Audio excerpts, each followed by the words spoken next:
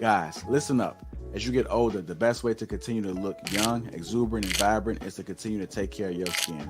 That's why I'm excited to have Teej Hanley as a sponsor of today's video. You heard me talk about them before, and you're going to continue to hear me talk about them because I believe in their products and the positive impact that they have on every man's life. Teej Hanley makes taking care of your skin so easy. They provide you with all the products you need and nothing that you don't. Every box comes with an instruction card that tells you when to use each product, how much to use, and in what order. Lapeef family, I must admit, skincare wasn't always something I always focused on, but since I started using this system, I've seen improvements in the way my skin looks and feels. And you don't have to take my word for it. They have over 5,000 five-star reviews on their website from satisfied customers from around the world. I recommend you start with the level 1 system, which comes with all the basics: a daily face wash, an exfoliating scrub, an AM moisturizer, and a PM moisturizer. In addition to amazing skin, members of Teej Hanley get tons of benefits, including at least 20% off retail price, the ability to customize your box, pause or cancel at any time, and free US shipping. And because Teej Hanley is sponsoring today's video, they're offering my viewers a great deal. Just click that first link in the description and you'll get 30% off your first box plus the free gift. Seriously, that's an amazing deal. Even though it's too early, as I often say, it's never too late. Click that link and get started today.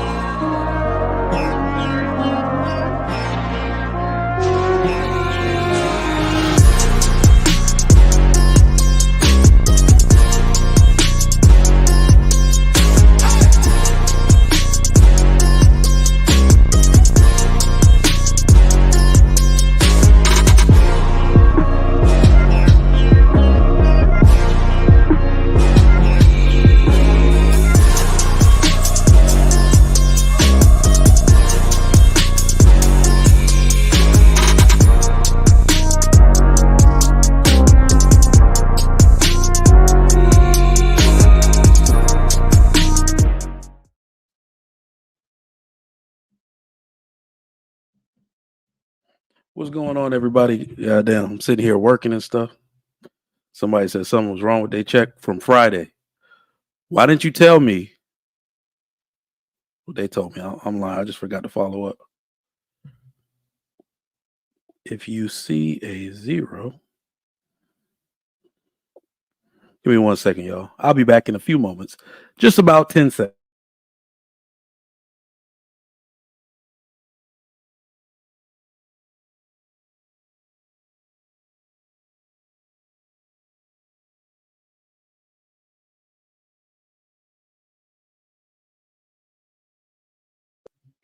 All right.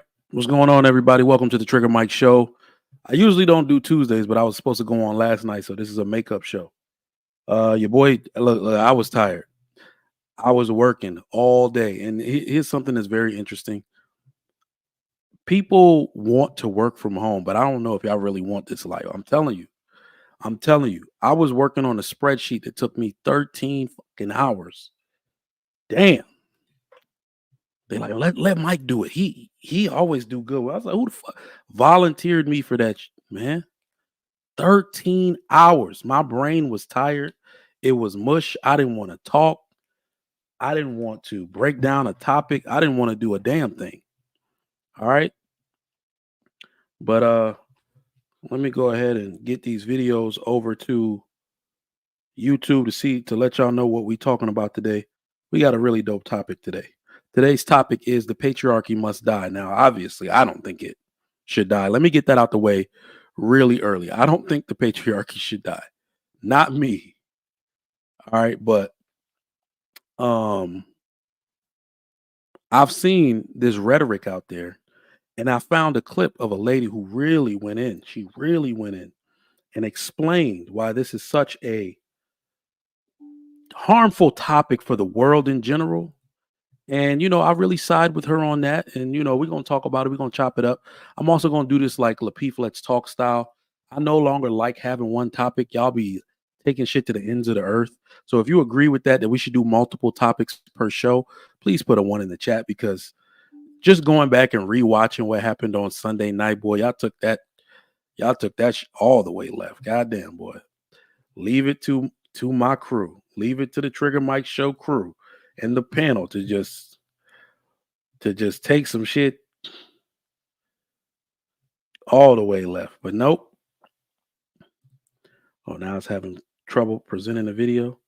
Oh, great. Let me upload this video another way. But what's going on with y'all, man? How was your weekend? I haven't interfaced with y'all since the end of the weekend. Hoping that y'all were good. Hoping everybody is well.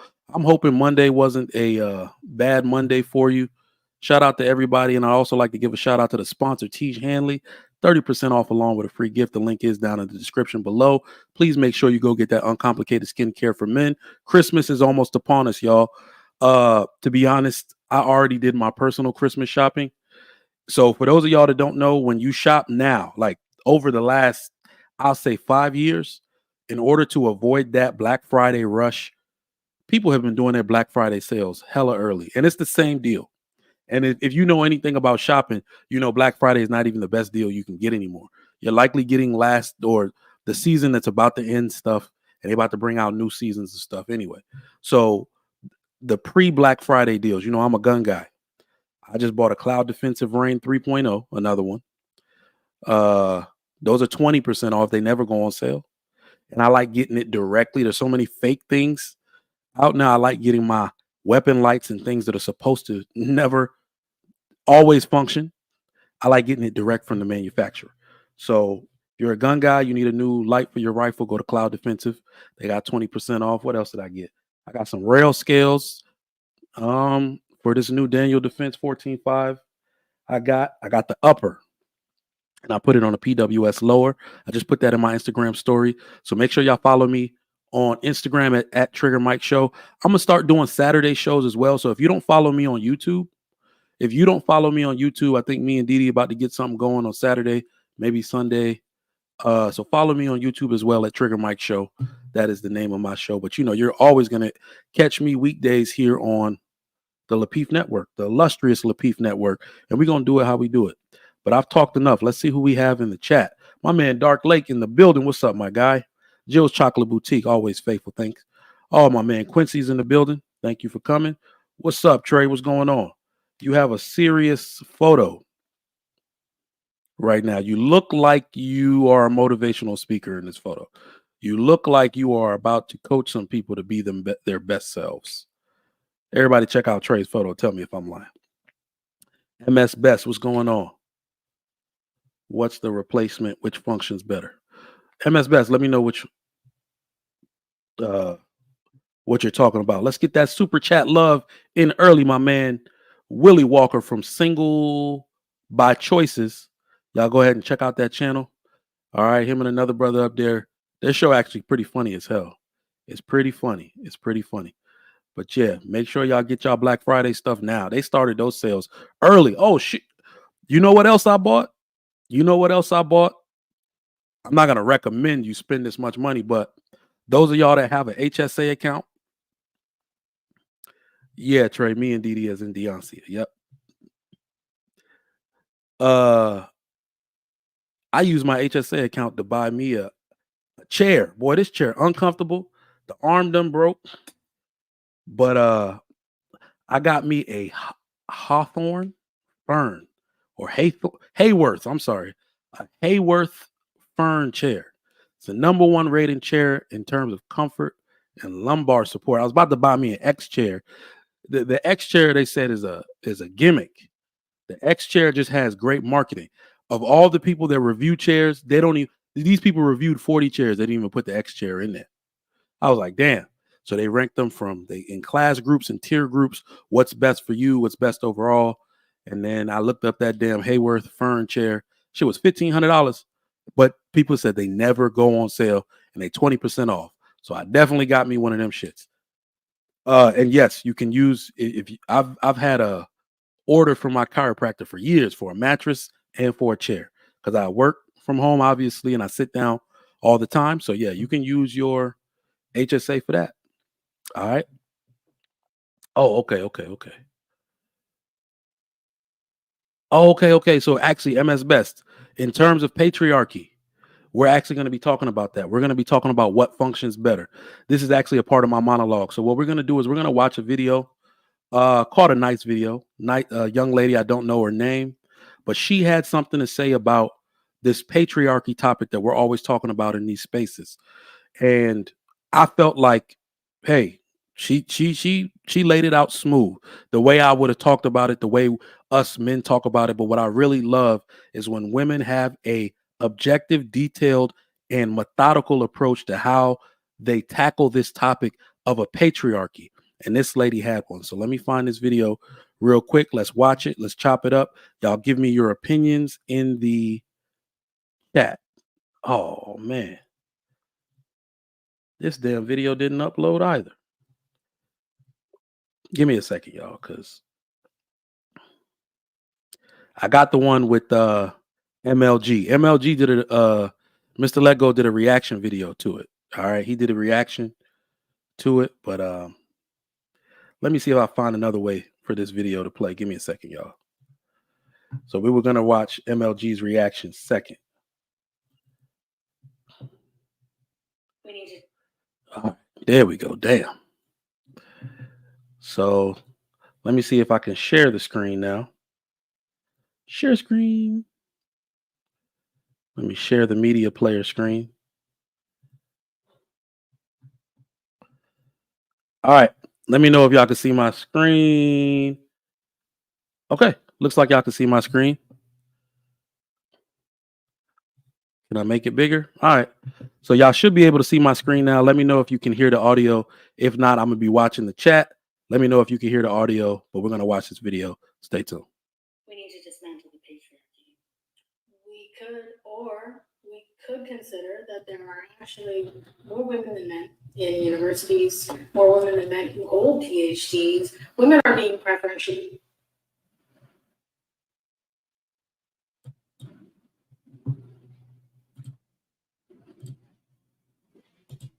Oh, damn. Oh, damn. Something wrong with the video, man. Something wrong with the video, but that's why it won't load properly. I'm going to download it over again. But what we're going to do, since I have the other video I was talking about queued up, I'm going to let Mr. Let Go explain it because he had a good reaction to this. So our brother, Mr. Let Go, had an awesome reaction to this video about patriarchy. I'm going to see if I can get another version of the video what the lady was talking about. So stay tuned for MLG's response to that video. We need to dismantle the patriarchy.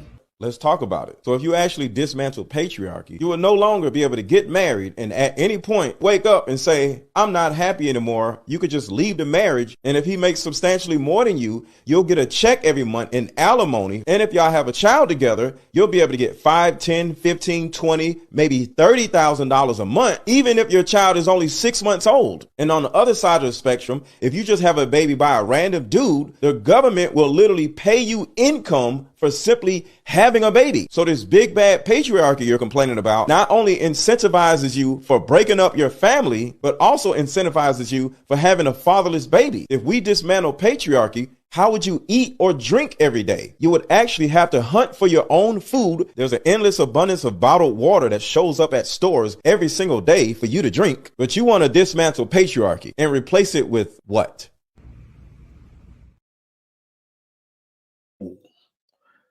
That's our dude. Hey, look, naturally people are going to talk about MLG, but I don't agree with everything he says. But look, when people have their topic, he was spot on. Put a 1 in the chat if you agree with MLG on that, because that's really the gist of what we're trying to talk about when we talk about patriarchy. Let me be very clear on my stance. Let me be very clear on my stance about patriarchy. I have heard women ad nauseum, like y'all have done this for a very long time, talk about the removal of patriarchy. Patriarchy is a system. Okay? Patriarchy, if you didn't know, when males are present, is natural. That is my stance. There is no society in which an abundance of men and an abundance of women operating in their natural role, not their socially constructed role, not some other type of role. There is no society in which men and women are behaving and assuming their natural roles in which that system does not become a patriarchy, which means the men are the head of the family and the society. There is no version of that. And let me tell you what's more. Women don't even want it to be any other way. That's why I'm calling bullshit on this whole thing. Women don't want it to be the other way around.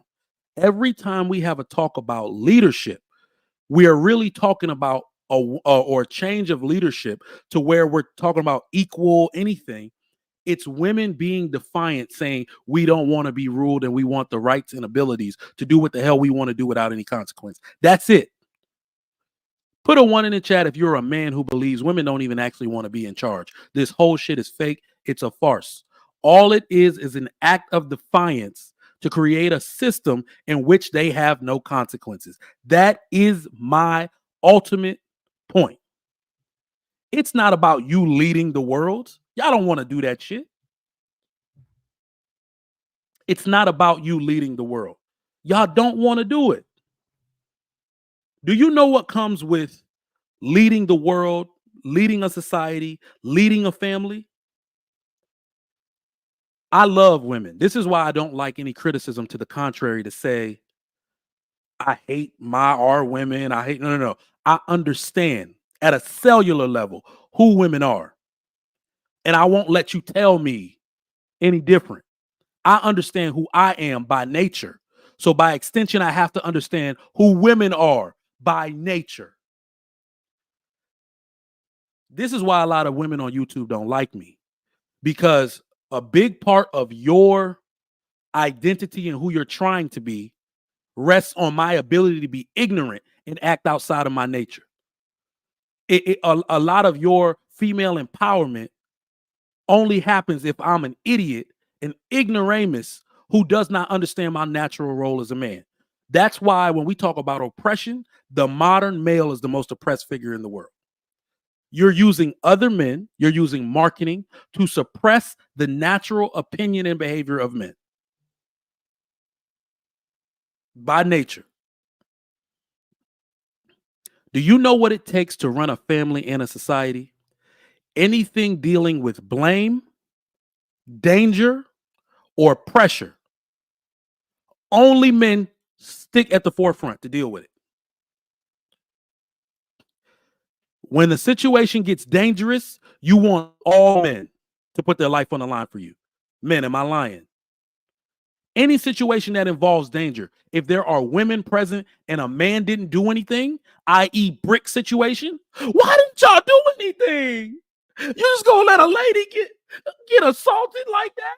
But yet you want men to think that we're equal? Why would you want me to put myself in harm's way if we were equal? If we're equal, you deal with that brick throwing nigga. If that was really the freaking case. If we're equal, you deal with his ass. Don't call for help. Any situation dealing with danger, pressure, or blame, you want a man to stand in front. That is a natural byproduct of a patriarchy. We didn't create the patriarchy, y'all did. Your expectations, I keep telling y'all, and one day y'all are going to listen to me. Men do not lead by desire. We lead by expectation. For centuries, millennia, men have gone off to war. Men have gone off to find food. Men have gone off to find different land to inhabit for their families to live. Men have not always been present, unfortunately, for their families. They're out doing the work for survival, ultimately. And somehow, some way, the men in that society who didn't have a direct influence of their father knew what they needed to do to uphold and keep survival going in the society because the women pushed expectations on them. The women pushed them into the front. They pushed their sons to the front. Take the position of your dad. I'm not meant for this position. So when the fathers weren't present, the customs were upheld because the women said, this is my expectation of you. Instead of trying to stand in our place, tell our sons where they should be. That's the way a society should work. Any situation involving danger, pressure, or blame, you already want the man to take it. If it involves danger, you expect us to die for you. If it involves pressure, you expect us to bear the brunt of it on our shoulders. And if it involves blame, you expect us to take 100% of it. Why the hell would I ever let you stand in front of me in that case? If you want to know why I talk the way I do, is because I understand by nature, this is who I am and what I got to do. If you want me to die, I will. In defense of our family, of course, without hesitation. If you want me to die in defense of our family, I will. If you want me to bear the brunt of the pressure because you can't take it, I'll do that. If you want me to take the blame because it's my ultimate responsibility, I got you. But I'm in charge. This is my show. I get the final say. This is how we end up and land on a total and complete patriarchy. Not by the desire of men, but by the expectation of women. If you agree with what the fuck I just said, put a 1 in the chat. This is not a heated or a contentious conversation. This is a conversation about truth. What's the truth? How did we get here? Y'all keep talking about patriarchy as if it's something we did. It's something y'all expect. Y'all did this. The next time, if y'all really want to get up under a patriarchy, go to the mechanic and only ask for a female to fix your brakes. How many women are willing to do that? I need women only. If you want to get up from under the foot of the patriarchy, only hire female landscapers, female architects, female engineers to do the work men have traditionally done. The next time you feel like you are up under the thumb of a patriarchy, only hire female carpenters to build your house. How many women are willing to do that right now? If you ain't got no problem doing that, if you want only women to build your house, put a 1 in the chat. Ladies only. I don't know where we're going to find such a group, but we'll find them. Some of these Mexicans got women out here doing some work. I've seen some of them landscaping with the snowblower recently. That's how you get up from under the thumb of a patriarchy. Men no longer work for you. We no longer sacrifice for you. Ain't no ones in the chat. Jill, the only one. No. Y'all keep talking about patriarchy. You can't benefit from the sacrifice, the blood, and the sweat of men, but then say we don't want no patriarchy. You think I'm a goddamn fool? You got to let me know. Lauren, this is what y'all are basically asking for. I'm not playing around. I'm not joking. Women cannot stand on our shoulders, call themselves tall, talk shit about us, and then get our benefit. You can't do it. In a world where the only way a matriarchy exists is if men aren't present. So we're going to create a society where we may be physically present, but you get no benefit from us. That is basically what y'all are asking for. If you don't want to come up under the umbrella of my leadership, of my blood, sweat, tears, work ethic, then do that shit on your own. The only time you see women in charge in any capacity is either by extension or by direction of a man or in the absence of a man. That's it. A community where women are in charge, the men were either birthed under those women and are psychologically under their thumb, or the men are not present at all. When people are in their natural role, y'all take a back seat because y'all don't even want to be in the driver's seat. Let me tell you something about why men drive. Y'all have heard me say this before if you've been watching the Trigger Mike show long enough. I have tried every analogy possible to explain to women why men are in the driver's seat. Anything dealing with danger, pressure, or blame. This is how I can explain to you what a patriarchy is. There is a difference. God forbid if a woman was driving her family home from church, they get into a car accident and both of the children don't survive. After everybody weeps and cries for how sad the situation is, somebody's going to ask, why wasn't the man driving? It's either going to be said out loud or be on everybody's mind. Everybody expects me to drive. Everybody expects me to bear the pressure and the brunt of carrying this family around. Why she driving you around, bruh? Those kids could still be alive.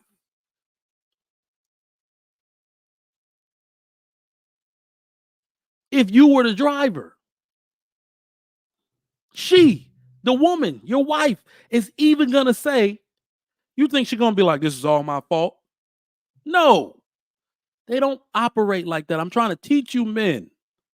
You get the pressure all on your shoulders the day you decided to join with her and have children. That shit was all on you after that. Unless you are physically incapacitated in some way, you are the driver within your family. And to be quite honest, I got instincts. Thank you, Trey. Thank you. No woman has ever said it's all my fault. Ever. I've never heard that shit. Ever. I've never heard a woman say it's all my fault. But let me drop the link. We're going to talk about this one. Should the patriarchy die? So the question I got for y'all, when y'all come up, if we are to kill the patriarchy, what are we replacing it with? And be very clear on my stance on this. There is no equal system. There must be a system in place. There must be a system in place. Because clearly, if you pretend there is no system, somebody will create one and put you under some kind of slave state. The system is that every man is responsible. It's supposed to be that every man is responsible for the well-being and direction of his own family. That is the natural system. Because you don't put a man in charge some way, somehow,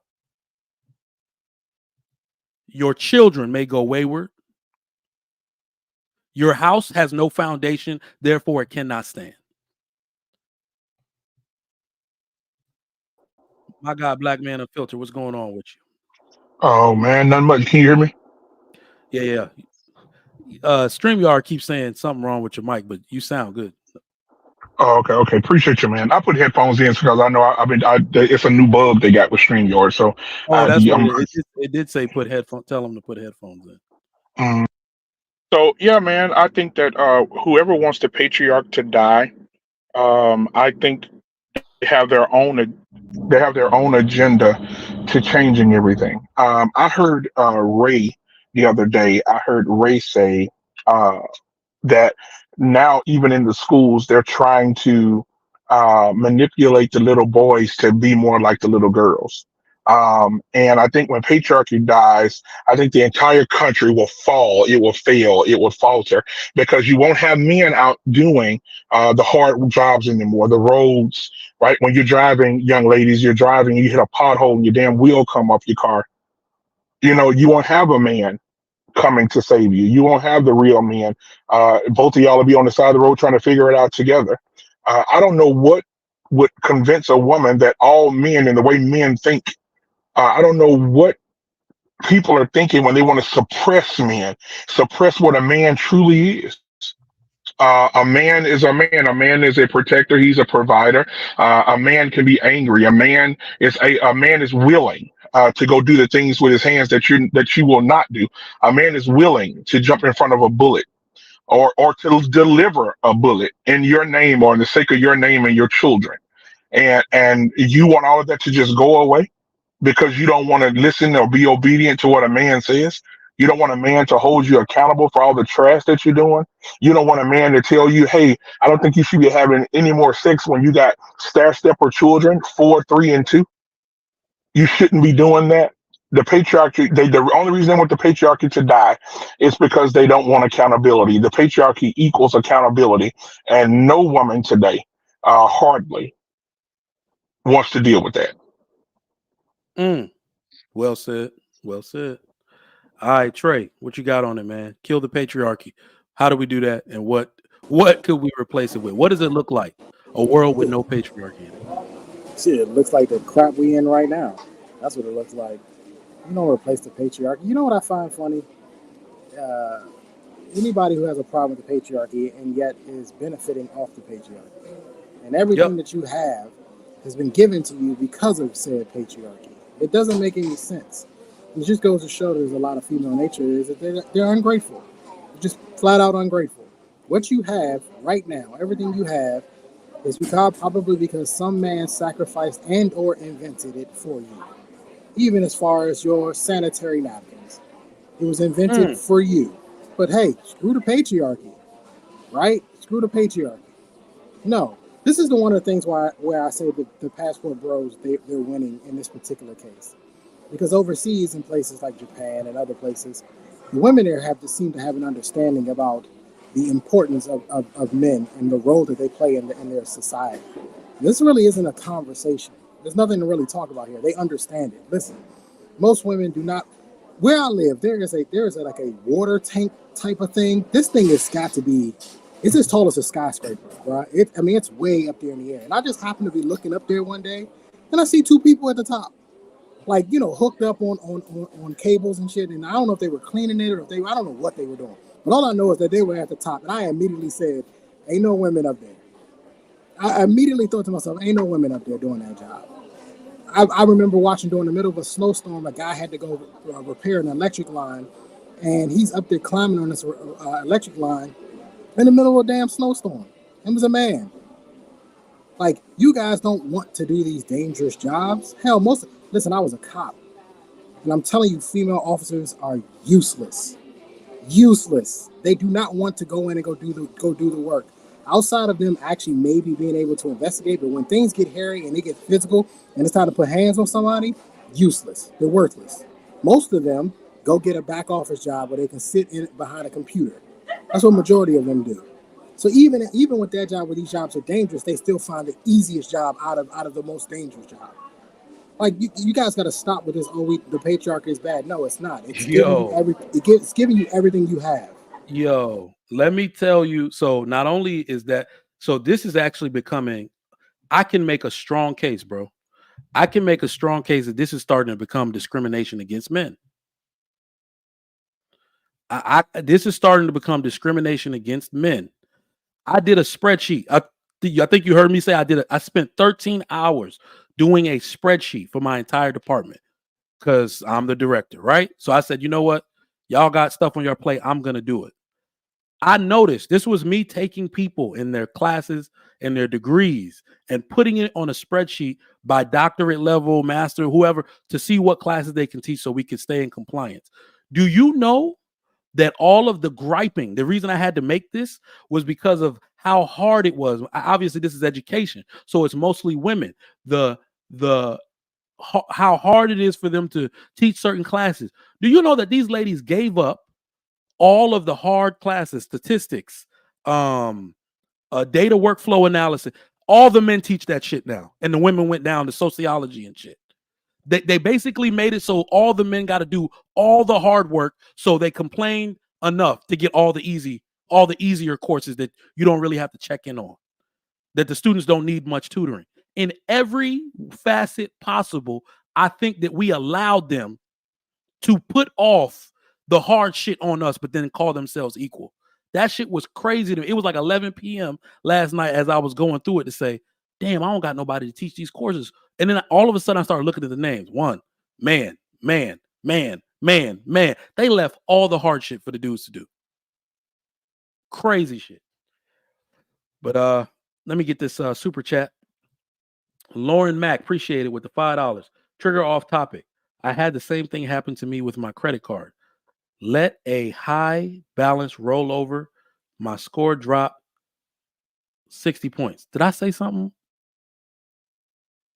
I think I said something about that a few shows ago. Yeah.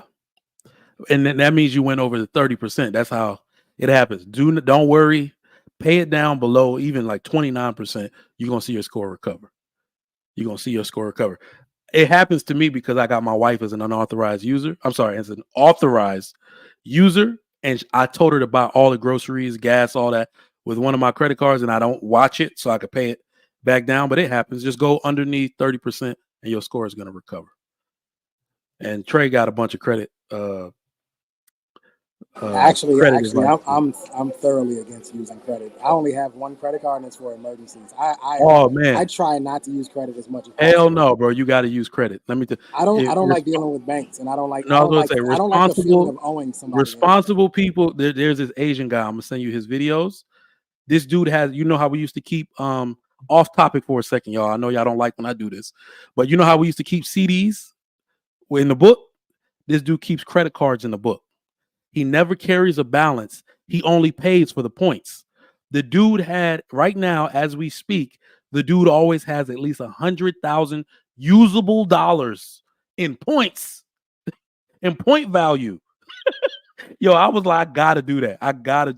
I'm talking about Gold American Express, Black American Express, Chase Sapphire. I got Chase Sapphire and Chase Freedom, but he's using all the best perk programs to his benefit. Never carries a balance, bro. So he never pays them. Like he's using his own cash, but he pays with credit. You got to watch that shit. So I started doing it with those two cards, and I'm telling you, we taking at least one free vacation a year off that shit.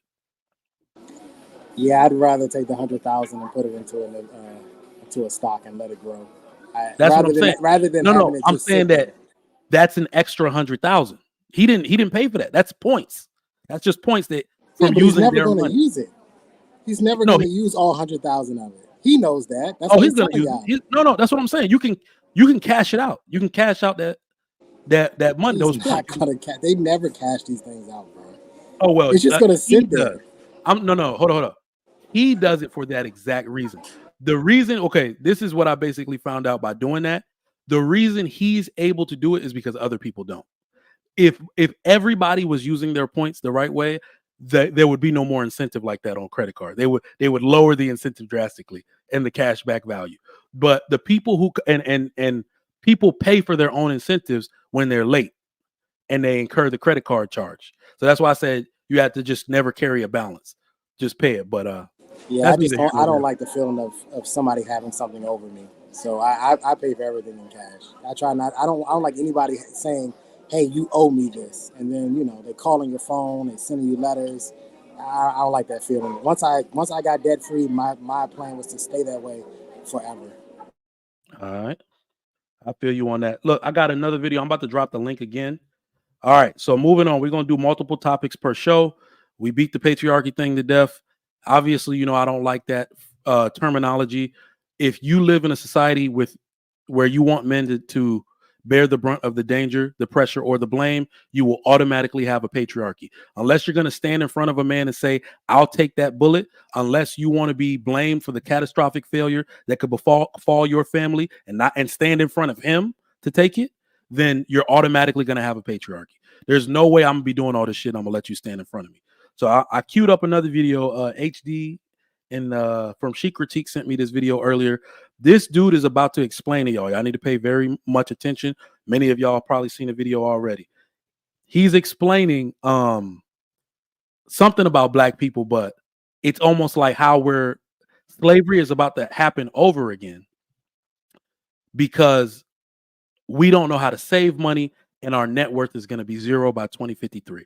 Y'all stay tuned for the video, then we'll chop it up after. Beautiful means nothing unless you're black and powerful. Let's just get that straight. You cannot be black and proud and niggas too, okay? That white folks are planning for 3 generations and we're planning for Saturday night, right? Because whole brothers and sisters is to win, not to look like we're winning. I would rather carry a plastic bag with $5,000 in it than to carry a $5,000 Louis Vuitton bag with $100 in it. Louis Vuitton winning, Nike is winning, Gucci is winning, Armani is winning. You ain't.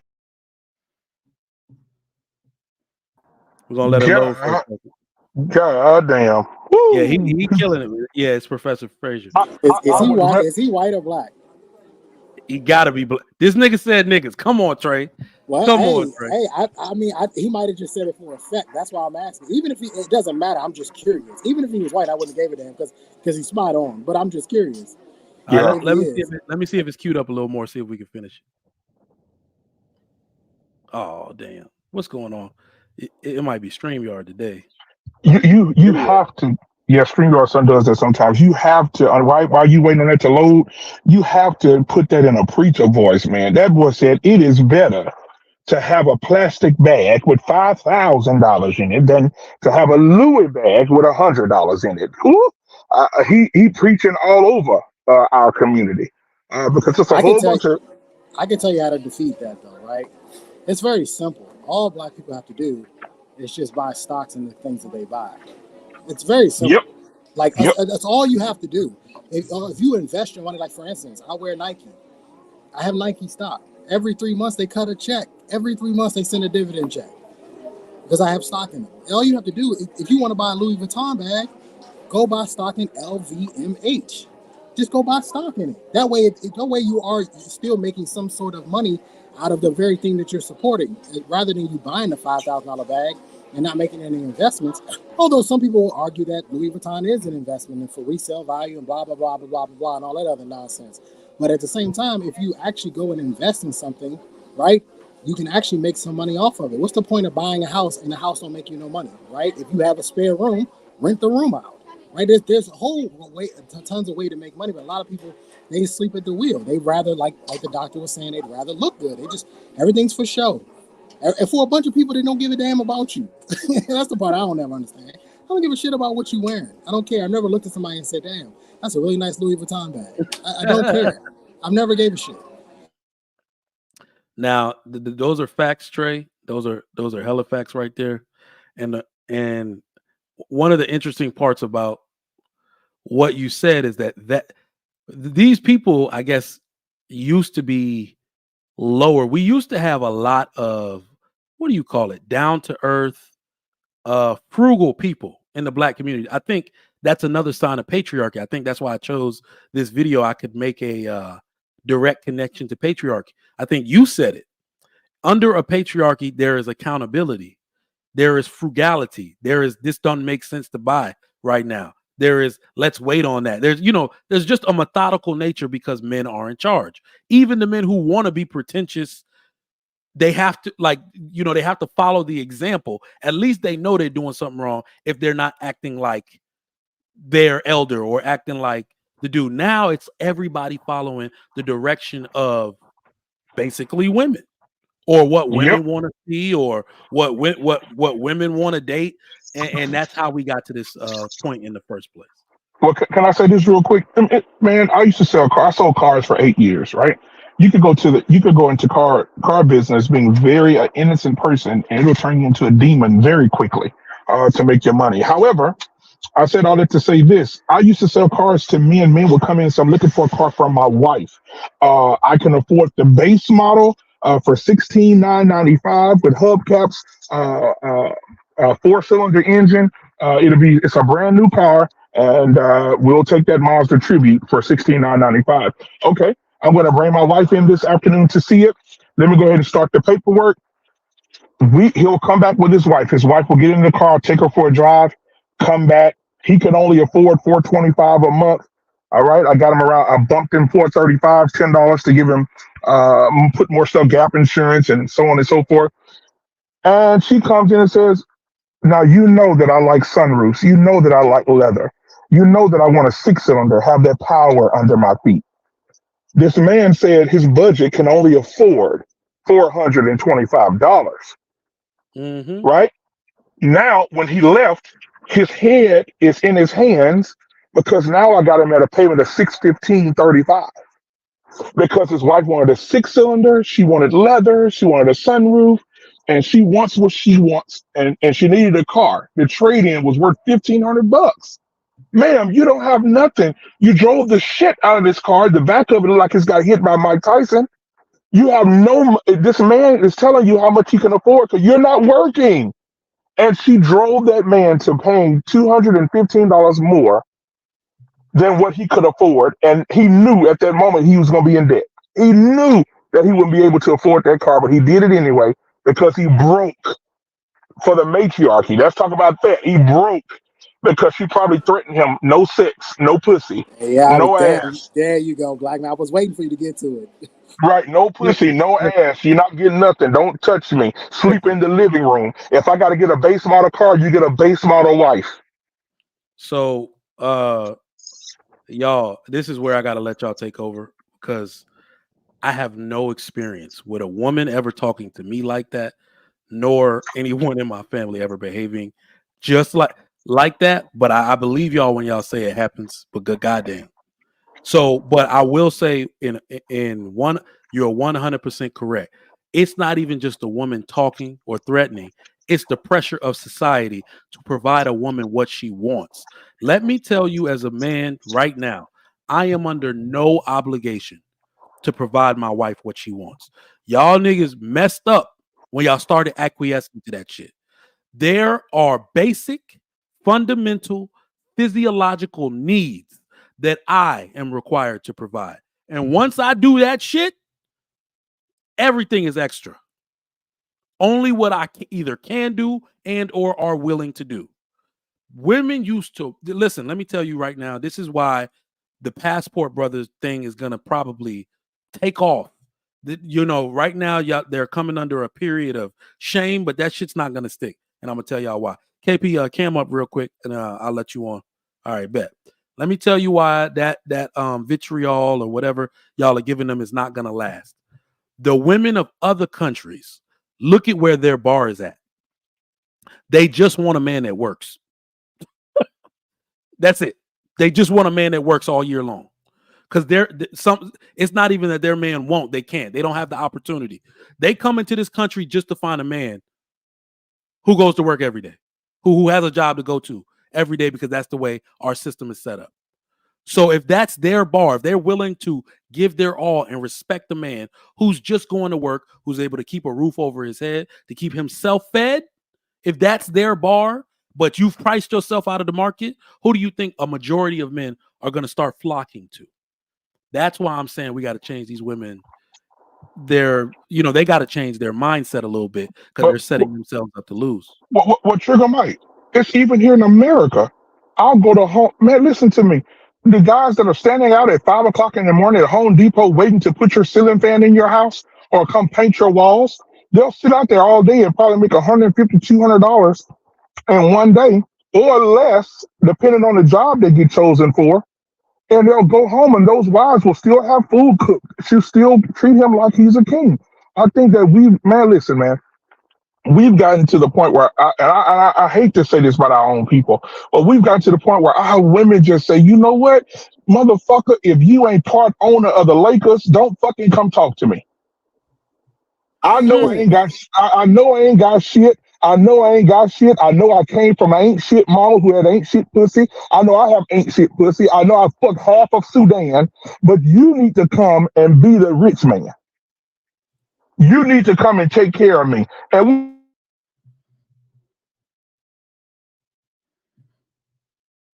Black man. Oh damn. We lost you, black man. That We lost hey you. They look, got hey you. look at the end of the day, this is why I keep telling y'all, stop trying to be providers. You guys want to keep being providers out here. These women are ungrateful, and these women are not of the same caliber and value that they were 80 years ago, where you could be a provider. They don't respect it.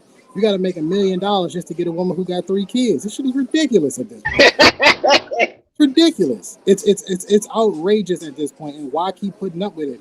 And the problem is, and just like Black Man talked about with the guy with the car, we want sex so bad that we acquiesce to a lot of BS. We want it so bad that we'll just put up with it. We'll just take it. No, she's rude. She's crass. She's undignified. She has no class. She's overweight. She's got weave in her hair, lashes, this, that. There's a whole bunch of things that are absolutely wrong with these women, and yet we just keep going for it, keep going for it, keep going for it. Why? Why do you gotta keep doing it to yourself? She got a job. Bring your paycheck. Bring your contribution to the family. Since you want to go out and go work so much, otherwise, then go be a housewife and sit your ass in your mama's house and wait till you get chosen to be a wife. Otherwise, if you working, I'm gonna make you work. Dead ass Trey. That Everybody is got to why, work. Everybody got to work. that We is have why I don't always worked. understand. Black women have always worked. Facts, Trey. Trey, it's So the go ahead. sorry, Mike. It's the No, go ahead. thought that it's this thought that they can sit back and watch you become Superman on their watch and then just hand it all over at their feet.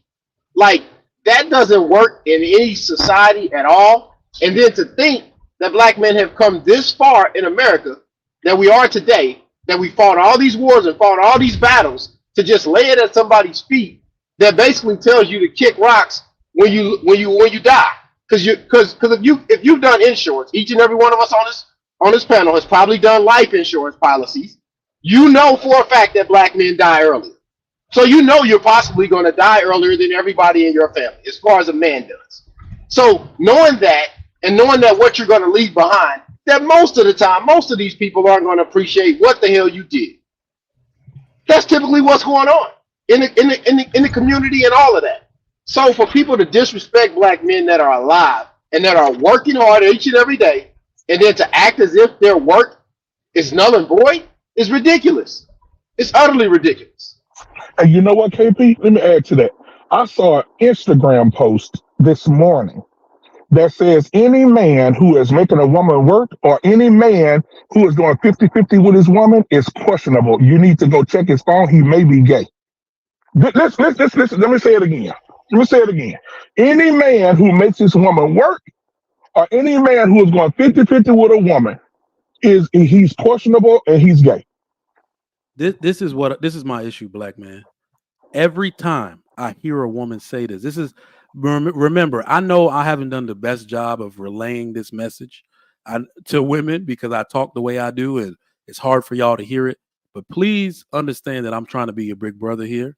It's just the way I talk. I want to share some knowledge with y'all. Whenever a woman says some bullshit like that, check her background. Where is she speaking from? The funniest thing about this is that there is a very low percentage chance, probably less than 10% chance, this woman is married. Very, very low percent. The funniest thing ever is that you never hear married women talk this way. Rarely. Like I could bet money that lady probably wasn't married or is scorned from something that happened within her marriage. That is what we're dealing with. And her mom probably wasn't married as well. And her mom, exactly. They come from a very dysfunctional, disjointed background and are putting all of that trauma out on you so they don't have to accept responsibility for the shit they didn't do. I like literally, this is why I keep saying, where are all the married women at to combat this bullshit? You rarely ever hear married women talk this way, ever. This whole men are utility. And just to bring it up, this is supposed to be the last video, but hopefully this video plays because this chick was killing it on this very topic. This whole 50-50 and y'all looking for men with money. We need to start being realistic about this shit. Some of y'all may have seen this video on Facebook, and I'm telling you, I keep telling y'all the tide is turning. Y'all say this YouTube stuff doesn't work. There are more females coming out now against other women than ever before. They're not scared. Like, the power of the sisterhood is going down, and the power of feminism is going down by the day. A new lady is popping up that look just like y'all, that talk like y'all, right? What's her name? Love Dorsey. They coming straight at y'all neck. They don't give a fuck, right? So this is one of them ladies. Let me see if this video plays. Hold on. If y'all doing all this choosing, why aren't you dating Mr. 500K? Why aren't you dating the CEO of General Motors? Why aren't you dating one of those high-value men? You're not dating that guy because he hasn't chosen you. That's the reason why.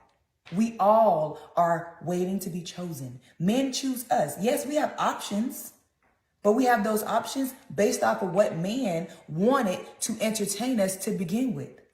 So if I have 5 different men who want to talk to me, then I have 5 different options, but they have to first want me to begin with. So I don't know about y'all, but I'm not one of the ladies that do the approaching. I don't do that. So therefore, I'm waiting to be approached. Each and every last one of us are waiting to be chosen by a man that we want, right? We all have all these men that want us, but we don't want them. We want the man that we want, but the man that we want hasn't chosen us yet. That's the reason why you're not with him, because he hasn't chosen you, baby girl. Like, I don't understand what y'all don't understand about what I'm saying. Like, it makes perfect sense. I don't understand why y'all are overcomplicating this thing. No matter how many options you may have, sweetheart, you're still waiting to be chosen. And that's just what it is. I said what I said. Somebody said, I don't know if this is true or not, she's a single mom with a BBL. I could definitely see that BBL. And what's funny that she turned to the side just enough so we could all see it. Don't let a $7 sundress fuck your life up. Hey, for real, for real. But, right. But the part that I did like, and the part that I like when women are speaking a little bit of fact to other women. It only benefits us in society. And that video was a little different. There's another video that I got to find, but y'all chop it up on what that lady said. What are your thoughts? I mean, listen, it sounds good, but it's empty. At the end of the day, the women aren't listening to each other. They're not listening to her. Women have selective hearing. There are plenty of women out here who say things that other women should be listening to for a better society, but they ain't listening to it. Listen, Cyndi Lauper told y'all back in the 80s, women just want to have fun. Girls just want to have fun. They're going to do whatever the hell they want to do. And if they can find some sucker, some clown to provide, to foot the bill for them, and they get to live a sugar lifestyle, a sugar baby lifestyle, a sponsored lifestyle, they're going to take it. They are going to take it. And so this whole idea of women speaking out, it sounds great. It looks good for the optics. And yes, she sounds good. She's looking good in the dress. I give her credit. It all sounds great. The optics, it all looks good. But at the end of the day, the women aren't listening. They're not paying attention. So I got a little bit of pushback, Trey. Just a little bit of pushback. Well, not actually pushback, because girls do just want to have fun. I think what they're suffering from right now is this idealistic mindset, but they're not very realistic. That life that you're talking about, girls just want to have fun, party, get taken care of, become a sugar baby, all that bullshit. Very few of them qualify for that shit. So how many of them, once they've hit the fucking wall, how many of these women are going to be living that life after that? I think that's when reality hits. Well, the issue is that we know that, Trigger. We can see that. We know what's happening. They don't think. There's a lot of women out here who do not believe there is a wall. They think it's a joke. They think it's a myth. But there is a wall. That's what I'm saying. We know. We know it. I'm not arguing with you, Trigger. We know that this is a real thing. We know that. But I'm telling you that the women, I'm telling you, I was just out on a date with a woman. She's 43 years old. She thinks she still got it like when she was in her 20s. And I'm looking at her and I asked her very politely, hey, you got a picture of you when you was in your 20s? She was nice when she was in her 20s. She was bad as hell. Right? She is not the same. But in her eyes, in this delusional make believe land, she is exactly the same as she was when she was 20. She can pull the same guys when she was 20. She can do everything that she was doing in her 20s. She could do it now at 43. This is the world they live in. They don't see it. So that's what I'm saying. Yeah, what she's saying, it sounds right. What she's saying makes perfect sense. It's logical. She looked good in the dress. Everything seems right. But the women don't. Women who are watching it, they don't hear it. They don't hear what we hear. You know what I mean? Like it seems like there's like some sort of portal in a woman's like brain. Like once it hits their ears, like it's like everybody else is on the freeway, and then they like take the exit ramp. Like it's like they just go somewhere differently. They don't hear what everybody else is hearing. And so it sounds great. There's a lot of women who do this, but unfortunately, the majority of women, by and large, are not hearing it. They don't want to hear it. They're going to continue to live their life the way they want to live it, especially considering now that they're sexually liberated. They're free to do whatever they want to do, and they're making more money than they ever have before. And according to them, they're the most educated now. So they're not listening. They're going to keep doing what they want to do. But Trey, let me add to that, because I the phrase I hate on YouTube is when I hear women say, or YouTube or outside of YouTube, I've heard it both ways. Women say that we're the most educated. Again, 75% of Black women are single moms. Out of those 75% of those Black women who are single moms, 35% of those women are highly educated women, meaning they have their associate's degree all the way up to their doctorate, some of them. But again, statistics also show that your children, your sons, mostly the little Black boys, I want to talk about the males, the sons that you choose to raise by yourself and you don't need no man, they're in the 10th grade reading on a 3rd grade level. So you're the most intelligent, you're the most graduates, you're the most all of this, and your children dumb as fuck. So my thing is, how is it that you can say you're the most educated when you can't even educate your own child? That's like a pastor. How can you go try to save souls in your church and your children are crackheads, dopeheads, and prostitutes? All right, you gotta sweep around your own front door, goddammit. Go ahead. I'm sorry. Let me say something on this education thing, because I work in education and I want to really make a statement to drive this home, so women start talking sense to each other. But that's what I plead with y'all. But let me get this $5 from Lauren Mack, our friend. Says, I would think married men would be the biggest proponent for marriage, especially with Black women. But y'all YouTube talking points would suggest y'all have unicorns. They do have unicorns. Let me Black man, don't I tell y'all that all the time that y'all have unicorn wives? Let me be very clear to Lauren, because she makes very good points, and thank you for supporting the show as always. We are big proponents for marriage, but to the right women. We are missing in this society the basis for a successful marriage. There is no way that I want a man to get married in this society where women think it's okay to break the family because, wait for it, she's not happy. I don't believe the women in America today, very few, white or Black, can withstand a momentary discomfort or unhappiness with their husband, which always happens. Always. All of the people that I know in my own family, let's say, that are successfully married, all of those men, all of those women have suffered momentary or temporary discomfort and unhappiness with each other. And it's cyclical too. 5 years, bad 2 years. Good 3 years, bad 1 year. It's so on and so forth. They all withstood that, either for their children, for their economic power's sake, or whatever, for the outlook of outward validation towards society, whatever. They all withstood it, to marriages that's lasted to what is my aunt, my dad's eldest sister, 60 years married to the same dude. Okay? The average woman today, this is what we're looking at. Men have to practice foresight, especially when you're fucking around with an institution as serious as marriage. You have to look out, how do I get that outcome? All right? Because there's a point where I'm not going to want to hit my wife in the back no more, but I still got to do a duty to her, don't I? So I got to find a woman good enough to make me stick around. And you know what though? Yeah, go ahead. No, you know what? And to add to that, Sugar Mike, like a lot of women are misunderstanding what we're saying. Mostly the women in the chat are misunderstanding what we're saying. We're not. When somebody said we're bashing women for being women, what? So so basically the definition of a woman is to be sexually immoral. A woman to it's okay for a woman to go through traumatic experiences of carrying a baby for 9 months, not knowing who the father is. Is that good for the child? Is that good for the child that a woman would go have a child and have to deal with not only the stress of carrying the child, not knowing who the daddy is, but having the child, going home, trying to find work, trying to take care of the baby, trying to buy diapers, trying to buy formula, dealing with the disconnect from the world. You can't do anything anymore. Your life is pretty much shut down. You're raising a child by yourself. Is that what defines a woman? Because those are the women that we're talking about. And I will like to say this in closing. If black men out here ain't talking about you, let me tell you something when you should be scared, when you should be upset, when men shut up and don't say nothing about your ass.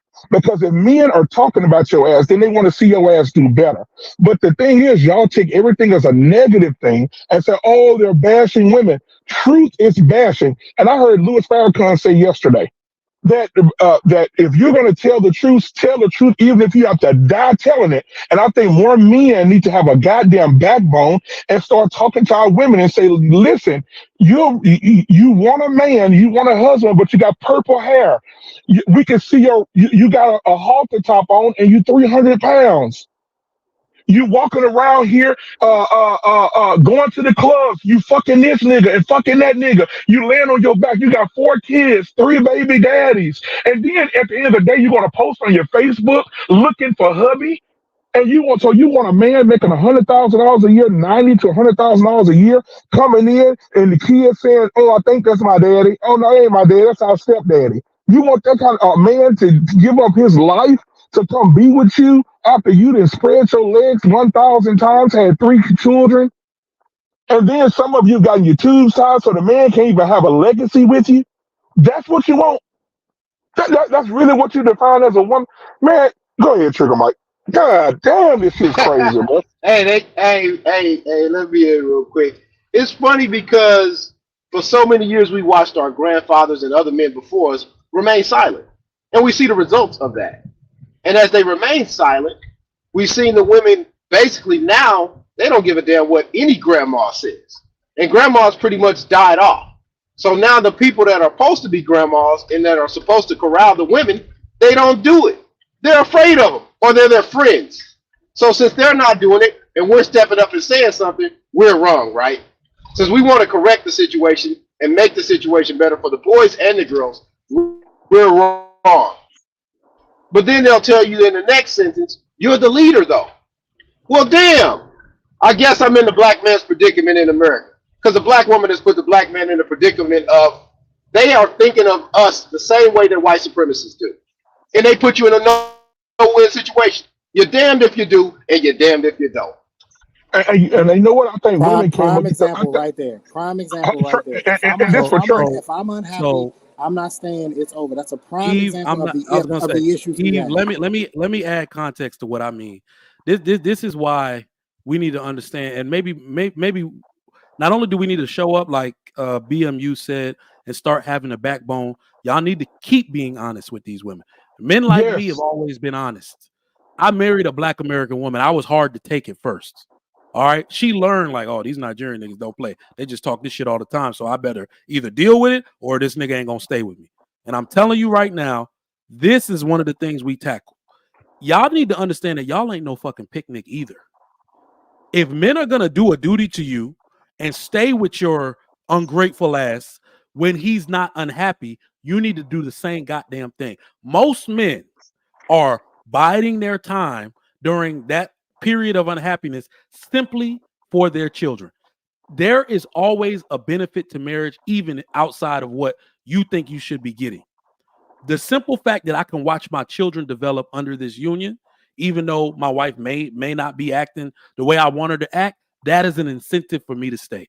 Y'all are selfish as fuck. This is why I keep saying we have an issue with today's men and women. Y'all are selfish as shit. I'm not breaking up my house. I'm not splitting mortgage payment. I'm not doing none of that shit if I can avoid it. My economic power is within this union. All right. So there are plenty of reasons for you to buckle it down, for you to mature and put your big girl pants on, other than the fact that you're fucking unhappy. Let's be real about what this unhappiness shit actually means. You want to get some dick from somewhere else. That's usually what it means for most women. So guess what? I want to get some pussy too from somewhere else. But yet we don't always do that shit. So what's that fucking lady's name? Kevin Costner. Y'all hear she regret filing for divorce now? Y'all hear she regret that? They always do. You regret that shit. Because it's You a left feeling. to try to rake him through the coals. It didn't work out the way you thought. You didn't think you thought society was going to be on your side, and now the tide is turning. Now you regret the fucking divorce. Y'all cannot, like I said, withstand any momentary or temporary discomfort.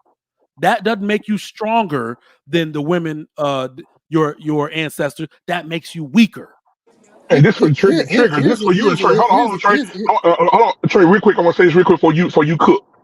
This for you and Trey, Trigger. I think the women came up with the Miranda rights. I think the women came up with. You have the older guys. Remember, you said they were quiet. Listen to them. You have the right to remain silent. Anything you say can and will be used against you. You see what I'm saying? If you do not have a lawyer, one will be provided for your ass when I divorce you and take all your fucking money. You see what I'm saying? All that shit lines up with how much power. Back in the day, the old men would go outside. That's why back in the day, an older man, he's 49 years old, like he's 63, and his wife like she's 33, because he's killing himself to maintain a lifestyle for a woman that he know he can't afford or he know he can't keep up. Now you dealing with the men like myself and Trey. We're not putting up with no bullshit. Trigger Mike not putting up with no bullshit. We're gonna tell your ass what it is. If you don't like it, get the fuck on. It's simple. I land my plane. Here's the issue with this happiness. Let me get this super chat real quick, Trey, and then you got it. My man, Big Ant, $10. Trigger Mike, remember when I asked you to be the preacher at my wedding? Think I'm gonna have some free time on my hand.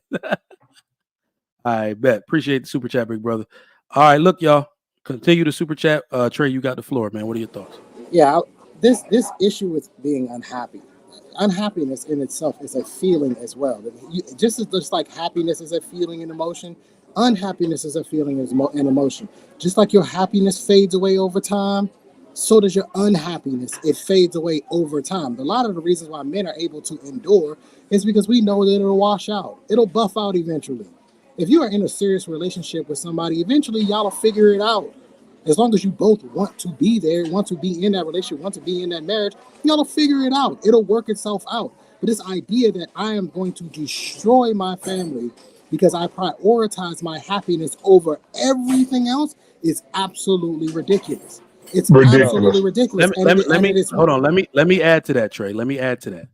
This is something. Remember, I told y'all I have not done a good job of not trying to spear or hurt y'all with words, because I'm actually trying to get through to the ladies when I talk.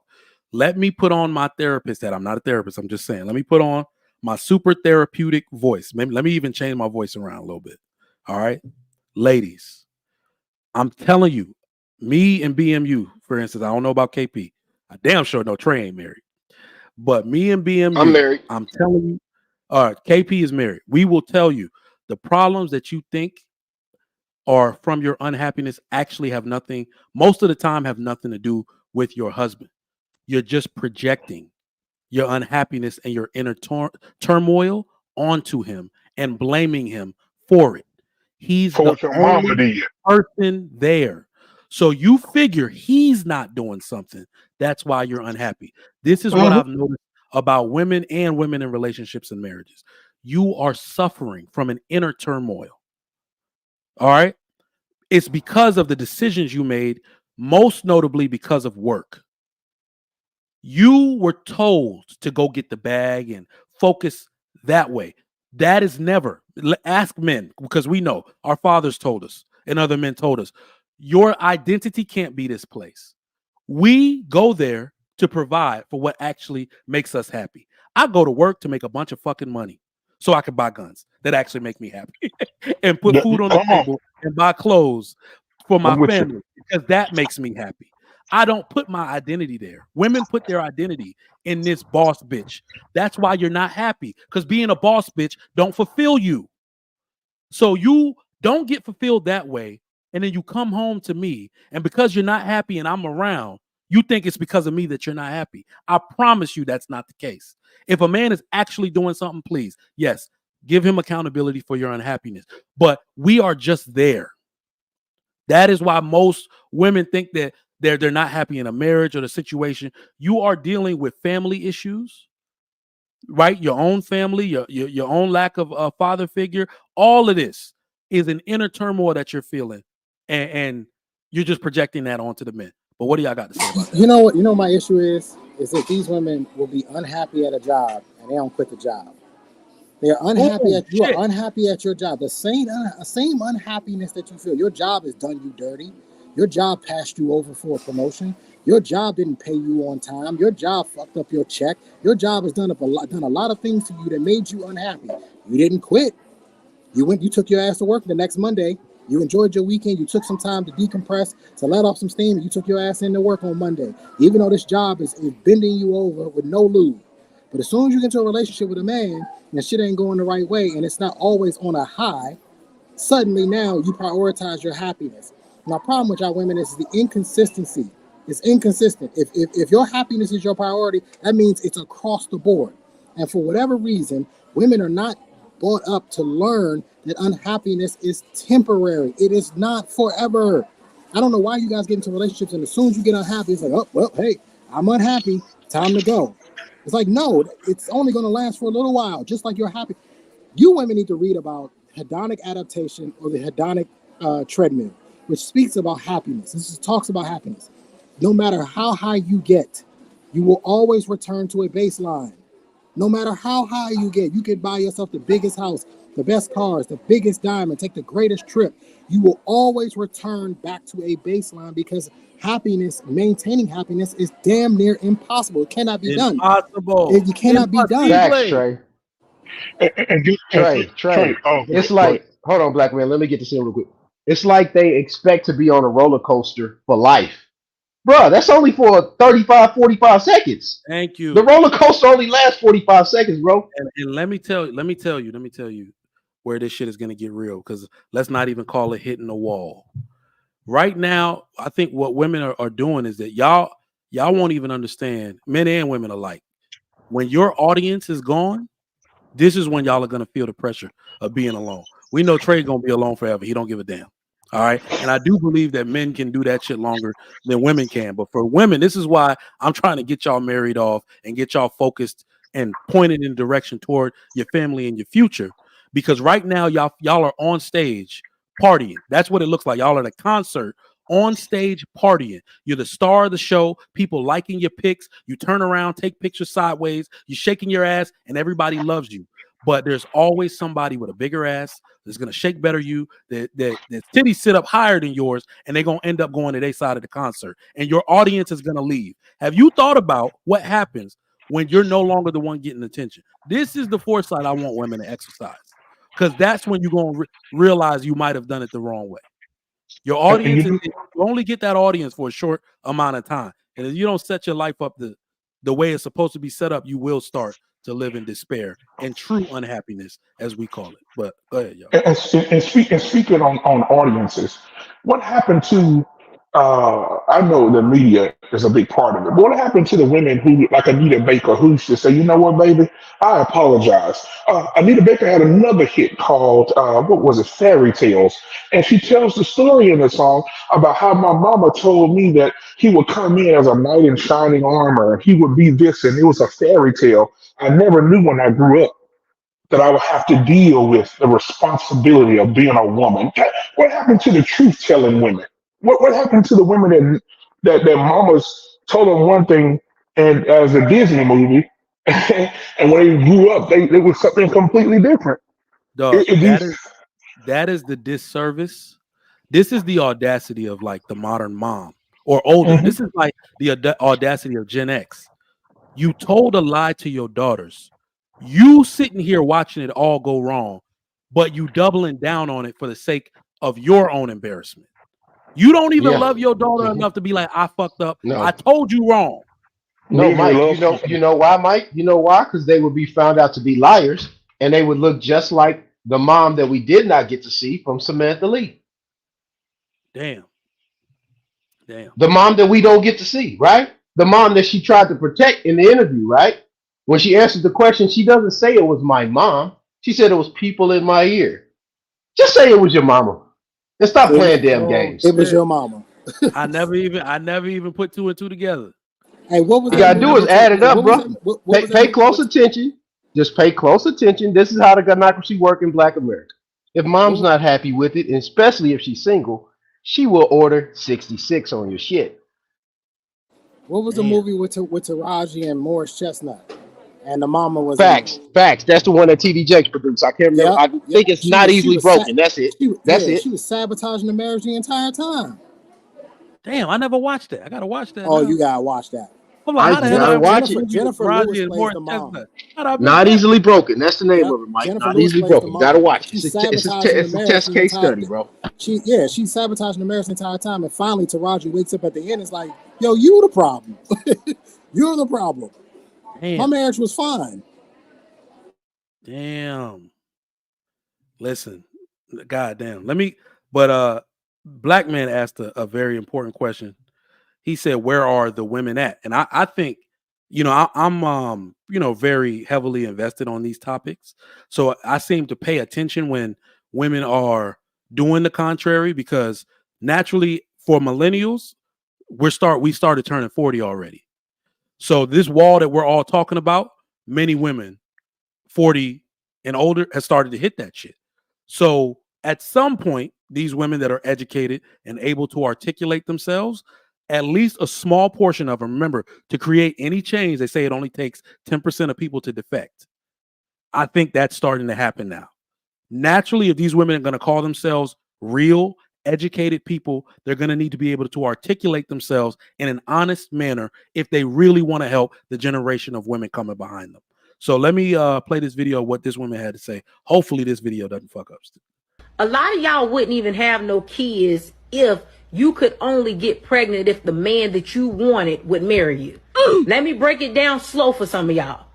If the only way you could get pregnant was that the man that you wanted, the man you actually want, would have to marry you first, a lot of y'all would not be mothers. You know why? Because a lot of the men that y'all dealt with didn't want you in that way. They only wanted to have sex with you, and you just so happened to get pregnant, and because it was your body, your choice, you got to keep it. But you don't get to dictate marriage. What do y'all think? What are your thoughts? Why you make me tell this truth today? All right. Here we go. So my wife and one of my favorite cousins is pretty good friends. One of my favorite cousins. I love her to death. She was married before. She's divorced now. But after the divorce, there was quote unquote a night session had, and these kids came about. Twins. But I wouldn't get this story unless I was married to my wife, because a lot of the stories that Black men get is through their wives. So my wife tells me a story one day. She said, "Hey, did you hear about your cousin and why she had the twins?" I said, "No, I never heard the story."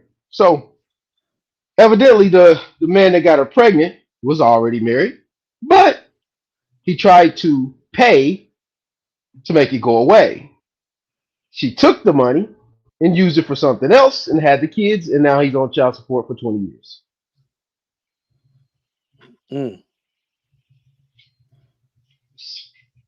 Anybody else? I mean, ain't nothing to say. I've heard her before. She be cooking most times, so I've never heard her before. Oh, I've heard her before. Yeah, she be cooking. I don't have nothing to say. I mean, I completely agree with her. I completely agree with her.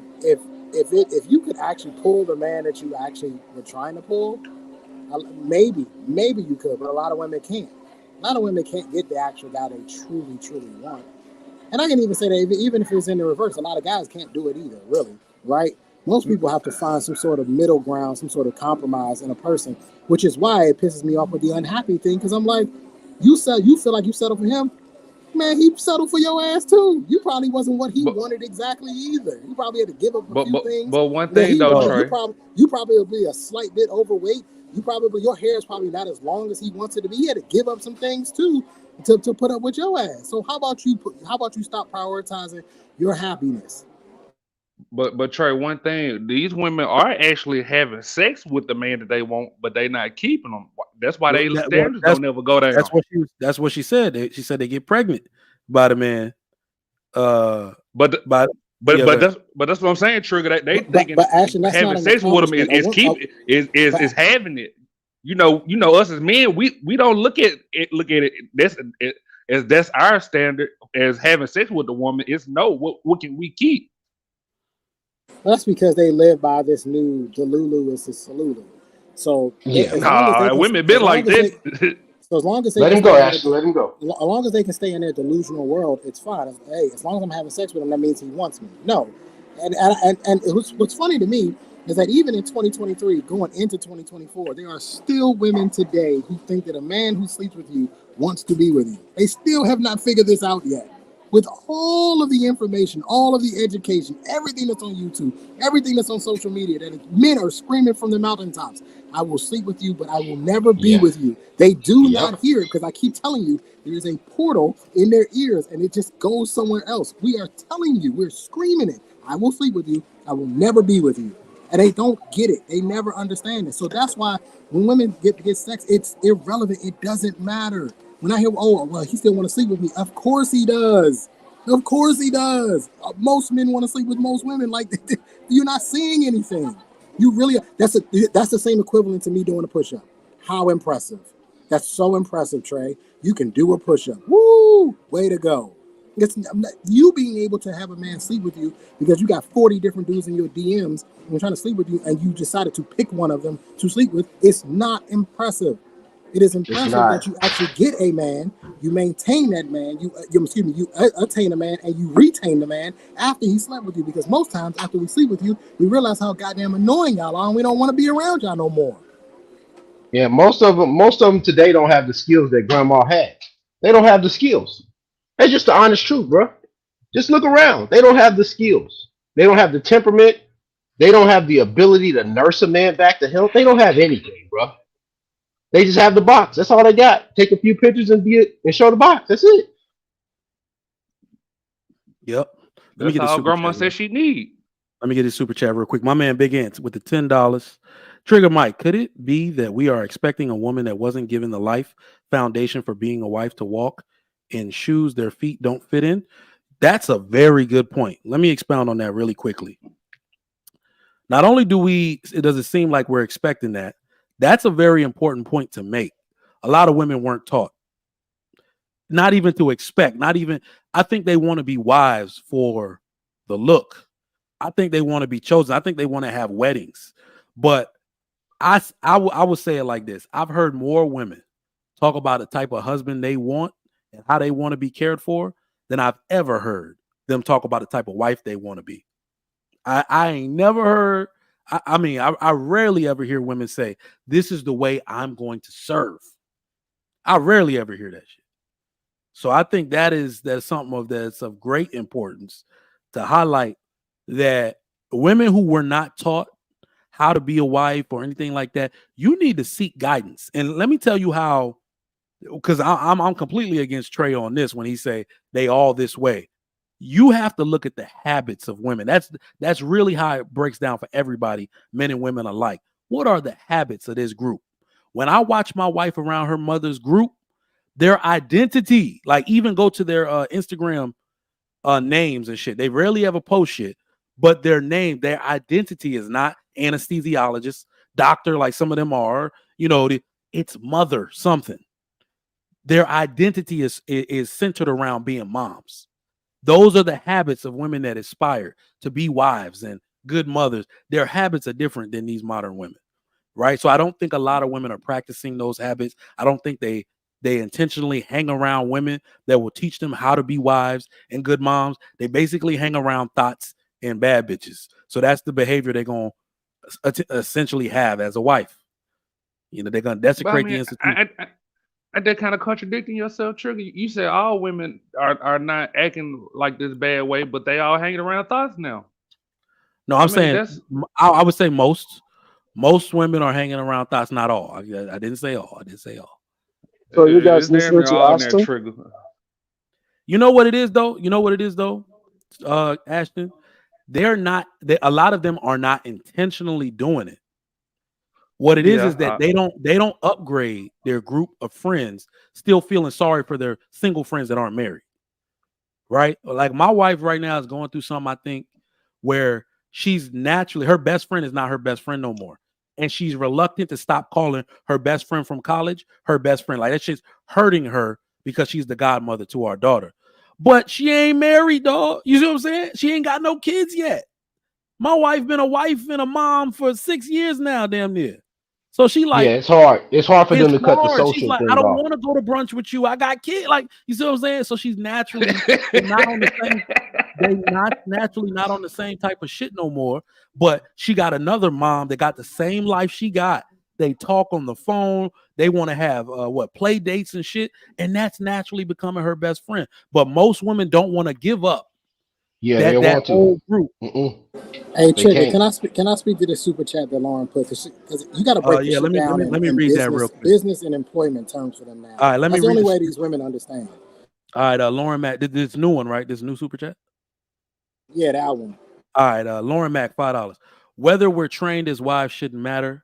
If you as a leader could train a woman to be your wife, God, I want to go on this, but you go first, as you already called it. Yeah, I'm going to take this from an employment business standpoint, because it seems to be the only way these women understand. When you apply for a job, Lauren, there are some skills that you may already have coming in, right? That's what allows you to get the job to begin with, because you have a baseline of skills. What men are requiring from women is that you have a baseline of wifeable skills to start with, and then we take it from there. Most of you women are not even coming in with the baseline of wifeable skills because your mama wasn't a wife and your grandmama wasn't a wife. So you don't even have the baseline skills to come in to be a wife. Therefore, we can't. I would have to literally start from scratch. And most women come into relationships with bad habits. You guys have some of the most disgusting habits from your previous relationships. So the first 4 months of the relationship, I'm weaning out all the bad crap that you did in the past relationship that he allowed you to get away with, that you can no longer get away with now with me. So this whole idea of, I'm supposed to know, you're supposed to train me. No, you're supposed to come with a baseline, and then I'm supposed to train you to be my wife specifically. All right. So you know what? I'm not even gonna hold on, Mike. I gotta interject on you. And with the first pick of the draft, Trey selects Keisha Williams, but she needs work. Hell no. Hell no. Hell no. Hey, look, KP. Even when you draft them on the first round pick, don't they got to come in and learn your system? They got to learn your system. They do. But you drafted them based on the skills they automatically already have. You know what? Hold on, y'all. Because look, because you flamed on that shit, Trey. But remember, we're gonna get this from all angles. Because you yelled at him. Let me get this from another angle, Lauren. Because even this type of question is basically letting us know what women are thinking. And I think that's good. This is one of those moments where we can shed some light. Because never have you heard me say that I could train a woman into a wife. I think you've actually heard us say the opposite. I think I just said it, that you have to come. So even if a woman came with none of these skills, I just said she has to have a willingness to want to associate herself, to learn that system, to learn that lifestyle. Women are not submitting themselves to that type of education. They want to come how they come and have a nigga marry them anyway. In fact, they want to be a modern woman to a traditional husband who takes care of shit. It does not work that way. What I can tell you is that it's not my job to train you into a wife. And the worst part about it is that a man who can facilitate a dream, that has the traditional husband qualities, that's going to do all the shit husbands are supposed to do, he ain't marrying no woman. Like, we're not picking you sitting at the end of the draft. You're going undrafted. Those women who have not submitted themselves, Mr. Irrelevant. Dog, if you have not submitted yourself to putting on a show for me, showing you pick me. Isn't that what y'all call them? Pick me because I had these qualities. You going undrafted. Why the hell? Because Princella and them wanted to joke when she was replaying that episode that we had where I said my wife makes it easy for me to lead our family. That's because I chose a woman that would not challenge me when I am 100% right about something. That is something that is unique to American and Western women. Y'all have been so taught to just go against everything that you question the leadership of a competent man. Not in my fucking house. I understand y'all giving pushback for shit that don't make sense or getting led off a fucking cliff, but Western women have a problem with just giving pushback, period, on anything. I wasn't picking that shit.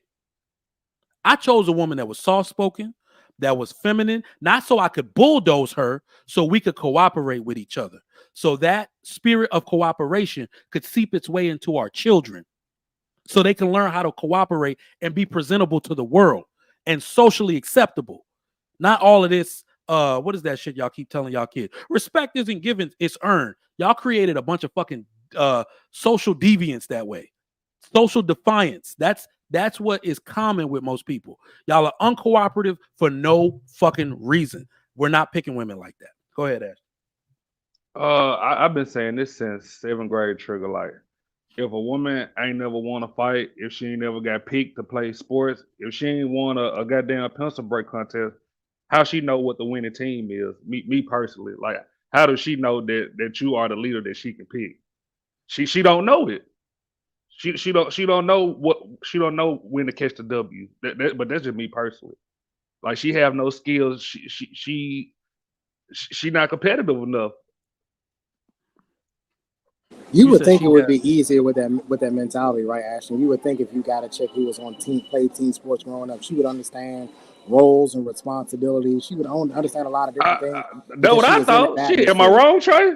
No, I mean it's a lot. Ashton, it's a logical. It's logical. It's logical. It makes sense. But unfortunately, female nature will always dominate. It will always take over. And no matter what, a lot of these women don't understand the concept of team because they think the team means equal. No, Michael Jordan was on a team. It was very clear who was the leader of that team. It was very obvious. And he was on a team. Shaquille O'Neal was with the Lakers. The time during Kobe was there. A lot of people talk about Kobe. No, that was Shaq's team.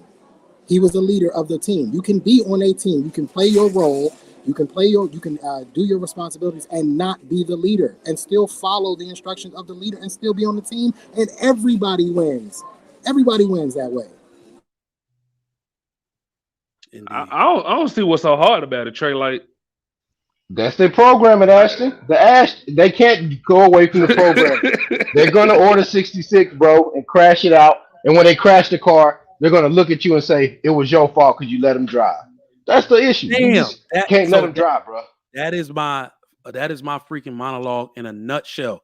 This is why we got to teach men the nature of women. When they're going to tell you, beg you, plead with you, and shame you for not letting them drive.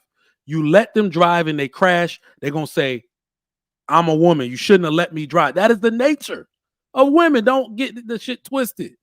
Y'all suckers for letting them drive. You got to get you a woman that literally walks her ass to the passenger seat on purpose every time. That's the type of woman. But they beg to drive, Trigger. We can't.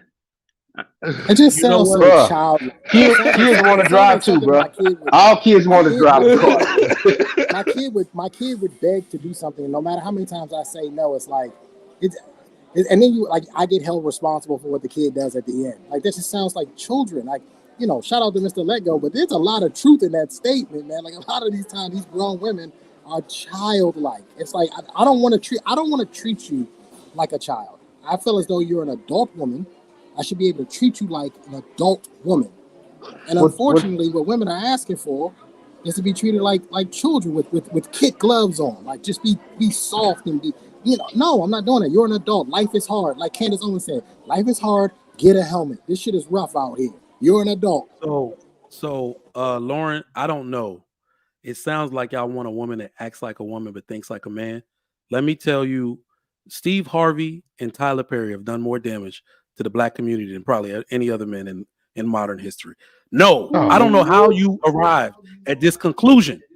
No, we don't want a woman that thinks like a man. Think like a fucking woman. Think like a woman. Think like a woman. I don't understand how Lauren Mack and Eve keep missing it. Like we not asking for much at that. Ashton, that's their training, sir. It's their training, bro. Hey, bro. Let's just look at it like this and just be real about it. You know, everybody wants to be the starting quarterback until you got to fall on the sword for the team. That's what it is. It's easy to be the bench quarterback, the backup. Everybody wants the backup to get in the game. He get in the game, he throw 3 interceptions, he walk off the field, he get the booze, and then all of a sudden he don't want to play no more. No, just get your ass on the bench where you supposed to be. You only come out here in case of emergency. That's it. Hey, KP, no, they don't want to be the starting quarterback because when they lose the game and they threw 3 picks, they got to go stand before the press and explain why they jacked it up. And they don't. That's the part they don't want to do. Let me say something to this one from Rasharda. Rasharda, our sister, says, I think women are thinking like women and y'all don't like them for it. Absolutely not. This is not true. Y'all aren't thinking like women. Women thinking like women are not in conflict with men. That's proven. Boom. If you rub shoulders, remember, masculinity and femininity are 2 separate energies that flow alongside one another. If ever you are in conflict with this many men, you ain't thinking like a woman, period. Men, listen. Think about it this way. This is something that hurts women. Think about it this way. Everything that is considered masculine or male is considered unisex. Everything that's considered feminine is just for women. If a man goes over there, he's considered gay, right? So that means that we men never put themselves in conflict with you. We don't go where y'all at. It's not interesting to us by nature. So if you put yourself in conflict with your ideology, with how you behave toward men, you are not acting or thinking like a woman at all. If we got some shit to say about it in concern, in rebuttal, that means y'all not acting like women. Y'all are acting like something other than. Y'all got tons of conflict with niggas these days. I don't think that's woman or feminine like at all. At all. Y'all are acting like something other than, but y'all got it. It's just killing me. It's like they hate men.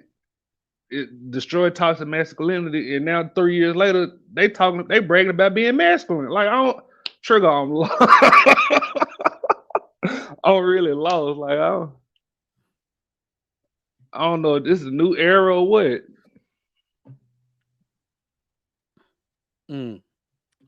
Either way. What else we got on the docket for today? Those are all of my videos, but we're gonna keep it going. Let me ask a question that was from the video about the children. So that lady said, I think the video concluded, this individual problem that women have of, hold on, let me see what Eve is saying right here. Trigger, you want us to be nice to men. That's not nice to see, this is what I'm saying. How did you draw this conclusion, Eve? All her comments come from a place of pain and fear. All of her comments. How did you draw? It's coming from waiting to exhale, Trey. Yo, not only is this not true, Eve, I want the opposite for you. I only want you to deal with men that are giving you reciprocity. Only. That's it. You know what I actually want? Let me even stop rebutting and start giving statements about what I actually want. I want what's best for you. Okay, this is the issue we got right now. Women don't want to give up ability to have their elders and men that know better interfere with the way y'all choose. That's what the problem is. You don't want to live under patriarchy, which was the main topic, which is having people that know better than you help you choose the man you're supposed to be with. Until y'all are willing to give up that freedom, we will continue having the same problem. Women suck at choosing for themselves. Bro, just wait. Just wait until the day an NFL team has a female GM that does not answer to any part of the team. Can just make a selection. Bro, can you imagine that? We just make a pick. If I mess up, nothing matters, right? That's basically the delusion that they live on. Because as a men, we come together, we make a decision based on what makes sense, and then we live with it. And if it's wrong, then we correct it. But instead of them correcting it, they continue down the same aisle and say, "The hell with it, it's going to work out somehow." They just put it on hope. Let me get this super no, chat. Wait, KP, I ain't gonna admit I messed up. Let me get the super chat. Ashton, you got it. $10. I am not the builder of your life's foundation. That is your mama and daddy's job. So blame them for sending you in my space incomplete. Pick it up where your failure starts. Damn, that was a word. That was a word. Hey, to KP's point, Lady D, are you? You are the biggest troll of the Trigger Mike show now. You only want a black woman to have something to beat on. Are you crazy? Are you crazy? Another woman that only speaks from her look. I fuck with y'all. I fuck with y'all in the chat, but y'all got to stop trauma dumping on my damn show. Like what? Oh shit! Trigger y'all got to stop trauma jumping. Trauma thumping on my damn show. Hey KP, to your general manager statement. You know the Raiders president, the Las Vegas Raiders their president is a woman, but the GM she's a black woman. Yeah, so it's just a matter of time that they're getting into the ranks. It's just a matter of time. Not to mention that franchise was in shambles, by the way. Damn, you see how much they got to pay out? What is it? How much was it? Like 80? Or wait, his contract was 80. Yeah. D-Town you don't pull up my good comments. Damn, I'm sorry I missed it. I'll get it next time. But no, I pull up the comments that you're right that triggered the shit out of me. So respectfully, yes, you are right. But D-Town, my man, what you got on it? Welcome. Oh no, in fact, Ashton, go ahead, and then D-Town, you got it. Ashton, you have. No, I'm gonna get D-Town to flow. That's my boy right here. Yeah.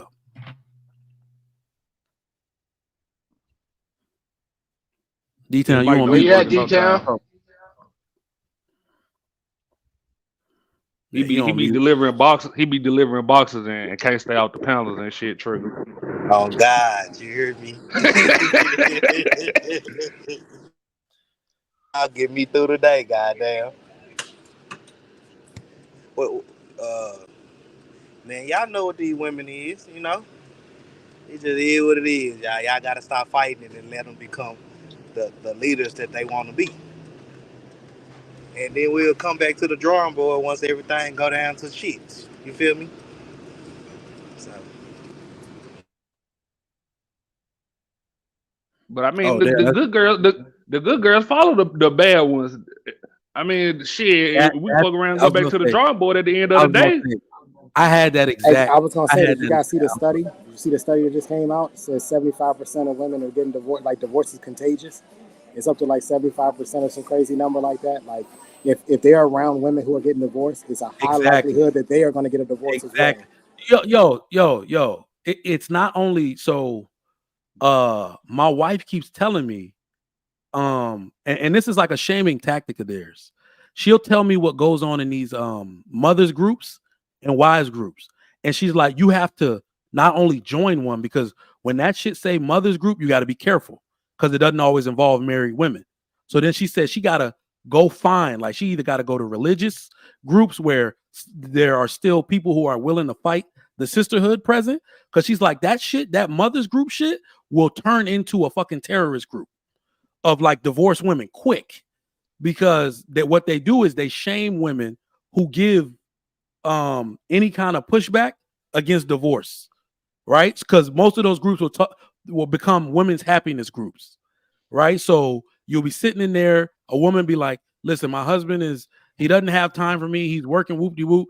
She'll go in there with her, she say, look, she's like, I already know I'm gonna get attacked, but I'd be like, well, try to stick it through. Remember, a man working is how things are supposed to be. They have never had the ability to be in two places at once. And she'll ask me, she'll like, babe, how does this sound? I'll be like, that sounds very realistic. She's like, I'm gonna get fucking attacked for this shit. Give it 20 minutes.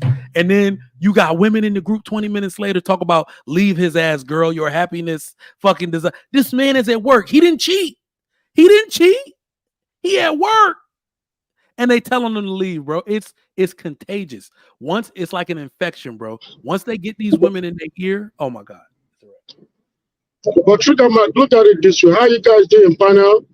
You guys been talking forever, man. You guys don't even notice that I'm here. Damn. Dog, we know you're here, You need no introduction. You will introduce yourself when you're good and ready. We know that. That's what I'm doing right now. Hey, I am a connect. Is that better? Hey, yeah. Trigger Mike, let me say this real quick, right?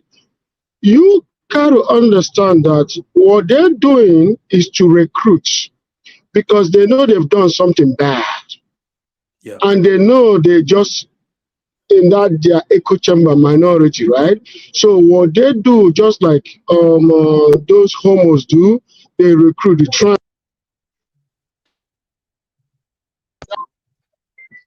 Oh, you cutting going in and out. He was about to cook too. Trigger, like my whole thing. Yeah. Oh, go ahead. Yeah. So what I'm saying is that they recruit like the homos do, the trans do. They recruit more people, so they want to, when it's only one of them, right? But so that's what they're doing. They just want to recruit. When a woman gets divorced, what does she do? She want to get all her home girls that are married to be divorced, so she won't feel guilty. So she won't be alone in this island. That's what they do. So it's up to other women to push back and say, you know what? You brought this to yourself. I'm not part of you. I'm not part of you. And I'm not going to be part of you. Because guess what? If the man didn't do anything bad, you just left because of your feelings. You live because of your feelings. You stay in that island because of your feelings. Because guess what is going to happen? 2 months later, her feelings is going to change and she's going to want to come back, right? And when she can't come back, she start looking for other women to join her. So that they also will divorce their husbands. Then she start going to that her best friend. You know what? Your husband ain't shit. What? No, wait, hold on. Let me tell you where the flaw. Let me tell you where the flaw lands, bro. It's not even them telling them their husband isn't shit. Remember, it's not about the husband most of the time. They make it about themselves. They make it about themselves. You don't have to. This is why they call. Hold on. Let me. Do you know why it's absurd to call being a wife slavery? There is no bigger slave in a house than a husband. Does anybody prove me wrong? There is no bigger slave in a house than the husband. So they make it about themselves and what all they could be doing outside of their fucking duty. Because if I'm going to work to dedicate all of my provision to you, to where even a portion of your own salary, I let you keep a majority of it because all the bills are paid. By me, there is no bigger slave in the house than a husband. So remember, it's not even really about us. They make a false narrative that more so has to do with them and what they want. I've seen that happen more prevalently. But I got to pick up the phone. Y'all go ahead, chop it up. Okay. Trigger Mike, check this out. I know, check this out. You ain't got to pick up the phone, Ignay. Oh. Okay. So, Ignay, let me ask you a question. Let me say this real quick before you ask me that question. Let me say this real quick. Do you know why 16% of men and less have kids? Because when men mess up, they don't recruit. They're trying to fix it. But do you know why 52% to 54% of black women have kids out of wedlock? Because when they act up, they recruit. They want their home girl, they want their best friend to be pregnant. So every girl around her to be single mother, just like her. Go ahead, bro. Ignay, when you ask the question, let us answer it first. When you ask the question, let us answer it first. Goddamn, I want to interact. But no, like seriously, Ignay, do you think it's like a real patriarchy, like women say it is? I don't know if you know that definition of terminology that they use. And the thing is that, are you saying that? No, repeat that question one more time. Like, do you think the patriarchy is like how women explain it? Because I got a whole definition of patriarchy, and I don't think it's nothing like how women explain it. Oh no. Patriarchy is not how women explain it, because guess what? They don't even want patriarchy. So how are they going to explain patriarchy? They're going to explain it the way that it suits them. It's not how they explain it. No. See how I look at patriarchy, it's like you would be the older, wiser man. Trey would be the enforcer, and D-Town would be like the young bull, and Trigger Mike would be like the brain of the operation. If that makes sense. That's what you just said right now is how patriarchy has always been. Give me a good roll now. Goddamn. The young bull, the young bull. That's you, D-Town. Okay, Ashton, let me just reply to what you just said. Patriarchy trickles down. You see what I'm saying? It trickles down. Patriarchy is the old guy in the household. Is the patriarchy. It's not just when you get married, right? You are patriarchy to your wife and children, but you're not patriarchy to the family. Patriarchy is the old guy in the family that bears that last name. He is the patriarchy. You see what I'm saying? So everybody consults him. Everybody go to him. Even all the people that are like your dad, right? He will go to his elder brother because his elder brother is the main patriarchy for that family with the last name. Even though your dad might be the junior brother, but it's your dad. Your dad is the patriarchy to his family. But to that last name, there is somebody patriarchy to the last name. He's the one that everybody goes to, except if he doesn't have credibility. If he doesn't have credibility, then nobody goes to him because it's no longer a patriarchy.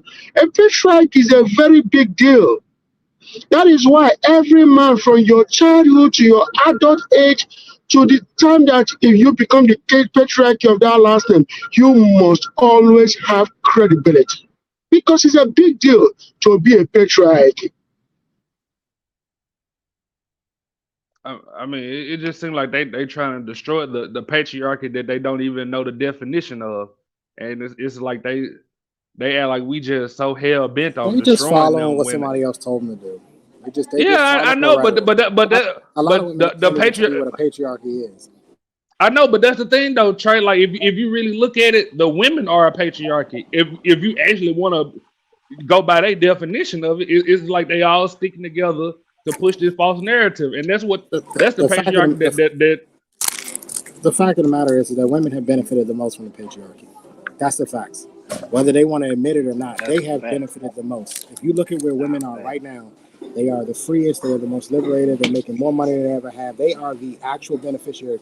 There is no right or privilege that a man has that a woman cannot enjoy. She has the same exact, and they can't tell you one. They can sit there and think of it. They can't tell you one. The only upside we have as men is that we don't get shamed for having a whole bunch of sex like women do. That's the one thing we have. That's our leverage. That's our advantage. Other than that, they have every right and privilege that we do.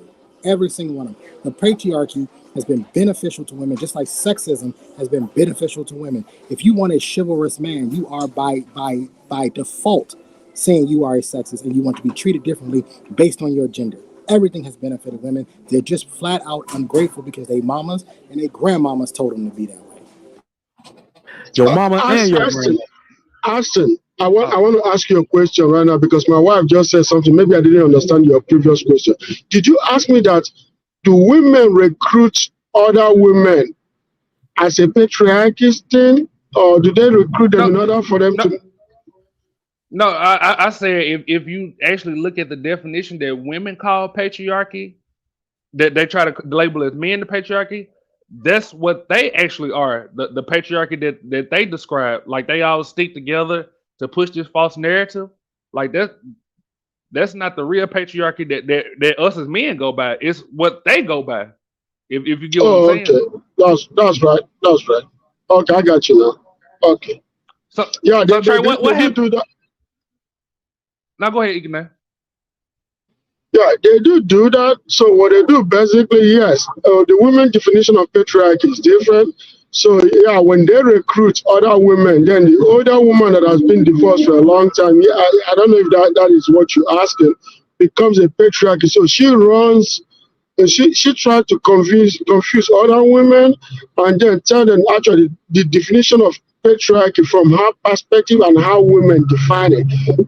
But to me, I don't think that they're trying to recruit other women to be patriarchy as per se.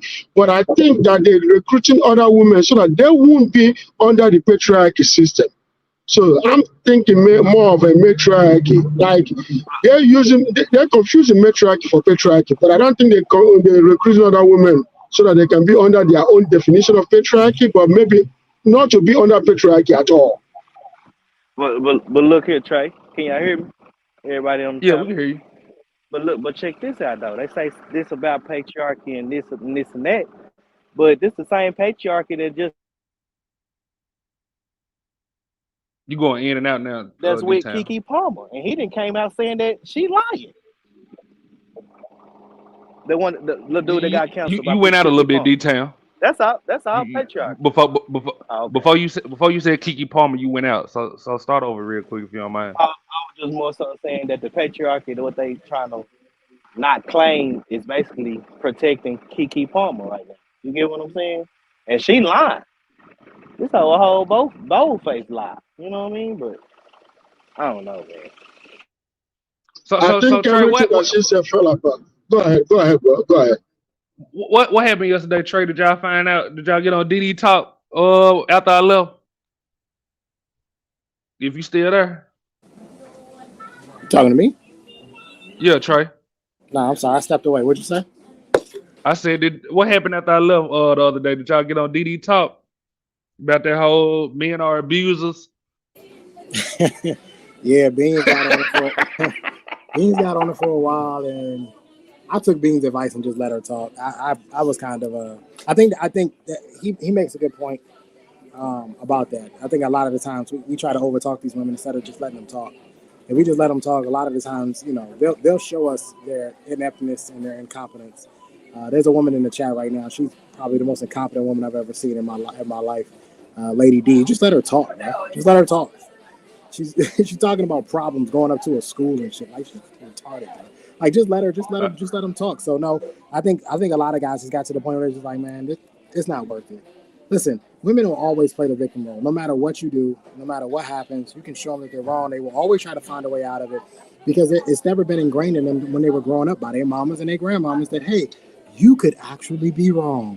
I know that sounds crazy, but you could actually be wrong. You could actually be at fault here. And then the proper thing for you to do is to hold yourself accountable, apologize and make changes. But they were never trained that. See, we as men, Ashton, that's how we were raised. When you make a mistake, you apologize and you correct your behavior to be better. That's not how they were raised. So they grow up to be grown adult women who can never, ever say I was wrong and I need to change my behavior. But this is the thing, though, Trey, with me. Okay, like, what y'all say, Didi, and most women do, that whole victim blaming and shaming the guilt, is that not verbal and mental abuse right there? Like, me personally, Absolutely it is. Absolutely is. And in most cases, it is the spark that begets the DV situation. This is how most of the stuff gets to that point, because they will mentally, verbally abuse a man and or emasculate him, and then it just goes off the rails after that. But he's always going to take the L for it because he's physically abusive. I gotta ask Trigger, do he agree with that real quick? He the brains. I took a pee break. Like, we was on the topic of how most women, like, they shift blame and they start being the victim. Like, do you feel like that's being verbally and mentally abusive? Absolutely, it's manipulation. So wait, I'm sorry, you said physically? Yes, it's I'm sorry, not even manipulation. No, verbal and mentally abusive. Because my thing is, I hate they paint this narrative like men just be physically abusive out the blue. So think about it this way: when people label men, so basically look at it by nature. Don't even break it down any other way. Men who cannot control themselves through physical aggression. That's how men communicate with each other. We talk or don't talk to each other a certain way because shit could go down. That's how we end up communicating. Like, all right, you done disrespected me. Before we get into a screaming match, we're likely going to start throwing hands. That is what men do to each other. Unfortunately, some men do it to women, which becomes domestic violence through physical altercation. Men have always expressed themselves through physical aggression. Now, here's the funny part.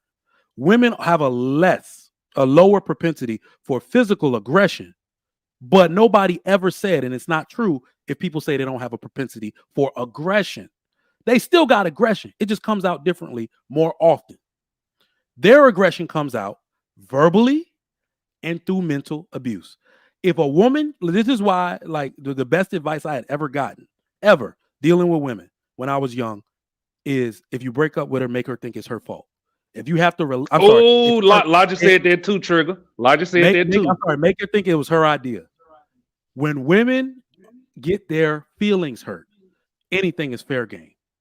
If you want, I believe till this day, not saying all, not even most, but there are some men sitting in jail right now for domestic violence and or rape that did not do a goddamn thing. Right now, there is a significant portion of men simply because the woman was mad and she can't take that shit back.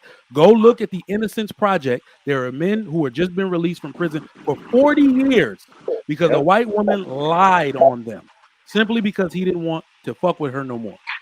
All right, but just think about it. That is how they display aggression, bro. They're physically and mentally abusive by way of verbal aggression, reputation destruction, and manipulation of the system, bro. They do that shit all the time. But just Trigger, me and Logic said that too, Trigger. But what's the most common phrase that we hear? Hell haven't seen a woman scorn. If a woman can be more vicious than hell, we have hell have no fury. Hell have no fury like a woman scorn. Like a woman. Come on. So if that's the case, we know they can do the most evilest thing, bro. You get what I'm saying? But we sweep it under the rug because they women. So it is what it is. Nah, D-Town, let's tell the truth. We sweep it under the rug because we want to have sex. Let's be honest. Okay. Let's tell the whole truth. That's what it is. We want that thing. Okay. That you doing EBD? Access. But Trey, that's what it used to be. But now they pushing that away from the young. That used to be. You know what I'm saying? That used to be. Facts. Let me tell you. The greatest freedom a man could achieve is the freedom from that shit. You are no longer ruled and controlled by what the fuck a woman is doing between her legs. Like you can take them or leave them. Now, coincidentally, that's also how you get the most women falling all over you. Coincidentally, where you could give a fuck if they live or die. All of a sudden now they calling you back. They say, hey, big head and shit. Hey, Trigger, where do you think that point comes? Because I don't think I hit that until my 30s. I gotta be honest with you. Oh no, I think I got to that point where I was like, I don't care. I don't care. We know as men that it's extreme amount of resources or experience that bring that up, and that usually comes with age. So it's not for most men. Let's not even play unless you're famous. That shit's not happening until your 30s. When you got it like that, you see what I'm saying? It's definitely in your 30s. So I think that's one of the things that's hindering us here is that these women are crazy, but we'll still sleep with them. You know what I mean? And so it's sending a mixed message. If the message was, if this is your behavior, if this is how you carry yourself, you get no attention from us. I think we would get better. You know what it is, though, Trey? You know what it is, though, Trey? Most women will never have the man they want because that's the common practice. They can get men, but remember, the man they want, the most competent man, ain't dealing with that shit. That's why most of them are unhappy with their choices in men now. They're unhappy with their baby daddy because they made the wrong choice. They let that nigga put miles on them. Now the man that they actually want, that super competent male that doesn't care whether they live or die, whether he could take them or leave them, they don't want them. They can't acquire that man. But let me get these super chats, then I'm going to let y'all have it for a little bit. I'm going to switch to the car. Big Ant, $10 said, Trigger Mike, I told you about having pain on that late the other night. He's still sleeping. I believe it. EBD. Women practice emotional manipulation, and I dropped the link. My man HD What's going on, bro? All right, y'all got it. I'm gonna head to the car real quick. What I would to answer the question. No, go ahead, Mike. But what else to answer the question about when does it end? When does it end when men stop chasing after the box and putting that over everything else? 40. That happens over when you reach 40. All right, so when you reach 40 on not your 40th birthday, but like the first year post 40, all of your testosterone takes a freaking nosedive. Like when you wake up, yeah, you're still a man, you're still in a man's body, but the energy that you had when you were 30 and then the energy that you had when you were 20, all of that is like it's gone. You can't be Mr. like I'm up till 3, 4, 5 in the morning getting it in the back of a car just because she texts. I mean, not at 40. At 40, you're like at 40, it becomes a different game. Like you don't have to chase everything now. Now it's like you're a little bit more picky about who you chase. Into the like, Black Dragon. You was a wild boy back then, huh, man? Golly, huh? Okay. I'm different. I didn't get any play in junior high or high school. I wasn't that dude. I wasn't the soccer dude. I wasn't the basketball. Wasn't football. Wasn't any of those. Yeah, I played soccer during the summer. But but hey, all you had to do was run and get the ball. Come on. But when I got out of high school, I had a first serious girlfriend, who then had my daughter, who then became my wife. So the first serious relationship I had turned out to be a marriage. It got all the way from here to there. So I never had that dating experience of, oh, well, this is my ex-girlfriend, my ex-girlfriend, my ex-girlfriend. Okay, I know how relationships work and I know how they don't. I had just the one. So during this one, I start noticing that I'm able to get like all these attention from like older women. Like some of them are in their 50s, some of them are in their 40s and married. Like just attention that I never had before. So it's just kind of hard for me to turn down like all of this like nay that's just everywhere talking about, hey, come hit me up, 2:00 in the morning, 3:00 in the morning. No problem. I'm in my car. That's all I worried about. That's all I cared about. This was all like my 20s. And then in 29, I had a serious girlfriend, moved in with her. I was freaking out about 30 because I'm like, well, where am I in life? I really don't have a career or a job or anything like that. So in my 30s, I started getting more into my career, networking, computers, stuff like that. So then I found my career footing when I was 30s, and I'm cleaning up all the bullshit in my 20s. But when I hit 40 is a different ball game because you feel 40. I mean, yeah, you feel 30 a little bit. Yeah, maybe you can't go to the club every weekend. Maybe it should be every other weekend or some special event. But at 40, it's complete life change. Now your body is telling you things that you can't eat anymore. You can't eat sugar anymore. Your body will tell you, hey, I'm not feeling this anymore. You can't eat the same amount of snacks, the sugar, the processed food. You have to start eating natural. You can't just be that lazy fool in the house. Like that at 40 EBD. Yes. You get fatter. You get like pregnant and shit because your all your metabolism that you used to burn in your 20s and 30s because you were maybe more active, all of that slows way down. That testosterone, like all of that drives like your energy and why you get up in the morning and do the things you do in a routine. When it's 40, it's different. You have to move just a little bit slower. It hurts a little bit more to get out of bed or to bend over and tie your shoes like you used to for the last 30 years. Like all these things like happen like around this certain age gap where you just get grumpy as shit. Now, you don't chase after every woman like you used to. You chase after certain women that you really, really want. You start having to pay attention to these ED things, these erectile dysfunction pills. You're like, I remember laughing at them for the longest time. When Viagra came out, I used to always joke about that.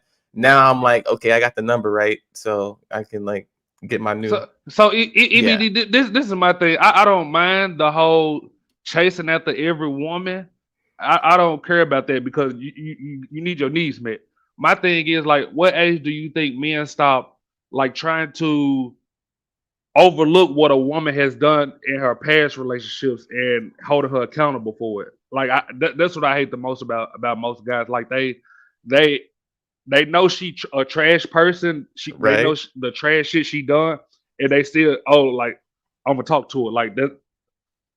That's what I want to be with. Like when do you think that I don't care about the whole get your rocks off, like get your needs met, like, but just the whole not overlooking and holding account. Like, at least I'm gonna stay away from this one or these three. Like, that happens. That those decisions happen in your 40s too, because you built in, because in your 30s, if you're working on your purpose in your career, you built a name for yourself. People actually put some respect on your last name. And if you have your own business, I just happen to have mine. But if you're about your business now, if you're working for a company or corporation now, you have to protect your last name. Like whatever happens with your name is going to be associated with so many people and so many things that when you're talking about getting with some girl who got OnlyFans, yeah, if you've been spotted at that company picnic or that company retreat or party and you show up with Miss So-and-so who can be found with a link, then what does that say about the money that they're giving you from the company? Like, oh, well, where's your money going? Is it going right back into the OnlyFans thing? Like they can't really trust or vet how you're spending your money by the decisions that you make when it comes to like selecting a mate or a partner. You know what I'm saying? So like, yeah, you can be the big president and have the little former model on your arm. You're the president of the company, right? They kind of expect you to have that. But when you're an employee and you're a public face of the company in any capacity, you have to deal with multiple vendors or clients that can result in $1,000 to $1 million to $1 billion deals. You have to be a lot more decisive about, what you put in your stuff into, you know what I'm saying? Because you don't want that baby coming up. You don't want that baby mama coming up to a board meeting talking about like, you know what I'm saying? Like that may work for that may work for McDonald's or something like that. Who cares? I mean, you just missed an order or whatever. But when it comes to the real deal, you don't want that. But I think, to what Ashton said, I think it's more so, and I do agree with you. E-Drag, and I do agree with you with 40. But I think once a man at any age, you going out? No, you went out for a minute. I think I know where he's going, but go ahead. Detail, you gotta stop at love to get you a new mic. You know what I'm saying? You cut out. You cut out. I know you were. I know I was feeling what you were saying, but you cut out on the most important part. Hey, D-Town, I'm gonna need you to pay your gas bill, bro. You be cooking and then. I need you to stop at the Love's gas station, D-Town. I need you to refuel. I just be out here. Man, working, and I just be in and out of spaces, man. Don't do it. Okay.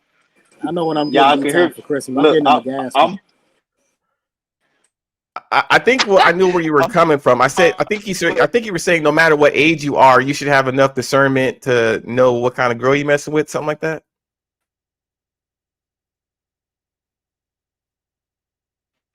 D-Town? Yeah, he ain't my boy right now, Trigger, till you get a new mic. Oh man, he cutting out real bad. They don't want me to be great, man.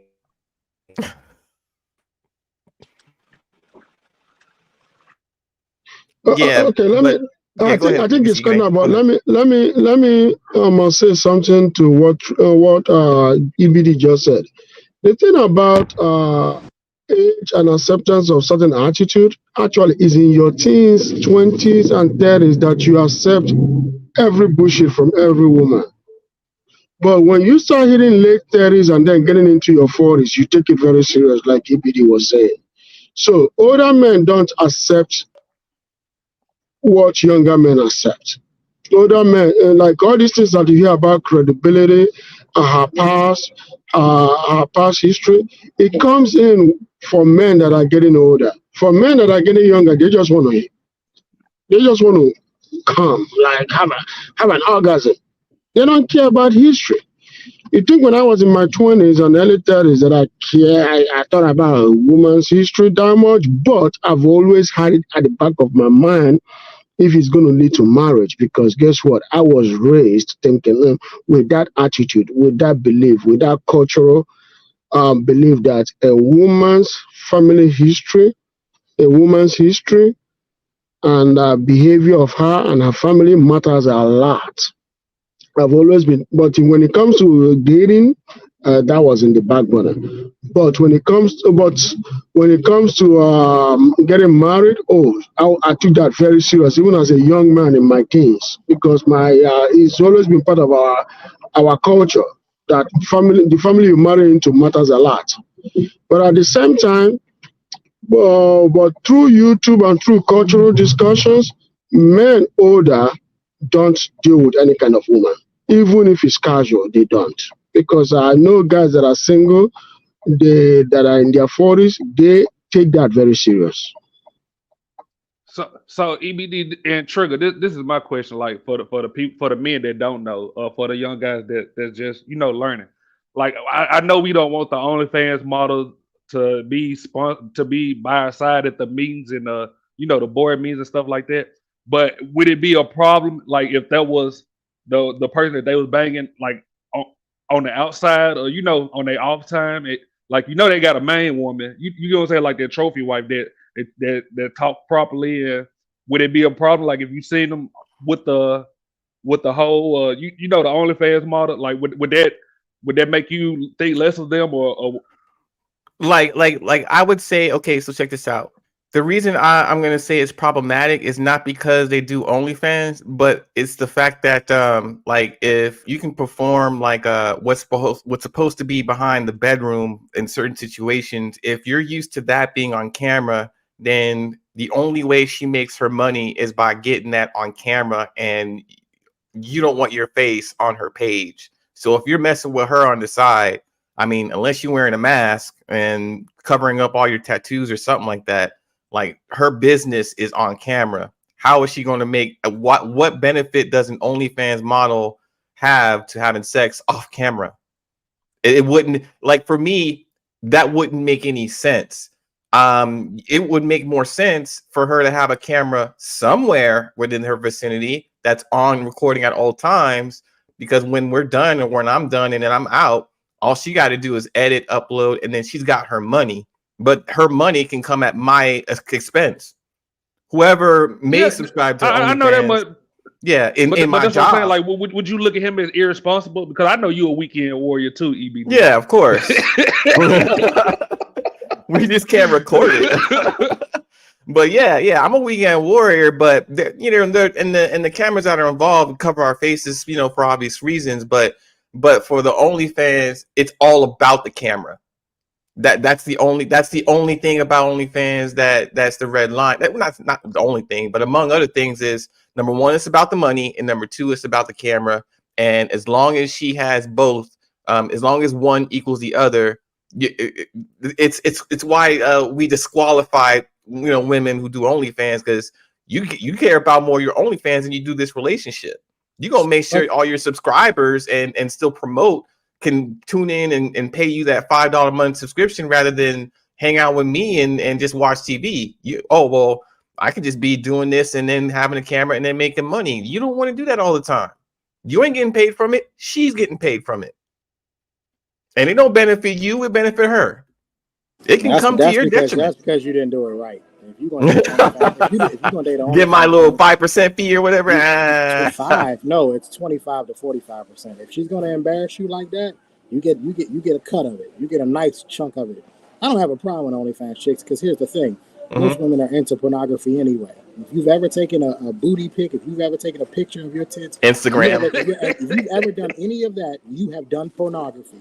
And a lot of women who will sit here and try to act like they have, oh no, I've never done it. Yes, you have.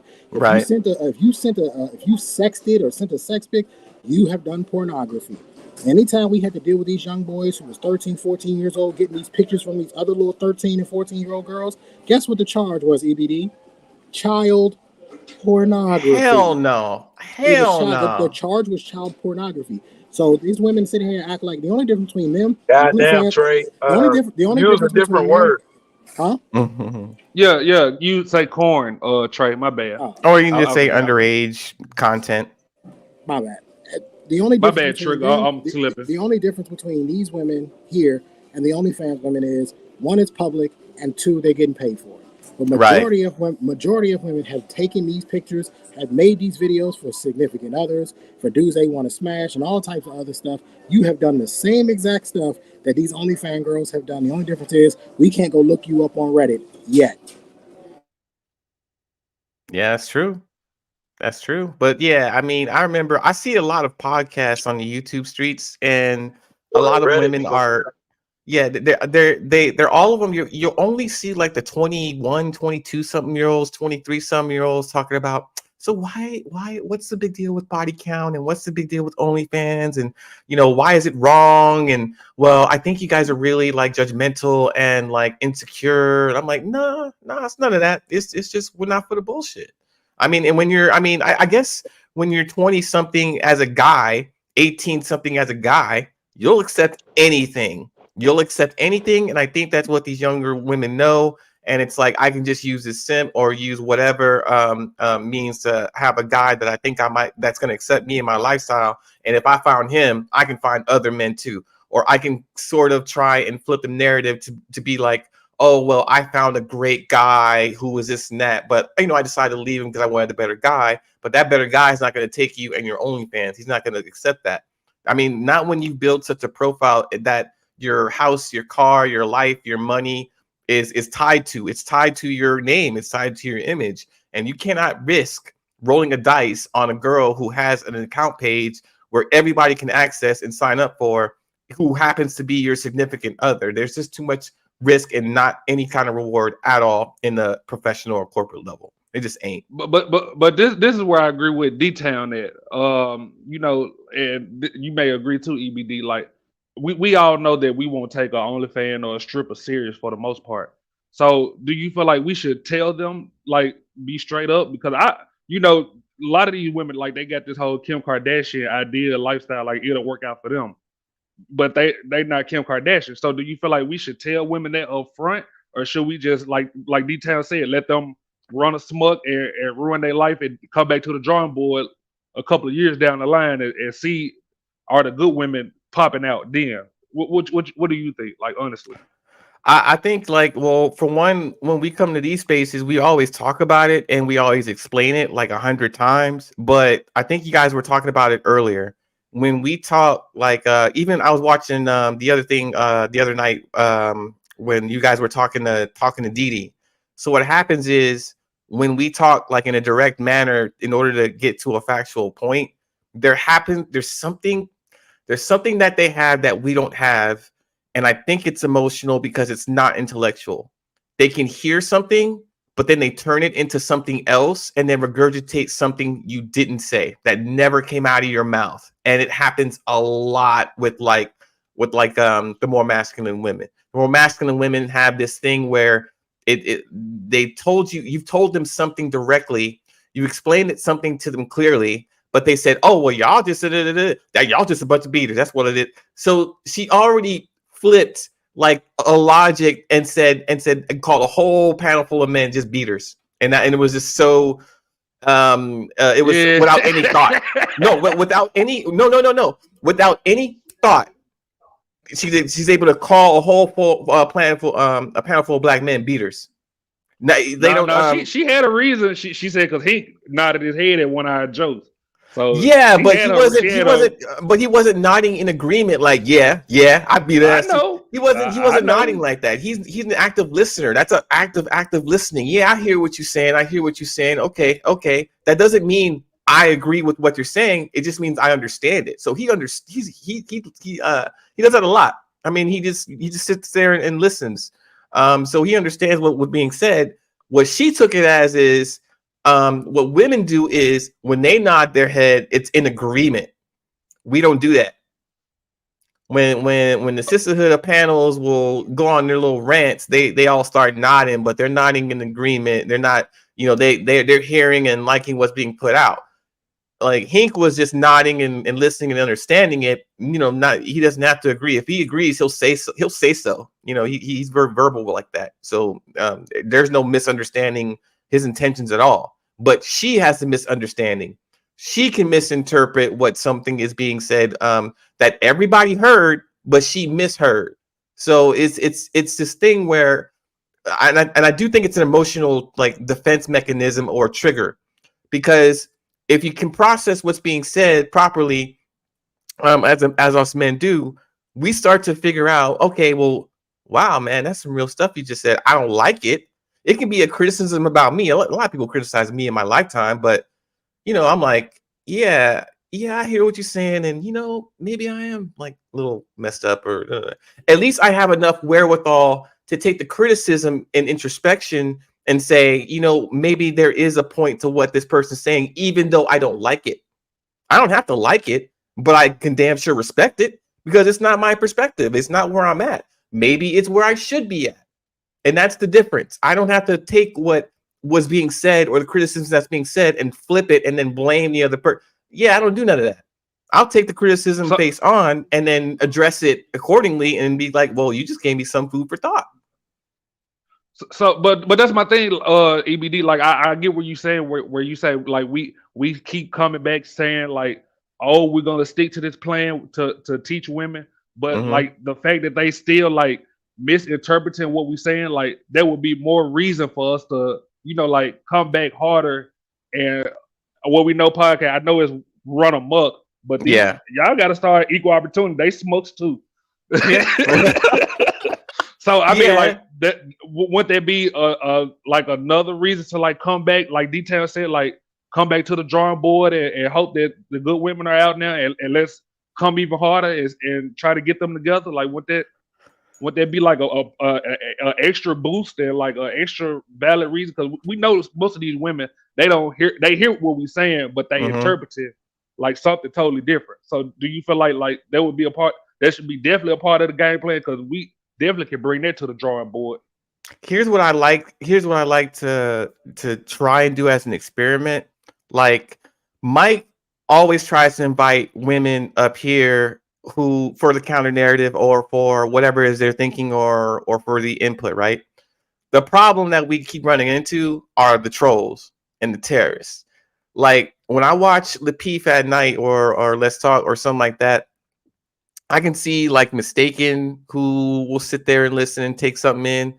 I can sit there and listen to I think Inaz maybe will take something in. I can see Paris, I think. I can see her taking something in. At least like when you're talking to a certain caliber of woman, she'll listen and then process, understand it, and then come at you with something if something doesn't click. But what we're dealing with, what we seem to be running into is just like troll and terrorism. Like, yeah, well, all y'all are beaters anyway. Or well, all of y'all are predatory anyway. Like I heard a whole bunch of like language come from like specifically Black women and how they refer to men. And they refer to men as like, you know, either barbaric or beast-like or inhuman. But when we talk about women, we talk about their behavior that we don't like. We don't say that we don't like women.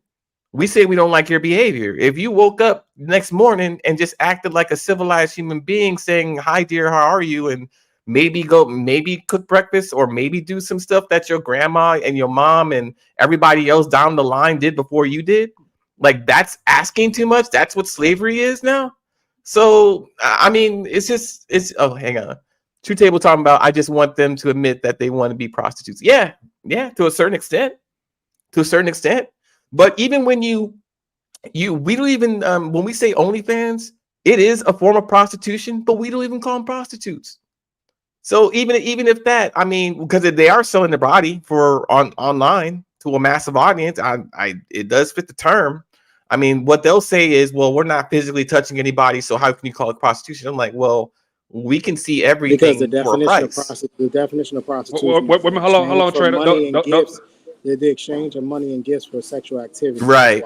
Don't go nowhere. Don't go nowhere, Trey. Because this is what I call a patriarchy. So you say EBD. You say you seen the episode with Hink and Diddy, right? Yeah. Trey, you there? Yep, I'm here. Okay, on the count of three, who you think would have fit best? Who would have been the better co-host with Trigger? Diddy or Miss Polly? 1, 2, 3. Miss Polly. Miss Polly. That's patriarchy. That's patriarchy right there. Like, that's my definition. That's my definition. Yeah, she probably would have been a better host. I mean, that's fine either way. I mean, I did learn something from the episode. You know what I did though? I did learn a lot about Miss Didi by just how she was able to like have this stream of consciousness when it came to like abuse and stuff. I'm like, wait a minute. Okay, I think I'm understanding. I think I'm understanding a lot more about her feisty and this and that and calling men this and calling men that. I'm like, yeah, that's a you thing. That ain't gonna be because she likes to say a bunch of stuff, call a bunch of names, But if you think about it, let's get back to the prostitute. She's not here to defend herself. So let's. No, that's fine. But I'm talking about the women with her thinking. I'm talking about the women with her thinking. I think that comes from, because when she's talking about saying these words, she's not talking to anybody on this panel because none of us do that stuff. Or when she says y'all broke men or y'all like to do this. Well, no, you're not talking about anybody on this panel. You're talking about some metaphysical y'all that ain't on this panel talking to you right now. And I noticed that. And we have to address her as she is on the panel and then have to drill into her life. Hey, what happened to you? Who hurt you? But nah, man, there are some women that will listen. There are some women who be on these panels who do actually get it. But you didn't name none of them. Because them people you named on that they don't listen either. I don't know who you was talking about, but I watch the same shows you do. And they are not listening. Listen, I think a lot of guys are very easily bamboozled by these women and think that she's taking it in when in actuality they have a show to do. She ain't listening. She's just continuing the conversation. That may be true. Oh, go ahead. Really had y'all thinking all of men living in separate houses. Yeah, we can hear you good now. Better detail. Okay, so look, let me say this then. So do y'all think women are mad at us because we're opening eyes to the men that they haven't corrupted yet, if that makes sense? Because only time, if that makes, do you get what I'm saying? Yeah, I get what you're saying. Just like you said, Trey, men are tender behind that thing until they see that thing betray them. And then they get their eyes open. They like, nah, hell nah. These women is this, that. So they get mad at us because we trying to actually let the young men know, like, man, this is really going on with the women. And it's like, dang, y'all gotta let us get a chance to fuck them up first. Y'all just y'all giving all the game to them. You know what I'm saying? So what y'all think? I kind of agree because at the same time, like that's what this whole men shouldn't talk to women to the age of 25. Like they want the type of men to, you get what I'm saying, to solo around their knees and stuff. So I get what you're saying, detail. Yeah, I just think it's a lack of we have a it takes us so long to get to where he's at, where he's good, and maybe he is a leader in his own right. Maybe he has his own stuff together and stuff like that. I would say when our prime is going to be like 30 to 35 to 40 anyway, 40 something. It's when we're kind of on our game and don't have to really, acquiesce to somebody else's need. You know what we're doing. We have something. We're not right from your mind. So therefore we're more judicial about who we mess with. At least I'm on my end of it. I'm not sure about the whole world. There's some fool out there who got a bunch of money and a bunch of Viagra and he's just going to town, right? That ain't me. That's just, most of us want just the one chick that we want to deal with. She ain't giving us no headache, no problem, no bullshit.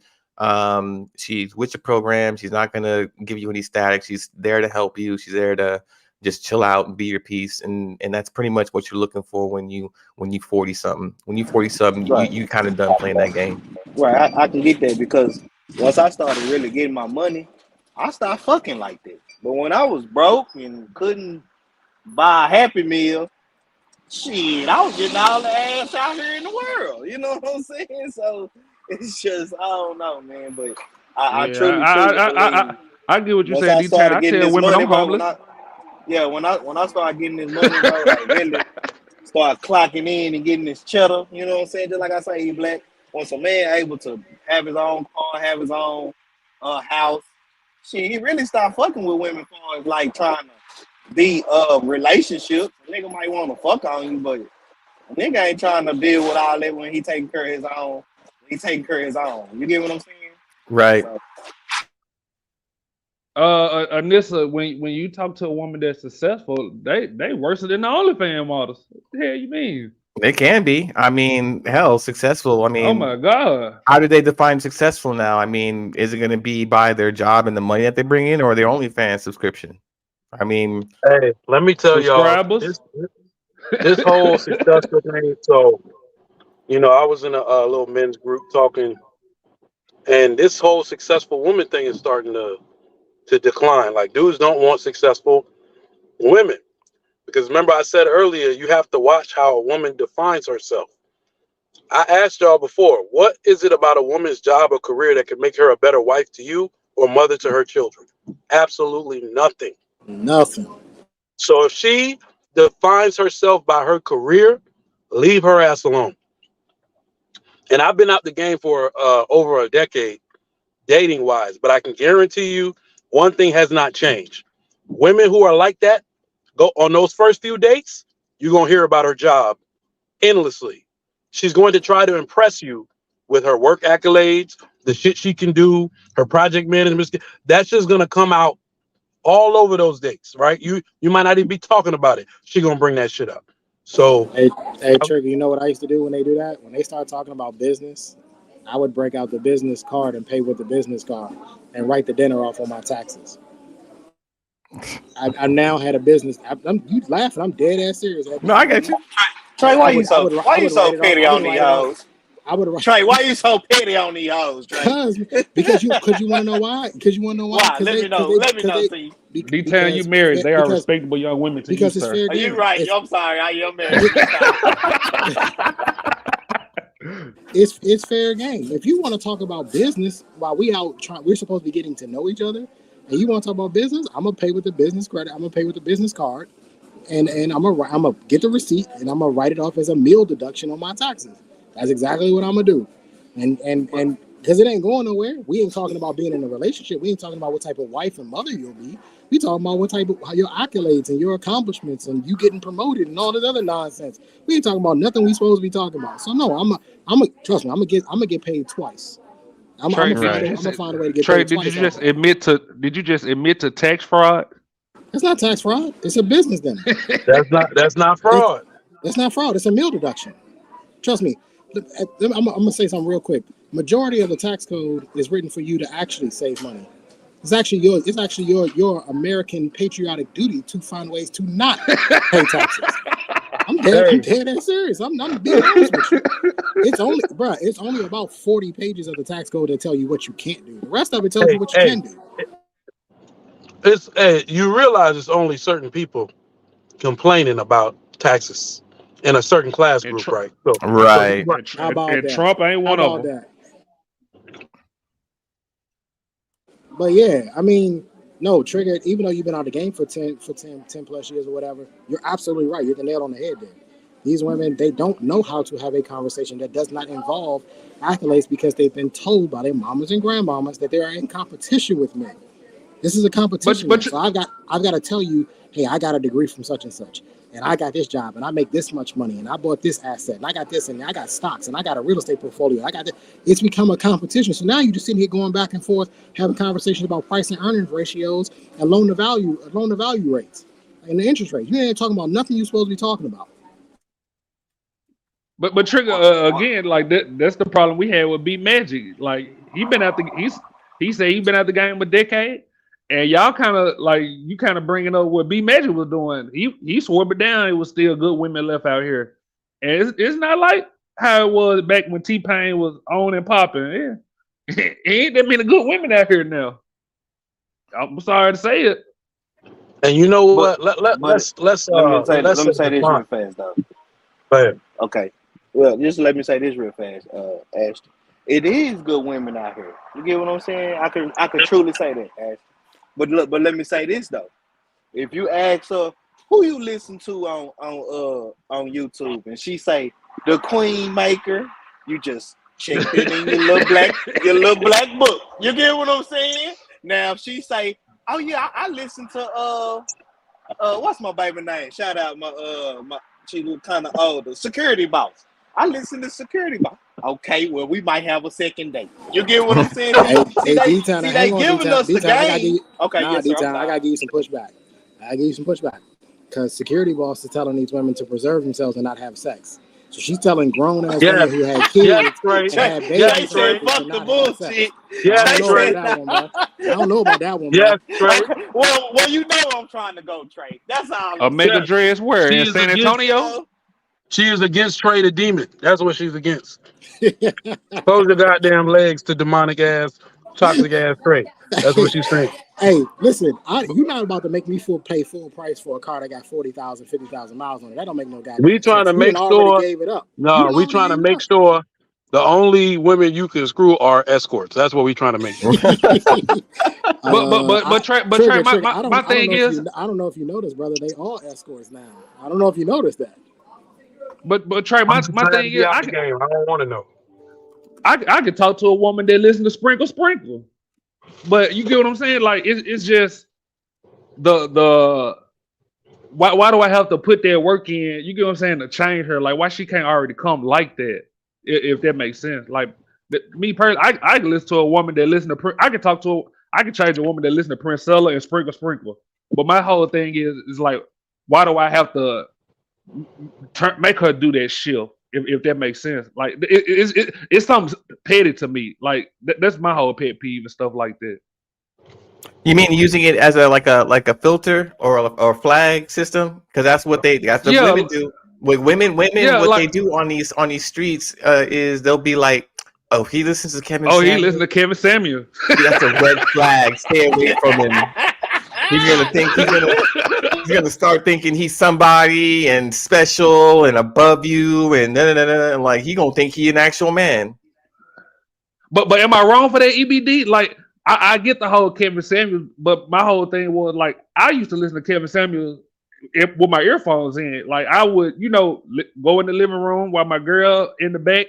Like I would never play this shit out loud. So I wasn't a Kevin Samuel. You get what I'm saying? But yeah, I got you. It seems like every woman that listens to Sprinkle and Princella, it's like they push that narrative out. Like how Diddy was doing, like just calling everybody a woman beater. Like, yeah, should I have to make her change, or should I just? Well, you're getting Sprinkle. Who the fuck? Who is that? Who's that? Y'all don't know Sprinkle. Hey, she on that bullshit. Is that another terrorist? She on that bullshit too. When I say that, hey, put that in the back chat. I need to know. Yeah, we'll have to. We're gonna have to examine this one. I'm gonna look for a trigger. Look, me and Ashton be everywhere in these YouTube. We know where y'all be. Women. Hey, we know that you women. Yeah, we know. I be seeing them. I say, "Ooh, there's another terrorist." That's how you got to get to you women. You got to be around. You got to open your ears up. It's so problematic because like how relationships have been working for the past, couple of, I don't know, millennia. Like everyone's had the same relative understanding of what the man's role is and what the woman's role is. It is now only into 2023 on the Western hemisphere, within a certain coordinates on planet Earth and on this time, to where people are actually confused about who's supposed to be doing what here and why. I'm finna put it in the back chat. Trigger Mike. Lauren Mike. Yeah, Lauren is this person new? Is this person new? I don't know. You gotta ask the women. I don't think she knew, but she grown. Let's just say that. I ain't saying she grown, but her Princella down there. Hey, you know what? I do have a theory though, as to why they have to make every man a woman beater and a womanizer and a cheater. Do y'all not realize that the number one enemy? I said this a few shows ago. My arch nemesis on YouTube, the person I'm actually fighting against, are simps and the modern woman's narrative. So naturally, the biggest arch nemesis to these women's narrative is the upstanding man. They can, if there's too many of us present, and if they acknowledge us at all, they lose. Right? You see what I'm saying? Like, they have to pretend all men aren't that in order to get their point across. You know what I mean? Because I think I'm gonna make a meme. I'm not a meme, a short. Because one of the things that I realized on one of Princella's arguments, what is the popular one right now? Men are incapable of love. I'm going to disgrace every woman that got a daddy that said that shit out of their mouth. If you had a good daddy and you let that shit come out of your mouth, you're wrong. Just to join a narrative, you let that come out of your mouth. So I think it's crazy. But y'all go ahead. I don't know if y'all can hear me or not. So Trigger. So to defeat your enemies, are you saying we finna see you go against in a debate the dude with the blue hair? What's his name? EBD. Oh, not Destiny. Who? Destiny? Destiny. We gonna see you go against him. Look. I watch this stuff with anger, man. Let me tell y'all, these simp dudes, man, they're like the women, bro. Their goal is never to listen. They will what do you call it? They listen to ad hominem respond. them. They will straw man. Like, you see what I'm saying? You would think when you're talking to men, you gotta accept fact. That's one thing I think I've never done was say a fact wasn't a fact unless I was wrong about what the fact was. You see what I'm saying? You got to be like, well, yeah, that's a fact. All right, you got that one. These men don't do that. They will take a fact and be like, and deflect and straw man. I can't do that. Women do that shit. I can't. I'm incapable of doing that shit. Trigger, you can't have no conversation with a man who would walk into a room while his wife is getting smashed by another man and hand her a rag to wash her face after he finished on her face. You can't talk to these types of guys. You can't talk to these types. You can't talk to these types of guys. You don't know that, Trigger. You can't. Oh shit. No, she has openly said she sleeps with other men. He said it. Trey, say that shit again, please. Say that shit again. Because they trying to make. Because now you cannot have a conversation with a man who's willingly knowing his wife is smashing another man, willingly, and is okay with walking into a room and handing her a warm rag to wash the kids off of her face from another man. There's nothing, or wipe them off. There's nothing you can say to that guy. You will never win. He is at the lowest of the lowest. Yes, Trey. Yes, and women want us to be somehow like him. Get the fuck out of here. Lauren, May, don't bring that over here. That is like that's asinine. You get what I'm saying? But you have men like Trigger Mike that say that's running his household, and then Trigger Mike will even tell the women, I have other friends that's husbands, because most of the time men gravitate away from their single friends, because that's just what men do. You get what I'm saying? And they become and they go to other men that have families. Well, they won't even listen to us that actually have a woman and children and actually running the household correctly. But they'll listen to this other guy that got blue hair in his head and let another man just come out in his woman. I don't understand. That's why I say you just gotta let them go. Just let them go. Hey, D-Town, put your IG in the back too. I was looking for you. We got some clips together that I edited on another. I was trying to send it to you. I'm about to send it to you, though. Yeah. So, well, I mean, what I'll say to that is they live in an alternative lifestyle, right? I think they're married, but they've opened the doors to, like, polygamy and all that. I'm sorry, pulmonary. It's a tongue twister. The poly lifestyle, I'll put it like that. So they have an arrangement and understanding to where she's able to sleep whoever she wants to, and I believe he's able to do the same thing. But the issue is always going to be she has more options than he does, and for him to sleep with another woman, it has to probably be someone who's bisexual, who's into his girlfriend, and then maybe he rides on her coattails, and then maybe he gets some. No, he also sleeps with men as well. Oh, does he? That I didn't know. Yes, so that's new information. Okay, so well, that kind of, I guess, doubles his dating pool or whatever he likes to do. But yeah, that's a mutual understanding between them, and he's not going to be the only guy who does it or agrees to that. I think that's going to be like a younger thing, because I think that's one of the things that you're going to grow out of. You grow out of like a bunch of childish things you do when you're 20, 30, and this and that. And you can still have the energy to run around and do whatever. But once you start settling in and getting older, all the child games that you used to play, they kind of seem old. You've done it. You've been there. You've done that. You kind of just want to grow old and do the old thing, which is just one man, one woman sitting down on the couch chilling. But these women don't want to do one man, one woman. EBD, these women, they want 3 men in the same house, and they want your ass, who the oldest, sleeping in that dungeon, paying all the bills. That was me Paula was trying to tell y'all the other night. I kept trying to tell y'all didn't want to hear me. So that y'all kind of scenario. y'all started saying she can't pull it out. That woman already pulled that shit off. She's already doing it, right? She's already doing it. I mean, but Trey, you kept trying to argue. Can she be monogamous again? That woman don't want to be monogamous. No, I was Trey. I heard you, Trey. Hang on. That's not what I was arguing. I was arguing that she could never go back to being monogamous.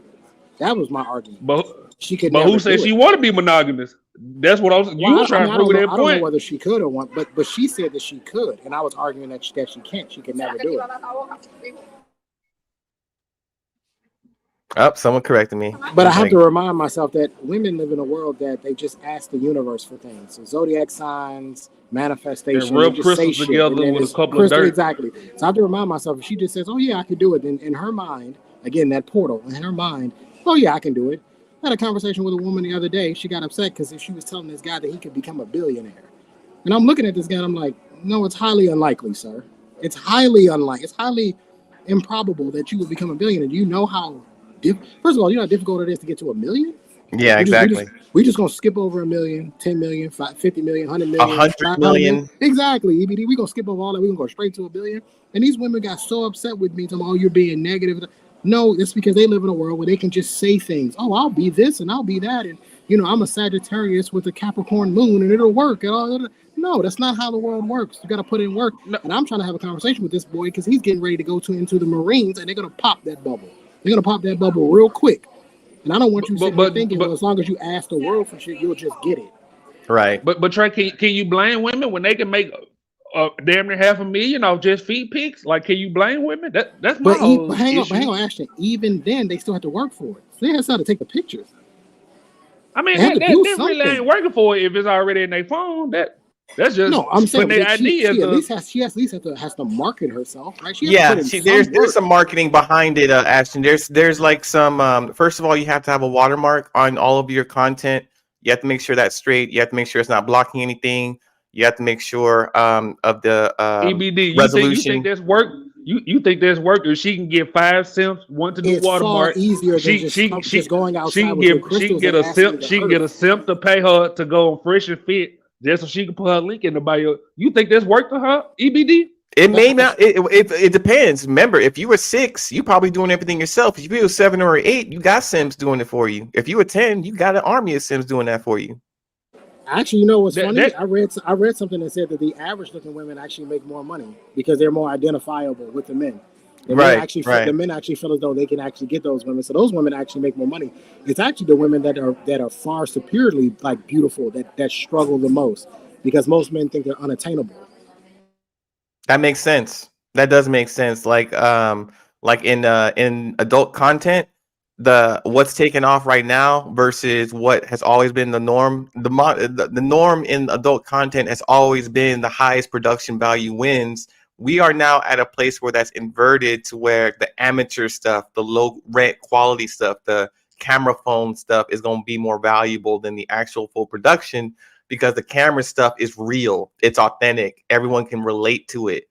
We've all been there somewhere where it's just a camera phone or whatever, and it's you and it's her and it's in the parking lot or wherever it's at.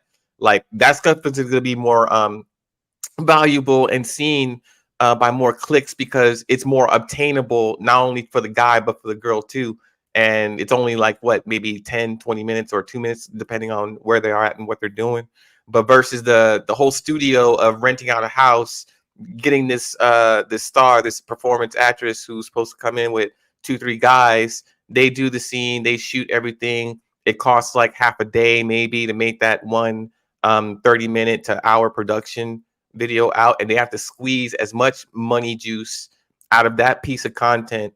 They have to clip it and professionally have it edited to where you get a sneak peek versus the whole video, which is you have to have some kind of membership or subscription in order to have access to the whole thing.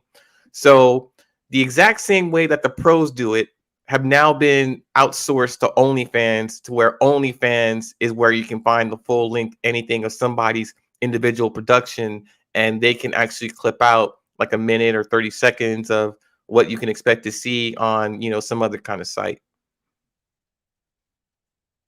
Not that I know, so I've heard. Right. Allegedly. Okay.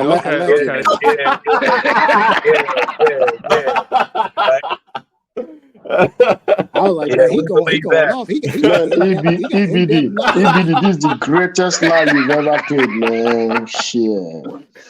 Man, you took 10 minutes of your time to explain this shit, and then you said allegedly at the end of 10 minutes of professionally dissecting. Come on, bro, man. The dude gave us a doctoral level dissertation. Talking about, not that I know about it for real. I'm not in that life. He said, "What you say? Waterprint or watermark?" Watermark. That was 15 minutes ago. Just imagine somebody flying from New York to London or to Singapore. Smooth flight, no bump, no nothing. And then as soon as the pilot lands, he's like, I'm not a professional pilot. What the hell? Oh, yeah. Oh, my. Oh, we got another super chat. Yeah, big ass funny. But big ass funny. I'm surprised he ain't mentioned Sufiana. I gotta give you credit too for that day when Prince Ella was talking to JP, and you said JP, open your eyes. EBD, you nasty. Yeah, I got you. Thanks for the super Priscilla chat, told JP to close his eyes and imagine. They said, open your eyes, JP. Akane, you got your abusive shirt on. Mm-hmm. Yeah, I do. Wife beater, huh? Wife getting out of line already, huh? It's only been a few weeks. The baby only been here a couple weeks. I need to see. I want to see Ikene in an argument. You know what? What I got to say is this. Be quiet. What I had to say? Ain't no more Chinese shirts. That's what I want to hear. Huh? Say what? Ain't no more Chinese shirts. Ikene. You know you dressed like you from Japan a month ago. Oh no, that's Nigerian wear. That wasn't Japanese.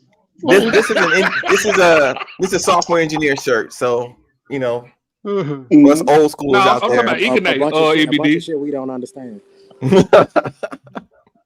Yeah. No, I still got Japanese shirts. I got Japanese shirts that I still wear. I'm talking about Ikene, EBD. Man, I feel like the world was trying to get us young kids right back in the day. Remember, like MySpace and Black Planet, you had to actually type HTML code. I think they was trying to help us. We somehow got way off of that. We did. My page used to be 5 with the hottest song out. That picture of me in the background. You had to learn code to be able to embed and do all that stuff. You had to know how to do it. In order to share stuff, you had to learn how to like embed it and stuff, and then hit the share and then have it turn into a link. Yeah, we got kind of lazy now. Now it kind of always does. Now the forums always kind of do it for you and know what you're doing, know what you're trying to do. Well, now they just got a catalog of music. You just go down the catalog and just pick whichever song you want to attach now. Yeah. Back in the day, you had to go snatch the address and all that. Trey, you remember you ain't have to tag nobody and they still jump on your goddamn page and read the shit. Man, boy, that was a time. What a time to be alive. Man.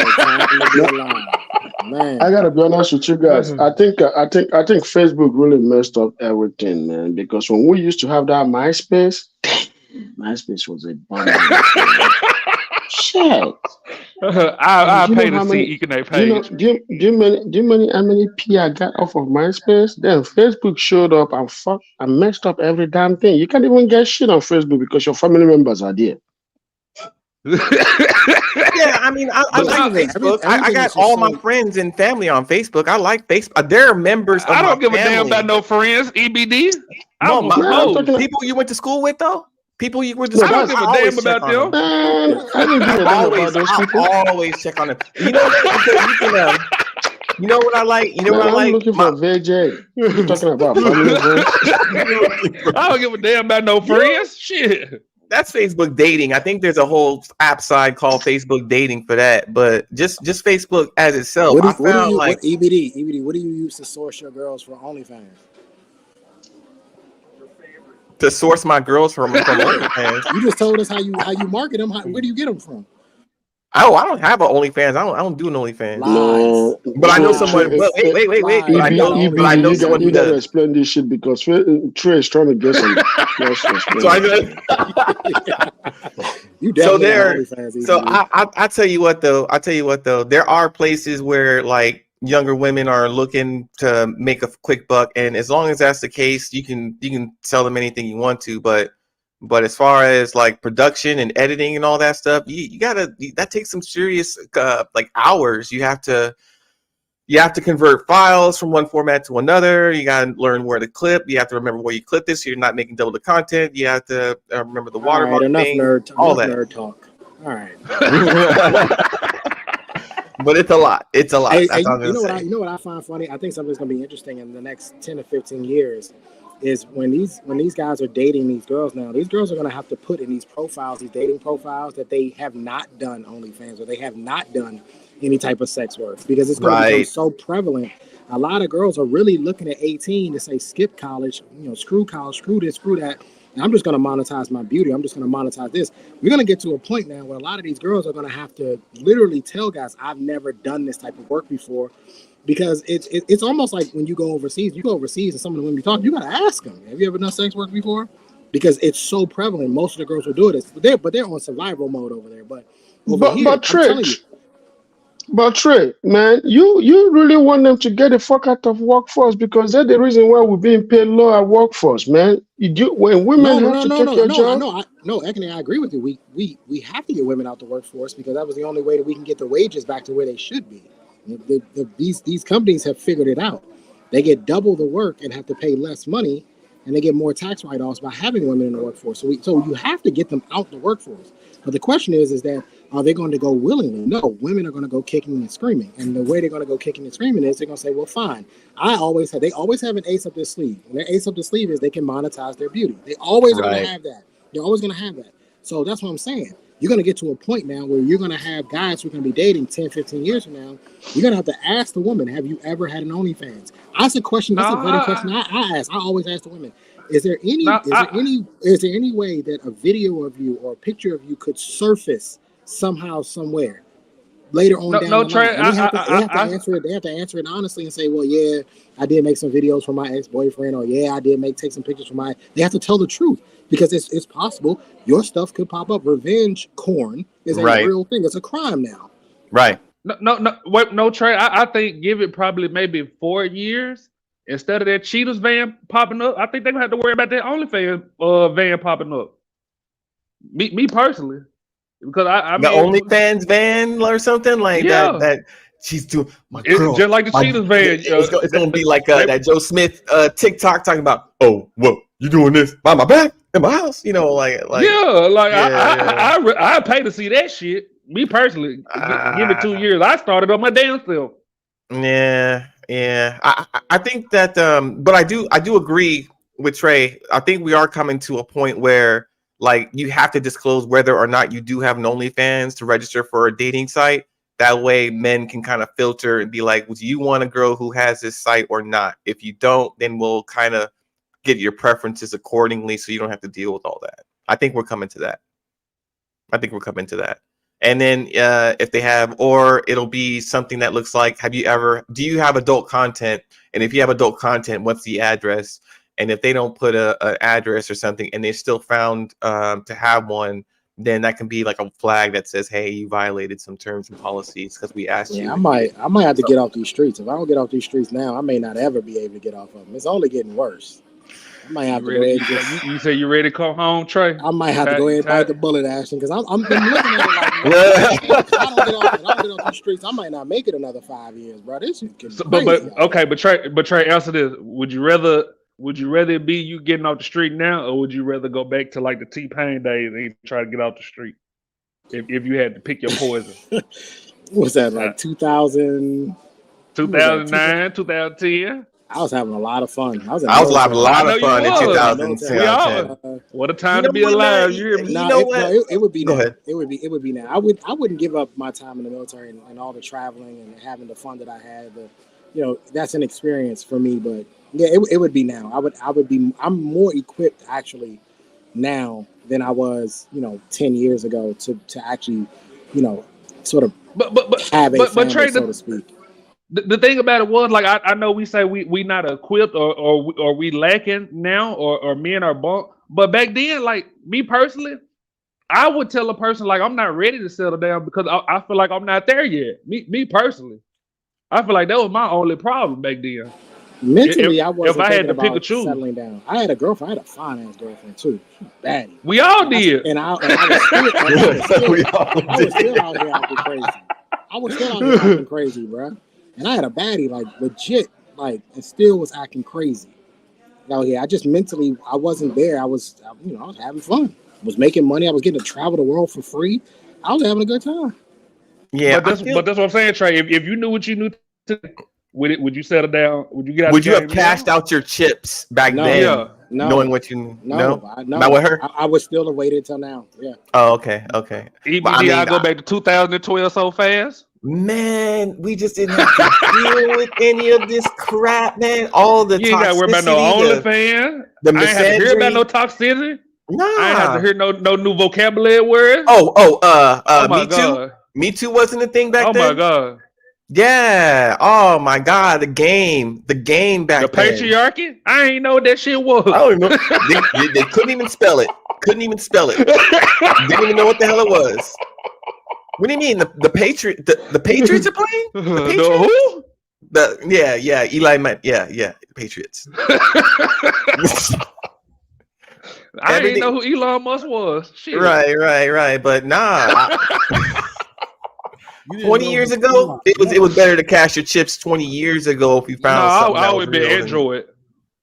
That is a legit fear of mine, though. I'm looking at it like if I don't get off these streets eventually, there will be no decent women to actually get off the streets. Like the only thing you'll have to select from is which version or year that your chick did OnlyFans, bro.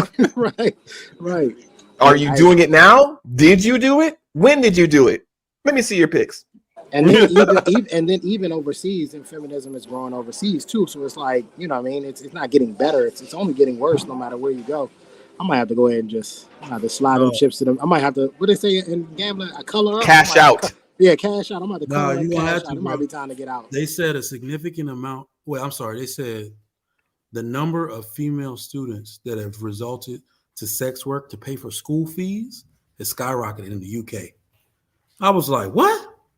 Free? I don't understand why they just can't do what men do and sell weed, pick up their sack, or shoot dice. Why they can't have no dignity? One day, hey, Ashton, your weed man got dignity now. Compared to OnlyFans, he do. He ain't taking pictures of his booty hole. Shit. Y'all see what happened when we let people like Ashton speak for the men in the community. You're right. That's what I ain't never seen. Don't you just sell drugs like the rest of us? Goddamn. Right. That ain't dignity. Trigger Mike. I'd rather die with the weed sack than be alone with my booty hole on the internet. Hold up, let me tell you. The IRS actually wants drug dealers to pay their taxes, which I find hilarious, by the way. They're perfectly okay with you being a drug dealer. Let me tell you what dignity is, though. Dignity is because right now I predict, because I'm reading this economic and tech news every day, AI news, what it's actually going to take over. They just pass the $15 to $20 minimum wage somewhere in California or some shit like that. Probably within a state, yeah. That's gonna within 1 day of that announcement, McDonald's and Chick-fil-A is starting to test AI robots or some shit like that. It's starting their testing of AI robots to replace those workers. So what you're gonna see is that we got a problem with people inability to humble themselves back to where they started. And that's where Americans in general are going to have a problem. Immigrants like the Mexicans, they're going to eat us alive with that shit. They ain't got no problem going back to work for McDonald's. See, that's where these women are having an issue with. They're too proud to start from the lowest point. So they figure they can do a covert job like sex work, right? Where they're the boss. They get to be in charge. I say when it happens. And look, as the son of somebody who used to own a strip club, I've met many college girls who told themselves they're only doing it for school. That's a lie. That's a lie. They because prostitution is a pipeline. The same way they said drugs like gateway drugs, stripping is a gateway profession into prostitution. It's the number one gateway profession into it. Trigger Mike, it's hot Yeah, over I there. agree. In your side, on your side of Houston too. Shit. Hot? Yeah.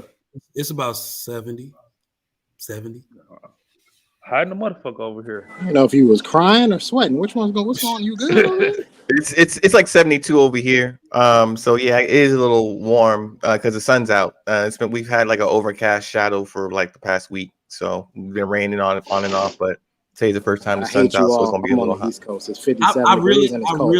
I really want to ask the women in the chat that are educated at all, if you have a degree or whether you have a degree or not, you've worked your way into having some money.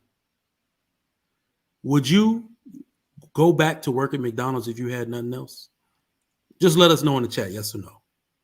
If you had nothing else, you lost your job, the economy is bad and it's in shambles, and that's the only job available, would you go back and work at McDonald's?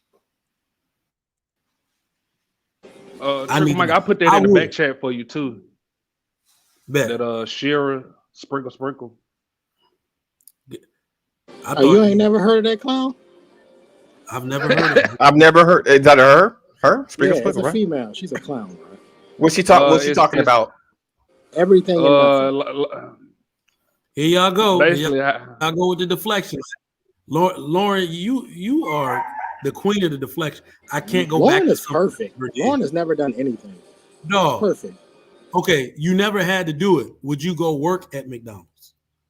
Go work at McDonald's because there's nobody else hiring in your immediate area, and you need to take care of you. Lauren ain't gonna put them wigs up in a hairnet. Oh, y'all must be. She gotta take it off. She gotta hang it up. One one said yes, of course. Why not? All right. One anyway. Damn. Perfection is a gift, Trey, according to Lauren. But Trigger Mike, I think it was kind of common sense if they raised the minimum wage up to 20, like they gonna start cutting out people. Like I thought that'd be common sense. But liberals don't have no, liberals don't have common sense. This is why the term conservative exists. Like they think the world is ask for more. They think there is no inflation adjustment for higher wages. They actually believe that you can take two out and put one back in, and that's equal. Like they actually think that that's what happens. They want to. So this is what liberals tend to think, and why they keep pushing for this legislation. They actually think that the business owner is supposed to give more of their profit to workers. It would never happen in the history of business and entrepreneurship. You can create more revenue. You can create new services, right? And to say, all right, but they're always going to take their cut. You don't take from yourself to give to your workers, or then you just become a fucking worker. You see what I'm saying? That's never going to happen that way. And this is how you know liberals are fucked up for this shit. Ask a liberal. When the liberal becomes the business owner, they automatically turn conservative, bro. Ain't that some shit? When a liberal becomes a business owner themselves and see how much employment taxes cost and how much all this, they immediately become overnight, bro. They don't want to pay for healthcare. They don't want to pay for nothing. They don't want to pay for shit. Right, so, are you gone? No, go ahead. Ask your question. So I mean, like, how bad do you think it's gonna get with the whole AI and stuff, Trigger? Because I've been hearing about it too, and I just so don't even look at the news. Look at what the biggest corporations are doing. So look at the biggest employers. Walmart already experimenting with AI. Chick-fil-A, McDonald's already experimenting with AI. The part that's really gonna make this crazy is that naturally these people weren't paying what we call them livable wages anyway. But where are our youngins who with no experience and no skills supposed to entry point at? You see what I'm saying?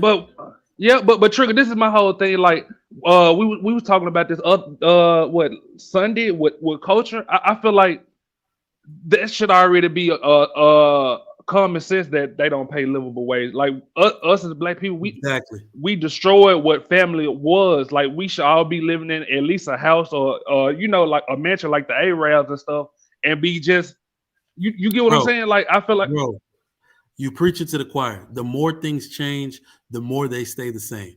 They say they don't want the nuclear family. The only respite anybody is going to have is a family to fall back on. They keep saying black men have the lowest quality of life. Black men are on the street and the most homeless. Duh. The people who come from the people who have the lowest rate of intact family, those men will suffer the greatest degree of homelessness. It is a mathematical fact. But what you're going to start to see when the economy no longer has the ability to pay out entitlements to women, then that group of women then become the highest group of homeless. Who's the most evicted people in the United States of America? Right. It's gonna be black women because while they're sitting here geek, everybody in for it. If you wonder why I'm up here talking about keeping my family together, is because I'm smart enough to see the winter is fucking coming for y'all, and I ain't gonna be one of them niggas. I'm sorry. So do you feel like it was all just a tactic though, Trigger? Like I feel like it was a tactic, but I mean I don't get why they would do the whole put the women in charge and break up the man. I do because most men want to see pretty legs. So women, like anything you want to sell it to women. If you want it to be, successful, if you want to be bold, it's a small group of men profiting from the empowerment of women. Women keep talking about the wage gap. They accepted these low ass fucking wages, and the men who own these corporations are benefiting. You can now pay 2 women to do the job that 1 man used to do. What you gonna pick? You see what I'm saying? Yeah. Here's the most messed up part. Like women complain about the pay gap, yet they buy the most expensive shit. They buy like the most expensive shoes. They buy the most expensive clothes. They buy the most expensive purse. I don't buy expensive shit. So even with my money, even like this is in this make believe, how both things can't be true. You can't be getting underpaid. Let me rebut this. We keep the economy going. Is that what you're saying? That's not a good thing, Lauren Mack. Lauren, that's not. Y'all keep inflation going. If you actually want to be honest, no. Let's speak about this intelligently. There is a economy built. There is a side economy built off the spending habits of women. You don't uphold the actual economy. The American economy is built on the American mortgage. Families buy homes, not single women. Very few single women have homes. Just talk amongst yourselves and figure that one out. Very few single men have homes. The suburbs and the people that travel into the city to work those high-paying jobs that pay most of the taxes, whom are men that pay most of the taxes in this country, they keep the economy going. There is a side economy of people profiting off y'all badass spending habits. That is not the actual economy. It's not. Y'all keep inflation going by spending absurd amounts of money on shit and inflating the supply to demand chain. Y'all the ones who bought up all the goddamn toilet paper when C-19 happened. I think they buy. Okay, so I think there's a difference. I think women can keep businesses alive. I think men keep the economy going. There's a difference. Like women have the purchasing power. Yeah. They have the purchasing power to empower business and product and sales and the movement of goods and the consumption of goods. Men keep the entire system that's a part of going. We keep the entire system afloat. That's not a woman thing. Yeah, but Jazzy, do you have a man? That's the question, Jazzy. Yeah, she ain't driving the trucks, unloading the trucks, shipping orders. Damn, the picture looked different up close. I thought, oh no, I thought this was somebody. Eli, don't do that. Damn, that's goddamn. Jazzy, I have one home almost 15 years. So let me be very honest. At no point am I talking against women having their own. Go get your Taekwondo uniform from upstairs. All right, talking against having their own homes, but you got to be ready to give up that home. Meaning, rent that shit out if you get a husband, a man, because we advise men to never in their life move into your home. One of our relationship gonna break up. One of our neighbors, I was gonna say, one of our neighbors is her dad helped her buy this house in our section. All right. We've been here 3 years. She's literally on like her fifth boyfriend of nigga you see coming by, parking, living there for a little bit. The relationships never last. Now, of course, her and my wife are acquaintances. They talk every now and then. And basically what it comes down to, no dude wants to live there with her. One dude even tried to say, let's go look for another house. A man should never move into your house. All right. I will never give you the power to say, get out of my house, because I wouldn't do that shit to you, but you would definitely do that shit to me. Let's be real. That's a problem. Ooh, don't let it be raining, Trigger. Oh my God. That's a problem when that's a statement based in reality and fact, and not something that's straight out of a movie or something somewhere, or a book or some kind of fan fiction. It's a sad reality that you can't move into a woman's house because you cannot trust her. You cannot trust her to say, to work out every argument, because every argument will always come down to, this is my house. Yeah. You're in my house. You can get out. And whenever she feels like it. Let's be real. Unless you're going to make money off that house in a way, there are, depending on the type of house and the area that you bought and the taxes and fees associated with it, it's not a good idea. Right. If you ain't got no family to put in it, why the hell? Like, as houses start to age, we were just talking because we're looking into buying a new house so my wife's mother can move in. So we need 2 bedrooms down. All right. Right now we have no bedrooms down. The taxes now, people are no longer insuring homes in this area that I live. So the insurance, the housing insurance, what was once $1,700 when we moved here, that went up to $22 last year, is now about to be $4,000 in housing insurance alone. What the hell? Look at that type of increase year over year that keeps happening, right? Housing taxes goes up. Your house is appraised higher. So the housing taxes might stay the same, or it goes down over time because of the school tax goes down. But your house keeps appreciating in value, and you have to pay that increased taxes on that increased value. Yeah, people don't think, they don't know about this shit. No, they don't. They don't know about this shit. Yeah. For all this, I'm gonna own a home. It might be really a really dumb idea for some of y'all to own a home. A really dumb idea. I ain't ready for their responsibility. Yeah, and I think that owning a home is a 2-person, 1-family business rather than a single person, man or woman's business, right? It needs to be, I think, like buying a house needed to be a 2-person thing. Both of y'all on the mortgage, both of y'all on the hook, both of y'all are, for me, it's going to be, the man's probably going to be the primary breadwinner, which means he's probably going to be the principal and maybe her name's somewhere. But that I would think that's part of more of the family thing coming together. Like, you're just married and then you're moving into a house, and then it's an us thing rather than you live over here, I live over there. So, but that's only a black culture though, EBD, where buying a house is like taboo. Like in other cultures, when they get married, the family put in on the house. Like they give the grandparents, put in on it. Because they live there too. That's why I gotta say, like, I agree with Anton on most stuff when he say like black culture is trash. Like it's so messed up, and that's why I agree with D-Town. Like we need to just go back to the drawing board and start over.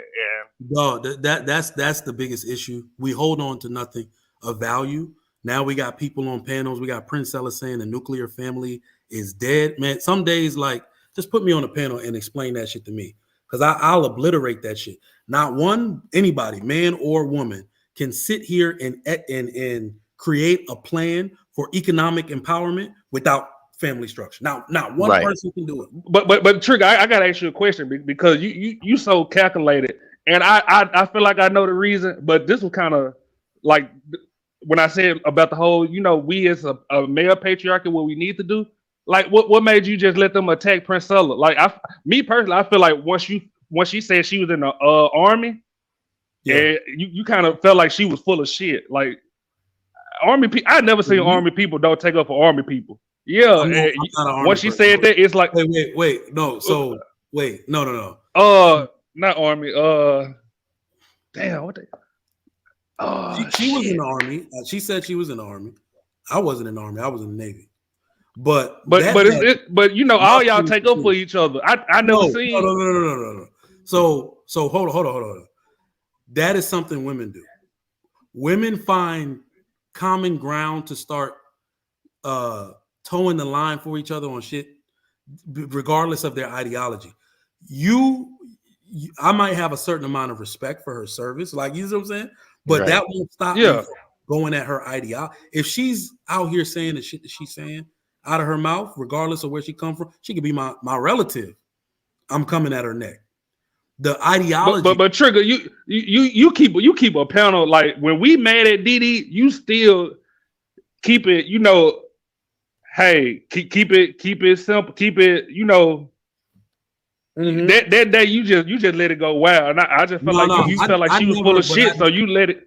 But I never watched her before that, and she was nobody knew she was coming. Trev invited her because somebody else dropped out. So I'm in the back doing sound check. She just pop up. And then I'm like, oh, this is the person everybody talking about. So, but you know, she came and did her talking points. Yeah. So then those are so popular, or everybody had heard something about it and or seen the shorts already. They had smoke I knew nothing about. Because they had smoke that I knew nothing about. Because this is me saying, what did I do? Because as a host, I'm usually more, balanced. But even I tried to be like, all right, that's some bullshit. Because we saw it too. I saw it in real time. I'm like, that what I saw, Trigger. I felt like you read through the bullshit. You were like, oh, I'm gonna let them take this whole out. Yeah, she going to finish. Yeah, I didn't even take her out. I didn't want him to take her out. Because I was actually pissed. I can't tell. Shit. I was pissed when the dialogue ended, because what we needed was that type of conversation where, right. What I don't like is that, you know, somebody will give their ideology and then we start to react all kind of crazy. No. Well, let her finish talking, bro, and say your shit. Let her finish talking. Say your shit. That's the type of thing that I wanted to get going. That discussion could have lasted all fucking night. Yeah.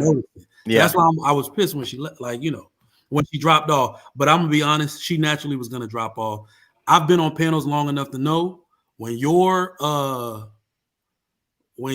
shit is getting attacked and other people are making points, you look for any fucking reason to leave. To exit, right? But that's what I'm saying, Trigger. Like, that's what you good at. Like, you good at calming it down and keeping the peace. Like, I be want to jump through the screen on Didi. But and look, and for those of y'all that think I'm capping, what happened when Raw B gave her ass the business? She fucking left. You see, I'm not gonna sit here and I was like, oh, she doing the same shit she did. Because Raw B started sticking it to her ass. You see what I'm saying? So I didn't see that one. I did not see that one. Shit. I did not see that one. Where was that? What episode or what was that on? What stream was that on? Hold on, EBD. Why JP try to give it to her first, then watch Raw B? Hey, Trigger, can you hear me though, Trigger? Yeah, hold on. Oh, hit me. Ali was taking it to her ass.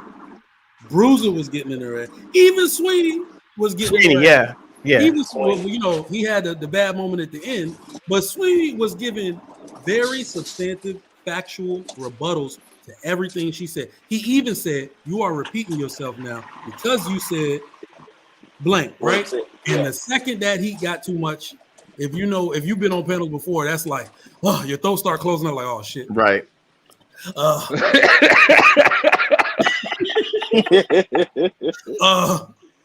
But look, this is what I was gonna add. This is what I was gonna add though, Trigger.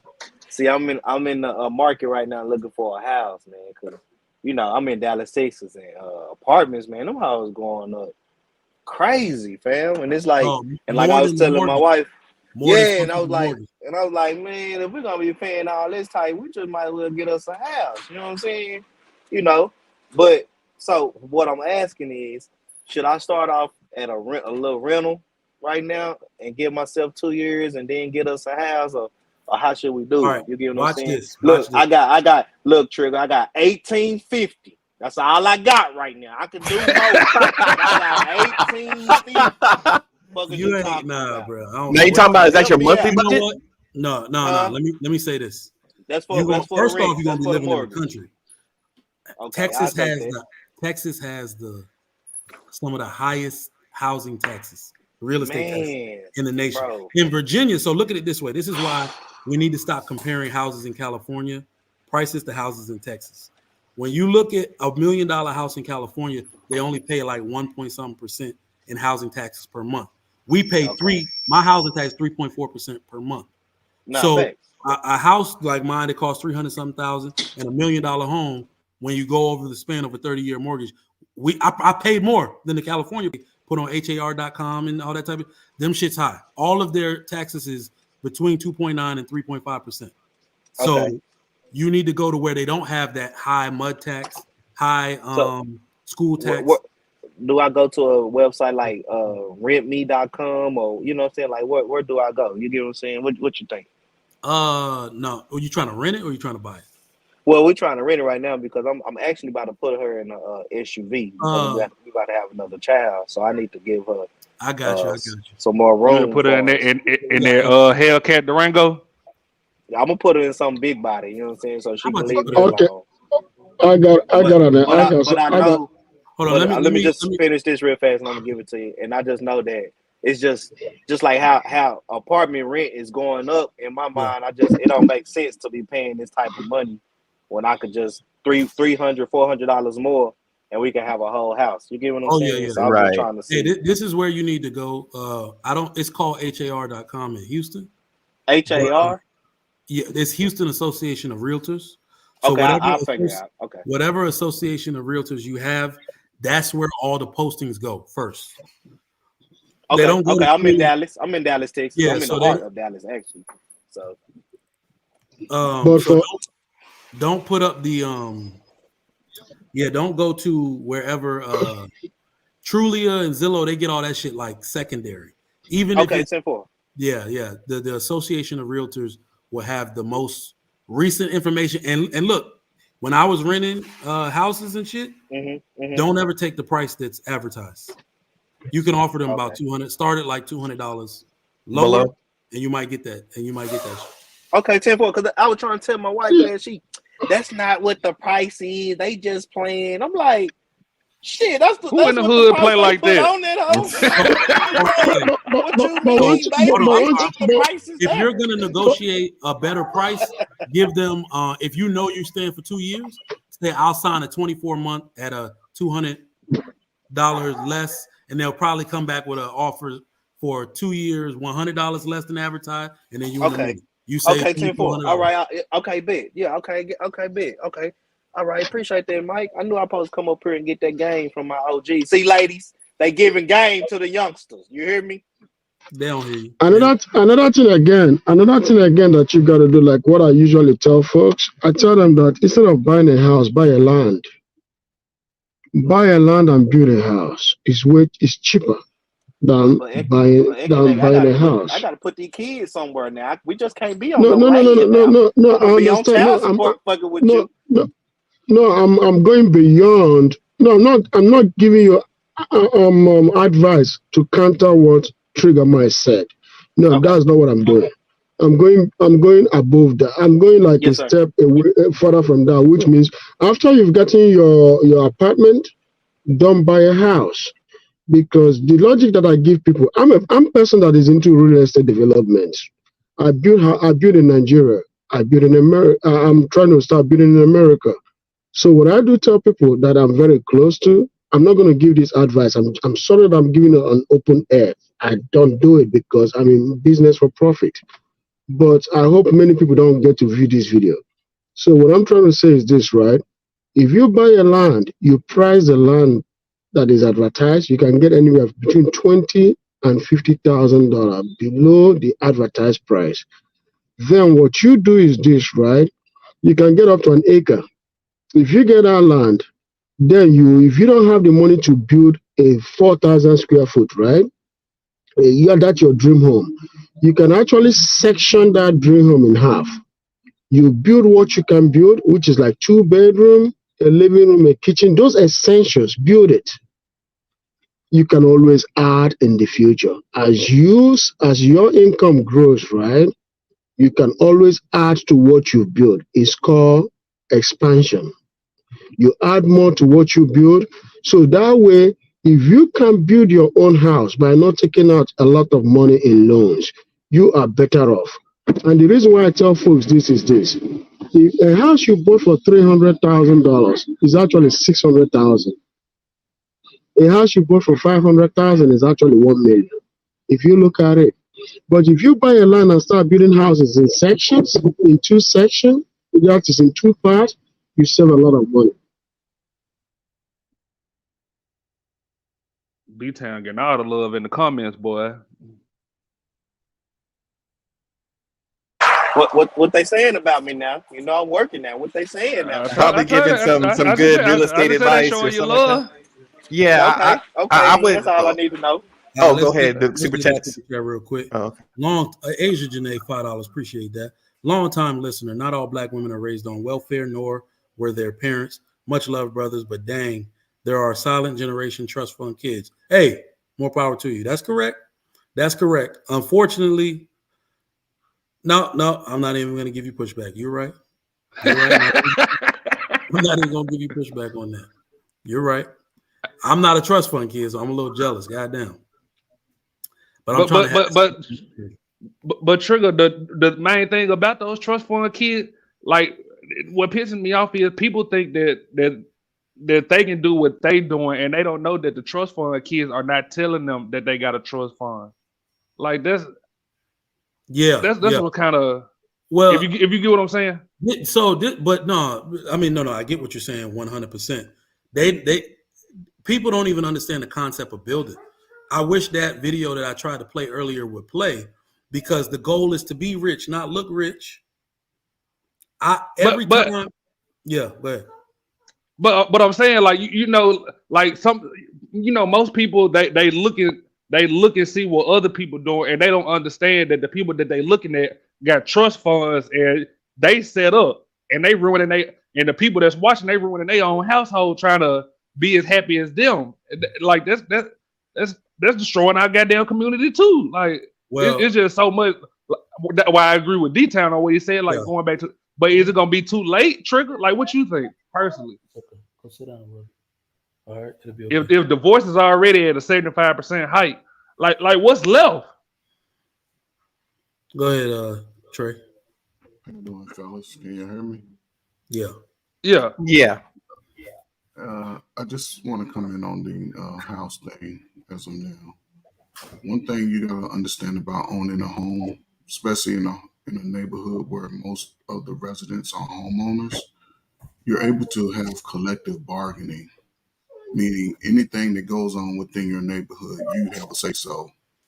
And that's why you see a lot of this gentrification in a lot of our communities over the last 10, 15 years, because most people in our communities were not homeowners. So when they come and say move, you got to move. It doesn't matter how you feel or what you put into it. You have to move. You don't own the home, so you have no collective bargaining. Now, if you're looking to buy a home today, because I just purchased my 3rd home in 10 years, my last one this past April, throughout the high of everything, what you have to be able to do is that when you look at both incomes, you have to look at it as if you're going into it paying off one person's income. And you have to look at that, because you don't want to say, okay, we both going to pay $1,500, $2,000 a piece. That's over $4,000 a month, $48,000 a year going to your home, and you're not even including your utilities, your car notes, things like that. So you got to look at it like, we're going to get a home, and if you both have decent credit, which you should already be working on, let's just say it's 650 above or whatever, and you're working on your credit, then okay, we're going to get this home based off one person's income. Although you both going in on the home, you're just calculating how to allocate everything, because one person's income can pay the mortgage, the other person's half can pay the utilities, car notes, however it works out, where when you pay all of this out, you still have enough money to sustain for the month. Now the problem is a lot of times we don't want to cut back on our spending. We feel like we got to have the latest this and latest that. But if you're young, now is not the time to go buy 3,500 square feet. And this is where I say it comes in within the man. These are times to hone in on your skills, because it's cheaper to buy a house that may have an unfinished basement, and you put your hands to work for $600 and go finish the basement. That's the thing. We try to get everything already made, and it's going to cost. Interest is high. Interest is going to be at least $700-800. So you got to be smart. And, you know, if you're going off one income to pay the mortgage, although you're going to be putting in your half, it works out better. And that is the best way to build generational wealth, because as those values goes up, you can start now adding and updating certain things. But this is important for guys. This is why you get your skills set up. This is why you learn how to work with your hands. You shouldn't. You want to call somebody to put up some cabinets? Call me, because you're going to have to pay me top dollar. You want somebody to help put in the little toilet? Call me. Right. That's why I say, OG, I got 1850 right now. That's all I got. You feel me? We're gonna have to make it work with that. Okay. I wouldn't recommend renting a house, because the rent a house is almost double the mortgage nowadays. I know, but this the thing though, OG. Hold on. At the same time, it's like, okay, for nice houses that I want, right? It'd be like $9,223 down payment. You know what I'm saying? And, and so it's like, damn, I ain't got that right now. I can get it, but I ain't got that right now. You know what I'm saying? So and my family is getting bigger. Shit happening fast on me. I ain't gonna lie. So it's like, I need to expand some way. You get what I'm saying? If I'm gonna pay the same that I'm gonna pay in an apartment, then I might as well just go ahead and try to find a little house real fast. You get what I'm saying? If that makes sense, because I'm paying so much in an apartment now. Hey, let me read this. Ridiculous. Let me read this, because this is facts right here. Wait a minute says, don't overbuy. House poor people exist. Not only do they exist, they're in abundance. They live in my neighborhood. House poor happens when people don't know how to read. Sometimes you had a poor realtor and a poor mortgage consultant. They didn't explain to you what improved land versus unimproved land was. Go look that up if you don't know. Your mortgage might even be cheap the first year before they reassess the value of that land that has now been improved because a house sits on it. Your mortgage can go up like $1,000 in some cases, because they forgot to tell you to pay the amount of the likely approved land rate rather than the unimproved land rate. So then people become house poor because they're like, I only got to pay $1,800 for a mortgage. No, you had to pay $2,800, but you had a dumbass mortgage consultant that was trying to swindle you so you could sign the loan, because they get a kickback because it's an adjustable rate loan. We had a lady, me and my wife had perfect credit. Well, like over 750, 780 or something like that. This person tried to get us to use an adjustable rate mortgage because they get kickbacks on it. I found that out from another agent. I'm like, why would I get an adjustable rate with a 750 credit score? It was the funniest shit ever. But hey, Mike. Yeah, go ahead. That's how so many people in the year 2000 became when they had so many people was in foreclosure because of those balloon payments that they had, those adjustable rates that they had. They went from $900 or $600 to $1,000, $1,300 more. And man, that's how the market actually crashed. They was selling everybody those doggone adjustable APRs. Subprime adjustable rate mortgage. Yep. Flagstock was real big on that. Absolutely. Crazy. But they get major commission for signing it. So if you don't even understand what predatory lending is, it's not just payday loans and stuff like that. It's actual mortgage They will give you a mortgage knowing that they're going to take the house back when you foreclose. That's predatory. Okay, so, and they were giving these houses to anybody, strippers, without checking their background. So, yeah, make sure. Y'all remember like a few months ago when we were having a discussion, it might have even been just last month, where people were getting on us because we said, do not get a house if your mama has to sign for it, but she don't live there. If your mama got a co-sign for the house for you to get the house, you shouldn't have the house. Y'all see what I'm saying? That means if you can't afford it on paper, if you can't go through the process right by yourself, that means right. Okay. Without a cosigner, without using somebody else's name in your family because they got credit and you don't, or something like that. There are ways around that now. And what I mean is it's like if your husband had a business and in order to protect y'all assets or something, he filed for bankruptcy, but he has an income, he got another job and everything, but the bankruptcy will stop y'all from getting a house. So your mama signed instead so y'all can get the house, but he still makes $100,000 a year. You see what I'm saying? That's the case where you get your mama to sign the house. Not that you ain't got no man and it's just your income, but you needed your mom's income and your dad's income and them to co-sign for you to get the house. You can't afford the house. Right. So yeah, I have my mom. I will tell you that. Okay, I think the first car I got, I had to have my mom come with me to get the car because I was like 19, fresh out of high school, and we went to a used car guy. She had a relationship with him, so she introduced me to him, and then we have a relationship because I'm getting the first car of my life from this guy. I'm picking one out. It was a 92 Mitsubishi Galant, and automatic, very boring. Lasted about I got my money out of it. It was like 5,000, something like that. So my payments were going to be two things. They were affordable. They were always going to be affordable for a 20, 19, 21-year-old, 20 got, 200, 300. Plus I have to get the insurance. Plus I have to pay for rent. Plus I got a baby on the way. Plus I got this girlfriend and maybe she's doing part-time work. So like back then in 2000 something, 2000, 2001, like gas was a completely different thing. It was under $1. I mean, you have to be old enough to remember that gas in my parts were under $1 for a good minute during the 90s, and then 2000s it got a little higher, and then 9/11 happened, and then of course you know what happened after that.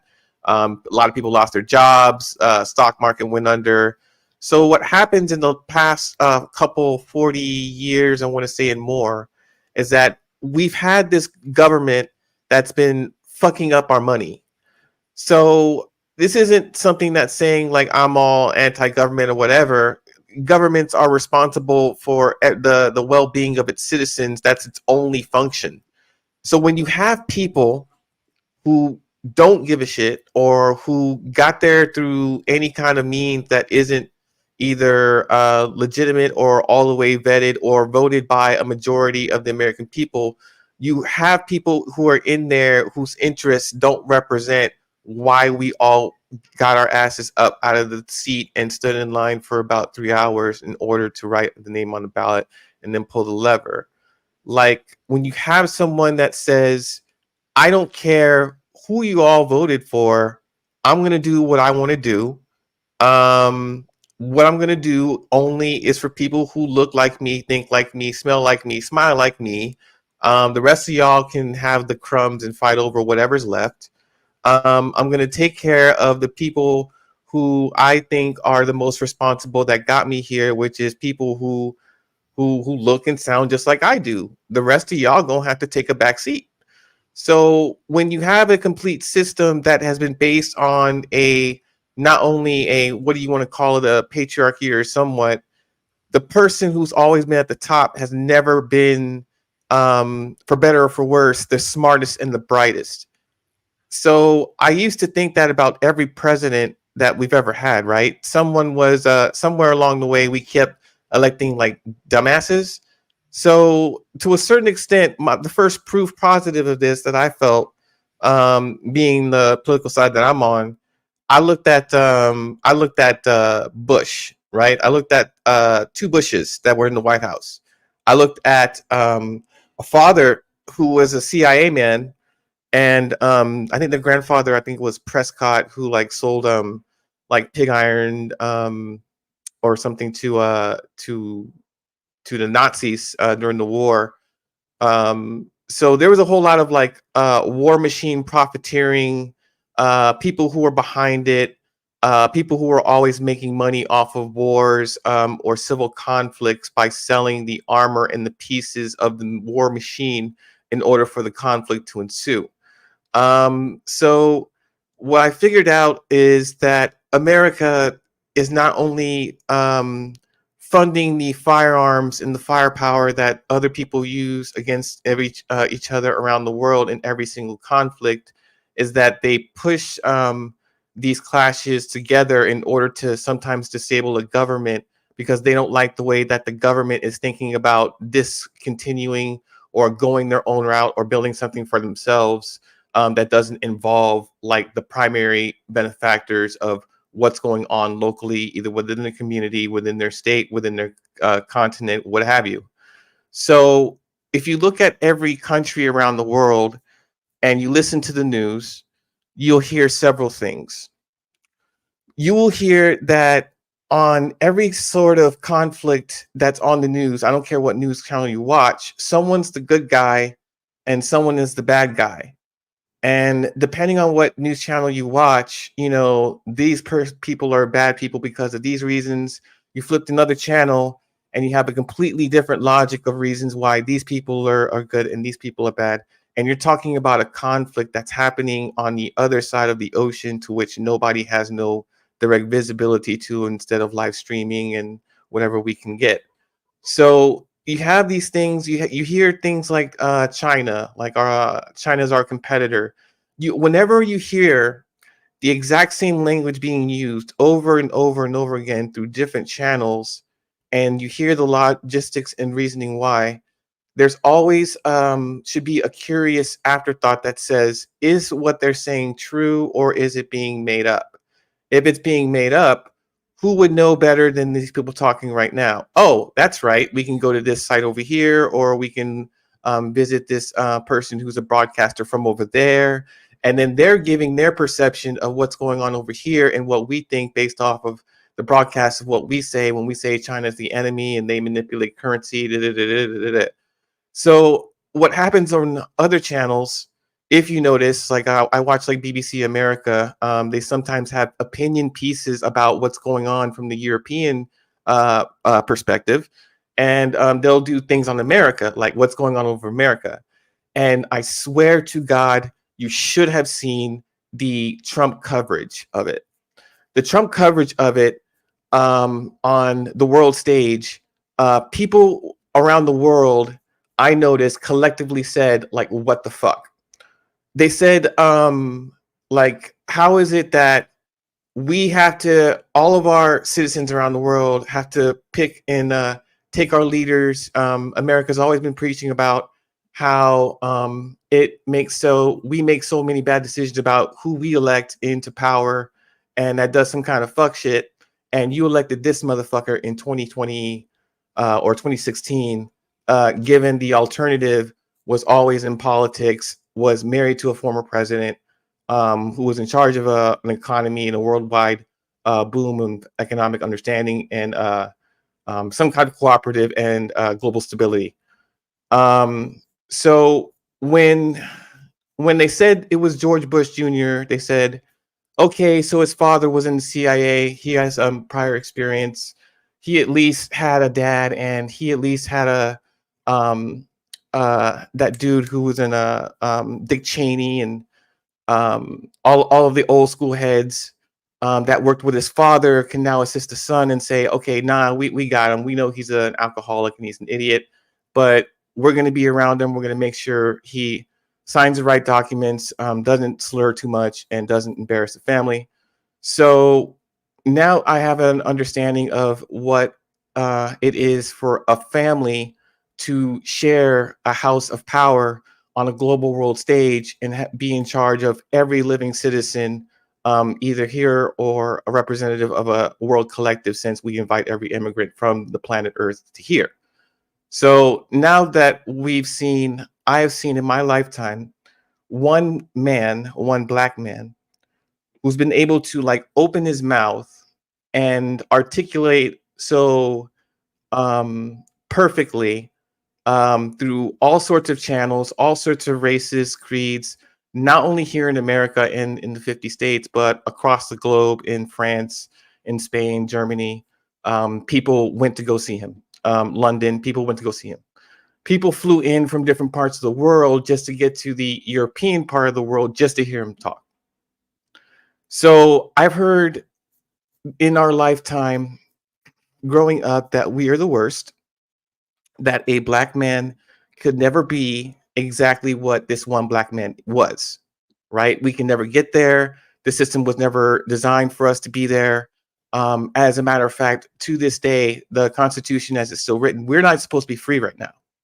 Like, all of these things were amendments that came due to sort of some crisis event in which we had to like result into a interstate violence against one another in order to decide whether or not we should or shouldn't be in chains for the rest of our lives, from birth till death, intergenerationally, from now until forever. That's the plan.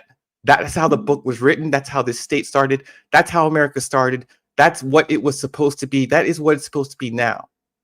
But we fucked everything up, right? That's the whole. If you think about the Southern anger, if you think about the Southern hostility, if you think about how white people feel when they see us in a successful light, especially as president of the United States, if you look at who Barack Obama was and represented, it's an absolute abhorrent lie that all of us are like Flavor Flav or Tupac or some fool on the internet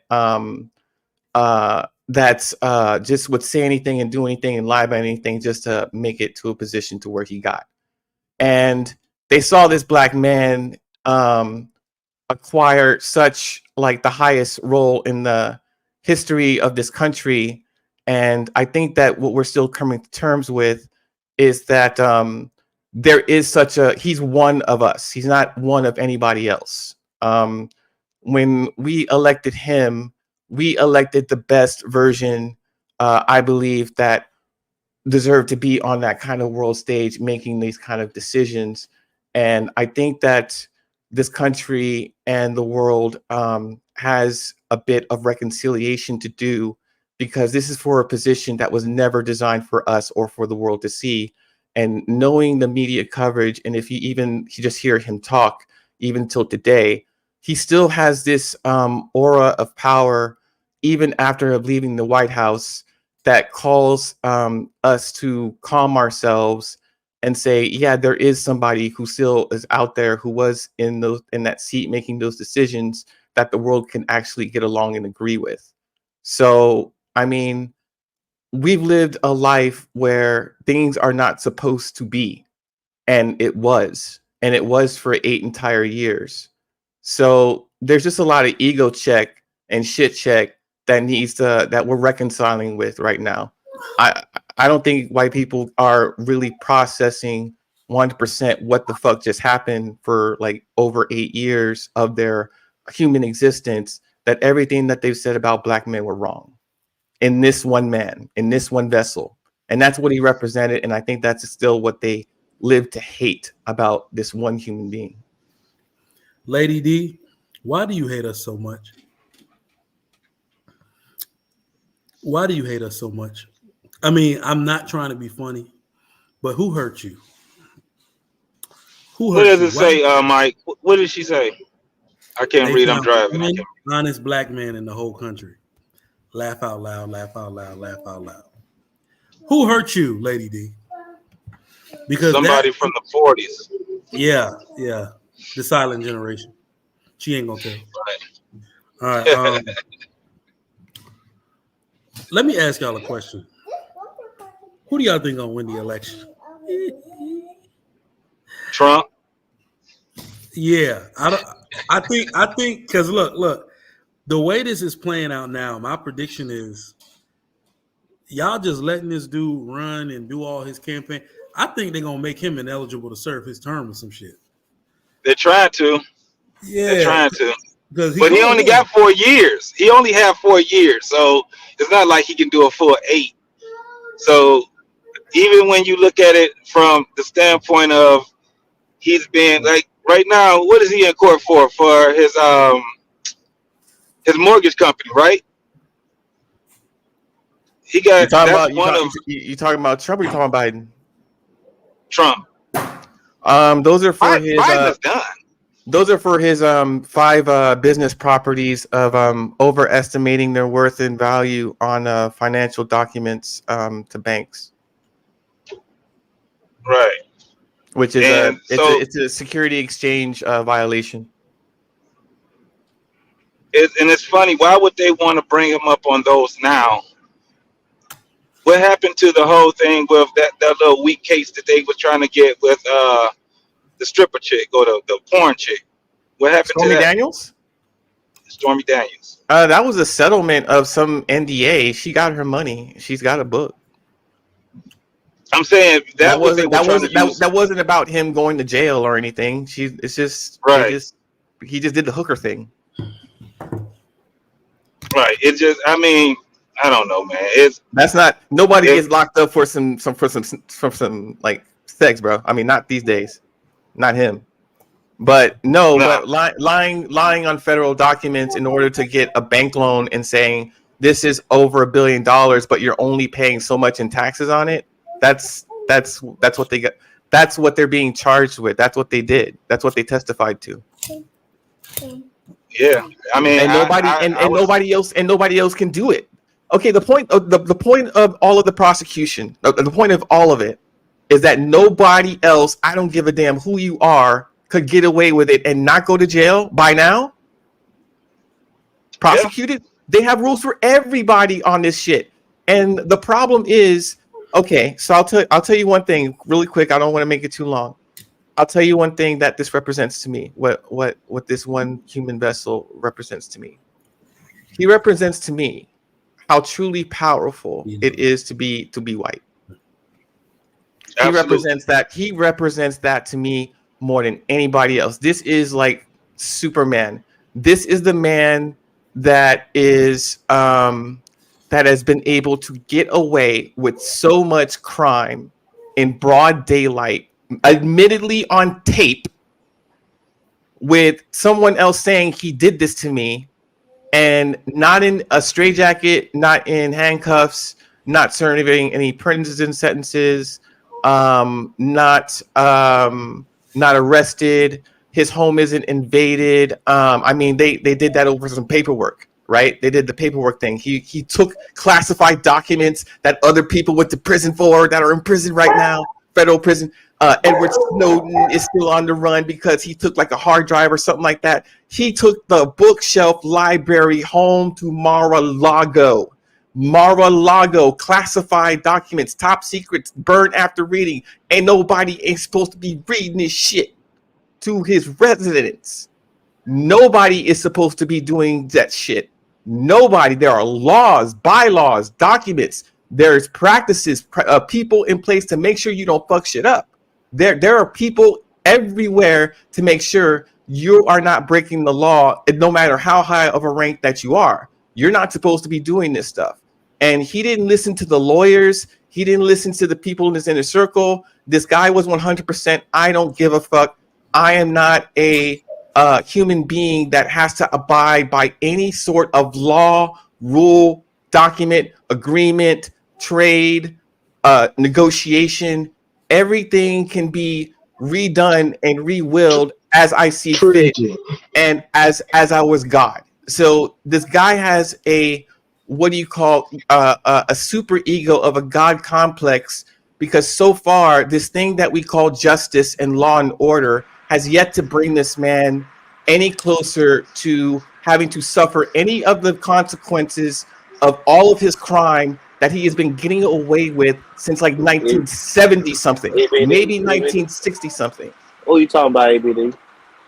I'm talking about Donald J. Trump. I'm talking about Donald J. Trump. Are you talking about Trump? Yes. Well, look, and he's not the only one, but he's the one shining example that I see. Right, but look, before you continue with this, I got a question for all of you. You so right. I got a question for all of you. I got a question for everyone. How many of you are going to vote for Trump? What? Say it again. Say it again. I'm asking a question. How many of you here, by raise of hand, is going to vote for Trump? Both chat, both in person, everybody. It's fine if you do. No, it's fine if you do. I wouldn't answer it. I ain't got a problem with answering it. EBD, please, guys, raise your hands or say yes on the. Put a 1 on the chat. How many of you here will vote for Trump? I will. Okay, I got two people. Okay. I got 2 people. You said work. But I gotta say this, right? No, I gotta say this. I'm sorry, hold on. Real quick, Ikene, I forgot to ask. Let me read the super chat. I'm gonna ask you a question. Big Ant, $10.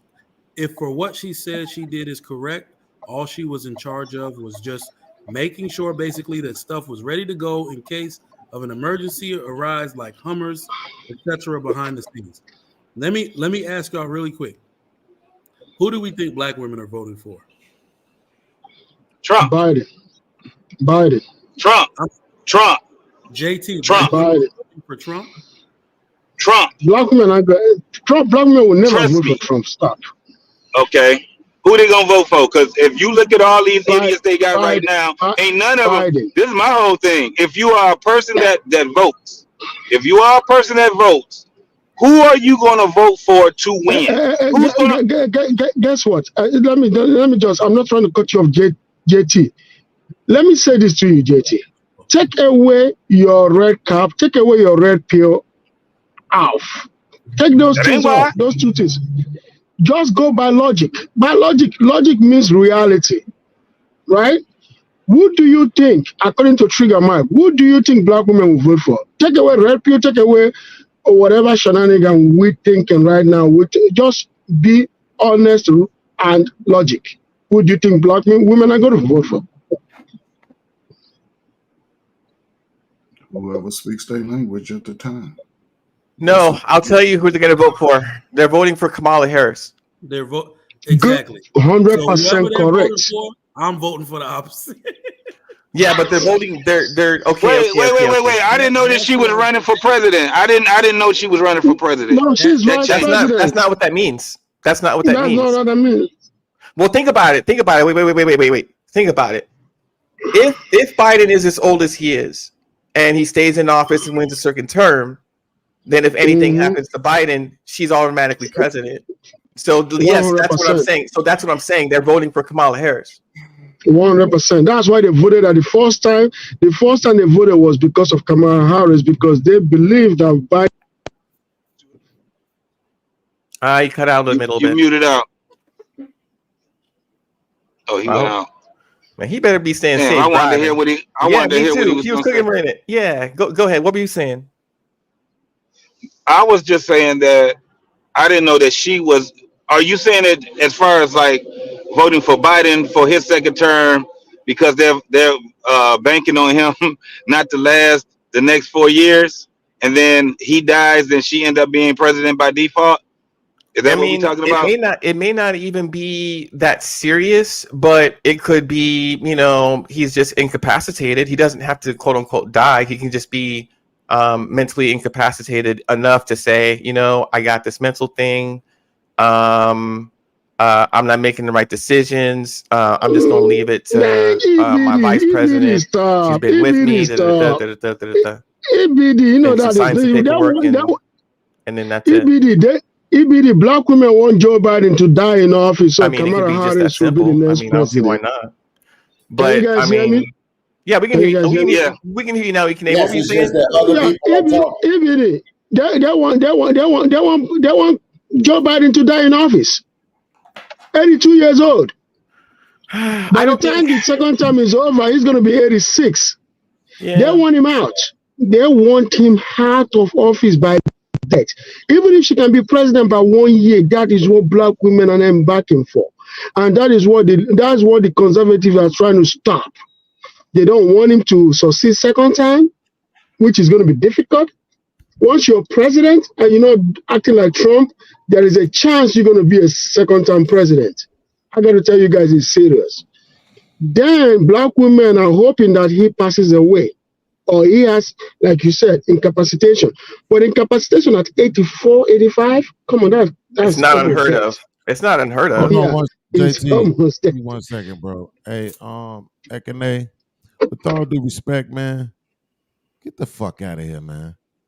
Like y'all, why is it that whenever y'all will go, shows up, I get disconnected from? Whenever B shows up, I get disconnected. Ekene, I said with all due respect, brother. Give me a second. Yeah, I know. Listen, man. Listen, my woman is black, right? When I say black, what I mean is my woman is an American black person.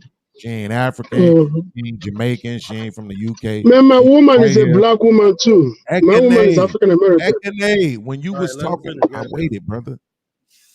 Bro, my girl is black. Get on my nerves, stress me the fuck out black. 2 baby daddies black. We've been together for 13 years and ain't never been married black. Black. That's black. That's black. Okay, hey, whatever you want to say, black. She I'm mad you just labeled all negative shit. She works. Look, she wears scrubs every day to work. Black. Okay, didn't grow up with her daddy black. Dang. She blacker than black. God Dark damn. skin black. Okay. What is my point in saying all of this? Because anything you could say that niggas go through with black women, I have dealt with it. And I'm still not finna sit here and let y'all say that black women in general, as a whole, is waiting for Biden to die. Get the fuck out of here. They not thinking about it that deeply. Do they care more about it being a vice president who is quote unquote a black woman? Yes. Are they going to vote Democratic because historically that's just what people do and they anti-Republican and see that as a white establishment? Yes. But this whole thing, like black women have got together and played rock, paper, scissors on whether or not Joe Biden is going to die in office and give this somewhat black woman a chance at the seat. I don't believe that for 1 second. And y'all just want to say that shit to disparage black women. We do enough talking about them and highlighting the bullshit that they actually do than to make up some shit like they waiting on the motherfucker to die. Come on, man. That nigga came out the woodwork like a gargoyle. Well, I didn't say anything about Biden. I said they voting for Trump secretly. They gonna vote for Trump. I gotta tell you this, Biz. I understand what you're saying, but I gotta be logical. Like I said, black women before this first time election were saying that shit to my ears. You see what I'm saying? That's what they said to my ears. I'm not saying anything different. Okay, but I'm saying because like the thing about it is when we say black women, Ekene, like when we make a generalization statement, we need to make sure that we believe that it accounts for 51% or more. I don't think 51% or more black women are even thinking about it that deeply. You see what I'm saying? You're right. That's You're right about that one. I wouldn't deny that some women are probably sitting around thinking that. I would give you a good 10%, 15%, because we saw black women laughing when Kevin Samuels died. So we know it's possible for them to think like that. But I'm just saying I don't want to make that sweeping accusation about them, though. We're about 10 months away from when the average American even starts looking at politics at all. All right, so yeah. I hope that. I mean, listen, it all depends on who end up actually as the nominees, right? I don't vote, so because I don't like none of these motherfuckers. It ain't been a politician that I would vote for in about 35 years. So, but I hope whoever, if the nominees end up like, let's just say Trump and Biden, I ain't gonna lie, I will hope that black women would just go ahead and vote for Trump. But I know they're not, because historically we just push the blue button, for whatever reason. The thing is that Trump is not getting my vote, period. Biden ain't getting my vote either, because I got to tell you guys this.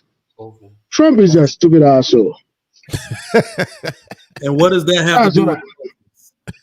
I understand, but the thing is this: I vote based on principle. Trump, Biden is a racist. I benefit from Trump being in office. I benefited big time from Trump being in office. But it's because of his damn mouth. It's his damn mouth. He doesn't have ethics. Who you voting for, Ikene? We already know that Biden ain't shit. I'm not voting for Biden. Who you gonna vote for? No, I'm not voting for Biden. I gotta tell you this: if a Republican wins the nomination and it's not Trump, I'm going to vote Republican this time. For the first time in my life, I will vote Republican as long as it's not Trump. You don't care who it is. It ain't going to be Trump, but it's going to be a Republican. It's just not going to be Trump. No, Trump is not getting my vote. I got a question real quick, and I don't know if this applies to my man Trey. Trey, what up, bro? I don't know if this applies to Trey or not, but for those who said yes to Trump being in office helped them, can you prove that? Can you tell me the exact amount of dollars? Like, can you tell me exact? Don't give me the because he was in office. I knew I could. I want to know the exact amount. That is very insincere for you to ask for an exact dollar amount. But I can tell you the exact legislation. But that's what I'm saying. Like, I don't, bro. Like, I'll give you an example. When Obama was in office, right? When there are people who will admit that Obama didn't do nothing for black people, but they would say just him being in office was good enough. Well, then that didn't really affect you.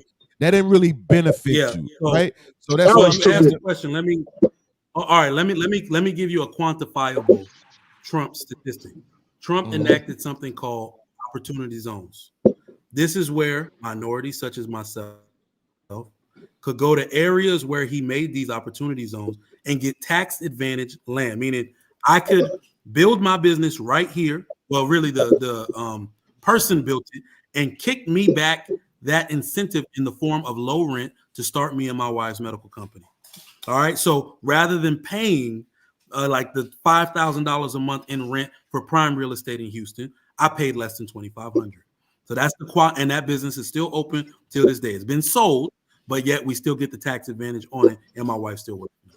So what if you name the bill one more time? It's called inside the bill there's something called opportunity zones. If you are a minority, the bill. I think the bill. If you Google opportunity zone, it's going to pull up the bill itself. It'll pull up the bill that it was on. You don't fuck with Trump. We don't want your opinion. You don't fuck with Trump. Nigga. You stay over there. Yeah, but I got to take a tax. I can take a tax. I know you did. No. I know you did. Here's what I want to get back to. Wait a minute. Hang on. Give a fuck about Democrats and they still take the tax. Hold on. Here, let's just get back to one thing because we all need to agree on. Go ahead. Let me finish the other part of it. Okay, what's the other part? My wife's business partners had to file bankruptcy to leave and dissolve their part of the partnership. The bank did not come after my wife, even though she was in partnership with them, because of Chapter 7. Chapter 11 is the common one, right? Because Chapter 11. Yeah. And who created Chapter 7 bankruptcy? Donald Trump. To me, you keep all of your assets. You don't have to pay the bank back if you can show that you weren't maliciously trying to tank the business and all of that. So they got their money taken. My wife did it because she was protected by Chapter 7, or the ability for them to file Chapter 7 as a group. Donald Trump did that. Okay. I got to say this real quick, right? I don't like what is happening to Trump right now. I don't like it because to me, people have to understand that it's not just Democrats coming against Trump, because if it's only Democrats, they can't come against Trump. Republicans will come against them. There are Republicans coming against Trump strongly. The military, the United States security force don't want him back because he put American security at risk. They don't want him back. He might not go to jail because United States will never put a former president in jail. That will never happen. It's like jailing a former never say king never. of England. Never say never. No, I mean, no, this I guy's bet EDB, I bet you $500. I bet you $500 Trump will never go to jail for one day. Don't lose your money, Kane. Wait. So I here's will what lose I think. I will bet that Hang on. 500. Okay, I got you. Anybody can bet it against me. Here's I don't my like to thing. bet. Here's my thing. So I agree with you to the extent that, because what I just said, like maybe, I don't know, I want to say half an hour ago, that little diatribe was the fact that he is the proof of what it is, what the power of being white. He exudes the absolute authority to say that I am above the law, and that it doesn't matter what crime that I've committed, I do not need to feel handcuffs on my skin, and I will not be changing out of my attire, my professional attire, to be fitted into a jumpsuit and to be treated as any other person within this country, within any state, within any city, within any municipality, within any neighborhood, that are solely governed on the fact that we all agree that when we step out of line, there is an enforcement mechanism that we must surrender to, and a process that we must submit to in order to determine our guilt or innocence based on of a trial, whether it be held of where you committed the crime, or however it is they decide it, depending on the state, right?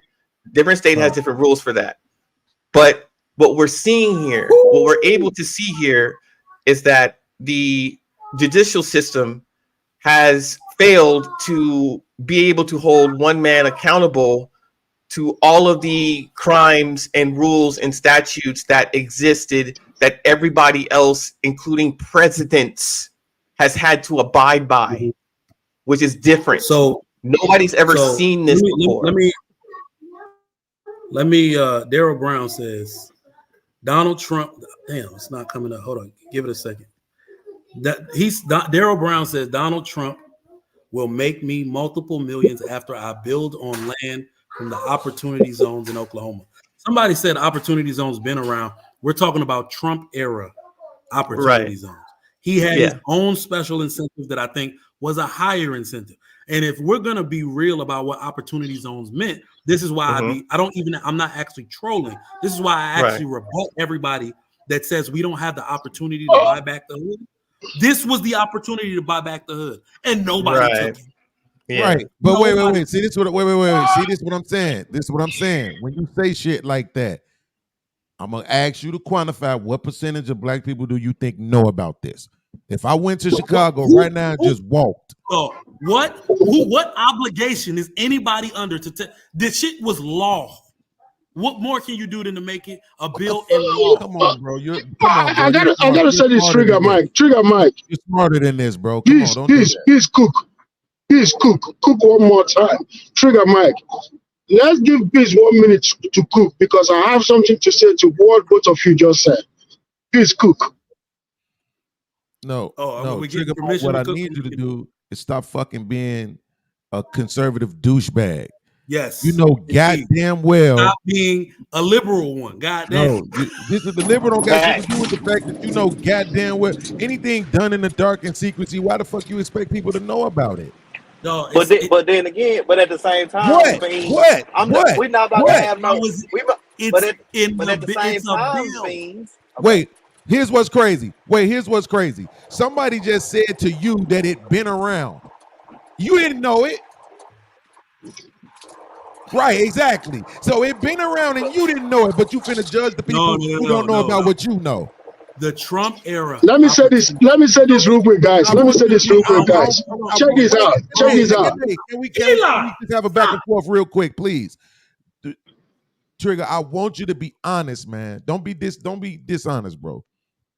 Prior to the Trump era, just be honest. You didn't know about the opportunities. So not only correct? Hold on, because this answers both of your questions. Not only did I not know about it, the time when Trump enacted that, I now became the person who was mature enough to go look for such opportunities. All right. Wait. Hold on. I want to make sure I heard you said.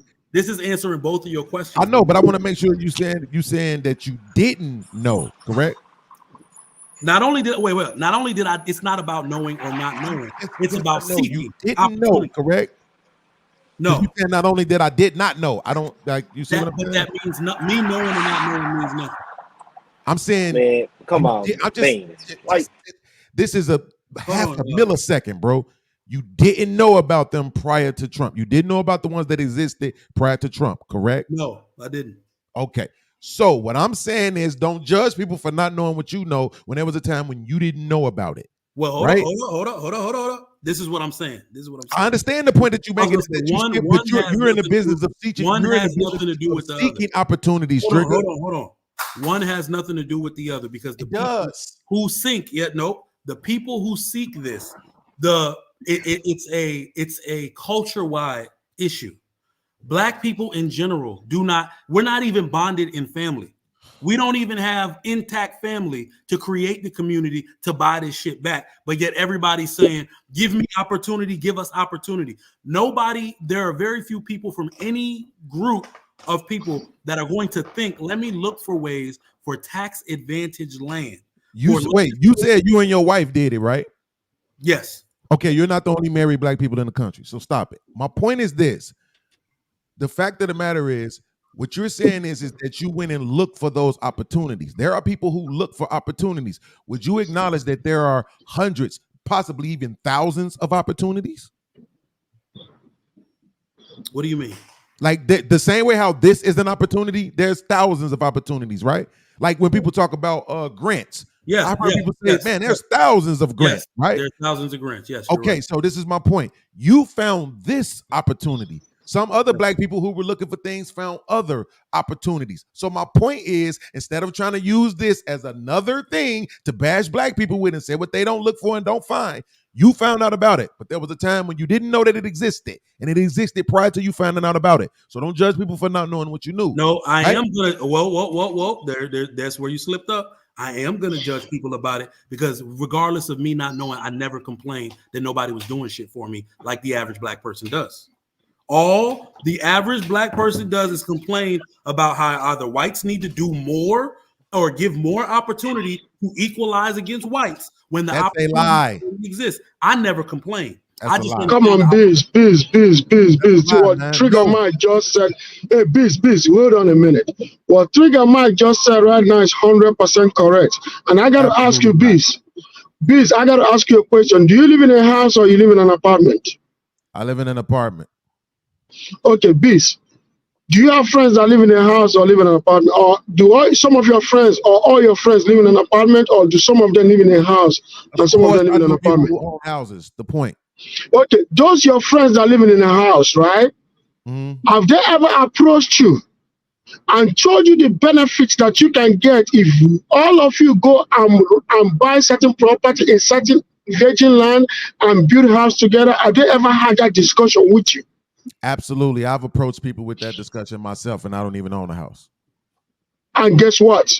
Have those your friends ask you to say to you, okay, get a virgin land and we are going to go build a house in that virgin land and make it a community? Have anyone ever had that discussion with you? No.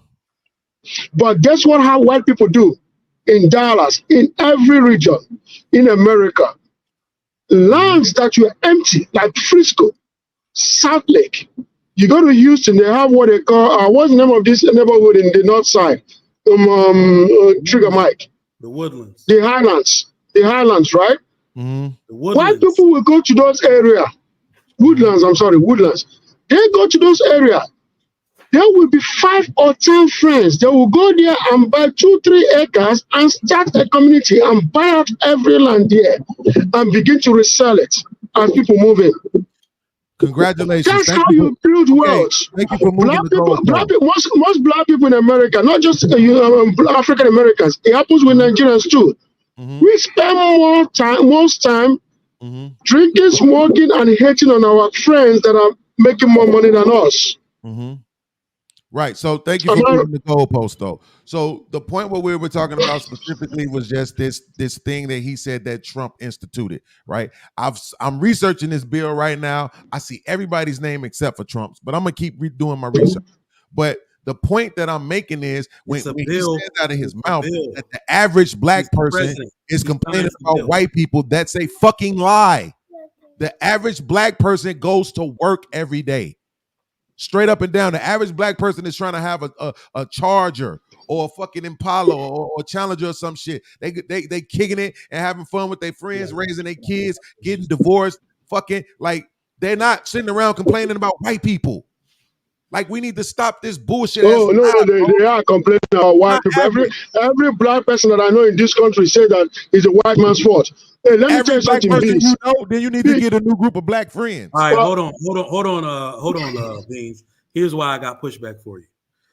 So none of us can quantify what all black or most black people are talking about, but we can predict what's on their mind by the way they vote.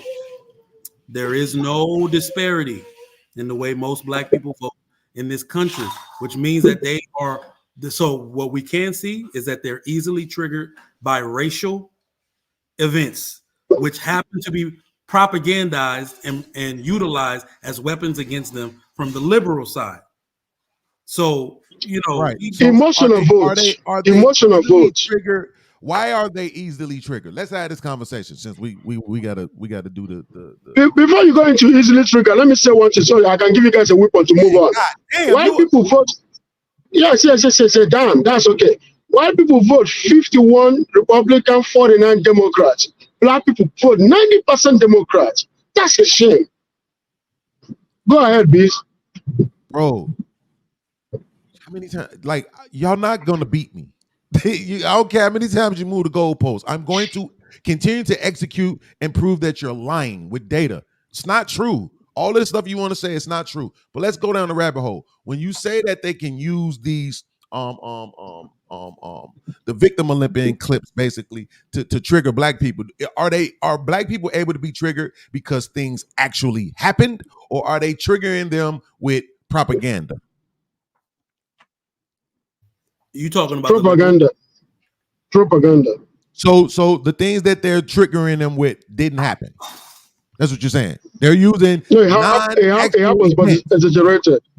No, it happens. Wait, so let's make sure you understand the question. You're saying they're using events that never actually happened. Wait, who said that? Who said that exactly? That's what I'm asking. Well, I just asked that question. So let me say, when I talk about propaganda, I'm talking about the weaponizing of events that occurred. I understand that. You didn't use the word. You didn't use the word propaganda. He did. I understand. No, I said propagandized. But see, you saying propagandized. So what you saying is they're actually taking events that actually happened. Yep. Right. And then at election time, they're spreading those events like wildfire across media. That's what you're saying. That's right. And I understand what you're saying. My point is, though, how are they able to do that? Right? If there was a demographic of people who nothing ever happened to, do you think they would be able to propagandize events to get them to vote a certain way? Absolutely fucking not. Right? So when you try to say that, and you try to say that black people are triggered by this media propaganda, well, it's a reason why they're triggered, because shit actually happened.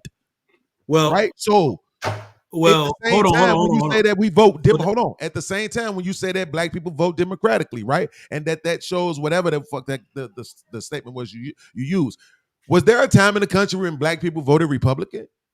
Of course. Yes. Okay. So what happened that made them start voting democratically? It was actually I have that answer to the question. What happened that they voted democratically was because Martin Luther King was locked up in a jail in Montgomery, Alabama. So what happened is that Nixon was supposed to go there to bail Martin Luther King out, but he didn't do that, and JFK did it instead. So from that moment, the blacks started voting Democrats. That was the first step. So basically what you're saying is there were some Democratic who looked out for black people, and that was the beginning of them starting to vote democratically. 100% correct. Okay. I don't know that that's true, but I'm gonna take your word for it because it helps me make my point. Well, that's which not is that not, black people vote democratically habitually. So that's not the whole story because it doesn't have to be. I was gonna say most black men don't vote. So what the representation of the black vote is actually the female vote. The female vote. So black men don't vote. Most black men don't vote. Okay. So let's go with that. The point is that at some point in time, these black people who do vote started voting for people who they thought were helping them. At this point, we can agree that it's just habitual. They don't even know who they voting for most of the time. They're just clicking the blue button. They're just going to the Democratic side. It just is what it is. I'm checking this off, right? And that's historical. That's cultural. It's habitual. It's muscle memory at this point, right? Because people who are actually vetting politicians, people who are actually invested in the political system itself and believe that who they vote for will affect their daily lives and their choices and their businesses and all of that, they're not just voting Democratic to be doing it. It's a million motherfuckers on YouTube alone who swear up and down Trump is their man, and they always vote Republican. They voted for George Bush, and they voted for fucking Ronald Reagan, and all these other motherfuckers. So all of them ain't voting Democratic. But we have to, I will acknowledge that when it comes to the political process, we stupid than a motherfucker as it pertains. And like you just said, most black men don't even participate because we don't actually believe the shit benefits us, right? So what my point was this though, Trigger, it's a lot more black men like you than we want to act like exists. A lot more who actually conservative douchebags? Absolutely. Of course. Absolutely. It's a lot more black men like you, and we want to act like they don't exist. No, it's a lot of black men out here. I am conservative. How do y'all say it? Men are traditionally conservative. Traditionally. Absolutely. Absolute. Vote for, you say vote. Black American men vote for your best interest. That's what it is. So it's a lot of black men that vote for their best interest, bro. And they believe that they don't necessarily just say that that's the Democratic Party. My thing is this, and I ain't trying to hijack the show, Trey, but bro, we can't have all these black men on YouTube who say they vote Republican, say they making six figures and they millionaires, say they marry, all this other shit, and then spend the whole day shitting on black people. That makes no sense. No, it doesn't. I don't believe. This is one thing I don't believe in. That shit makes perfect sense. That's why we lose. Oh, no. Black people cannot. What happened is this. I gotta say this, because that's one thing I'm going to start discussing on my show starting January when I come back from Nigeria.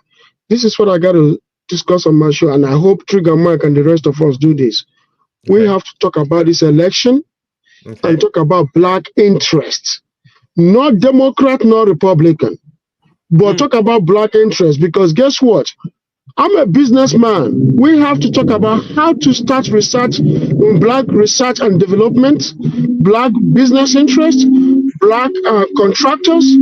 We got to discuss about this and start telling our women, which is the largest vote demography, to start thinking about the black enterprise and then get black men to come out and vote.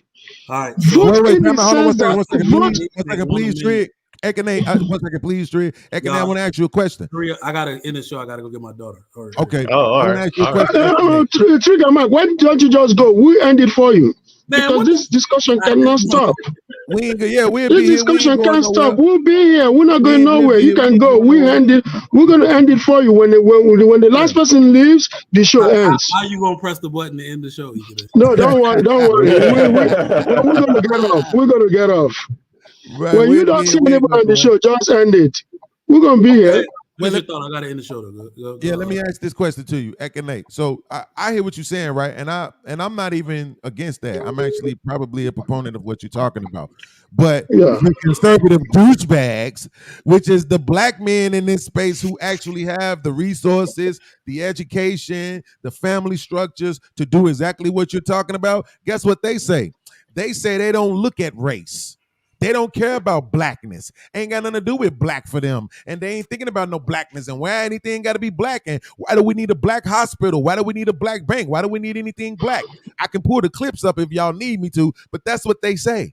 So you're saying one thing, but the other guys who are quote unquote black, right, foundationally black, they're saying something absolutely different. So how are you going to bring those guys into the fold and get on this program of blackness with you? Because we're going to need them to do it. Let me just say this. That is probably, I think that's an oversimplification, Beans, or a bit of a reach. And I think that's how it's presented to people, because what I think really comes, since I'm one of the men you talking about, you just gonna skirt past it like he won't talk about me. I'm one of them he's talking about.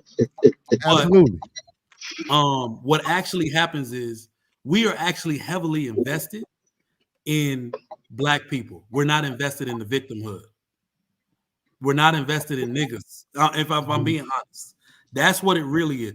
Because what I think it tends to happen is, because we had to get into the system to beat it, that we don't want to promote this whole black everything. That, because look at the nuance when you're talking to black people who aren't really educated and all that type of stuff. They like put it to you this way. If with what you're talking about, this, black that, I think black women will start a race war with that type of rhetoric.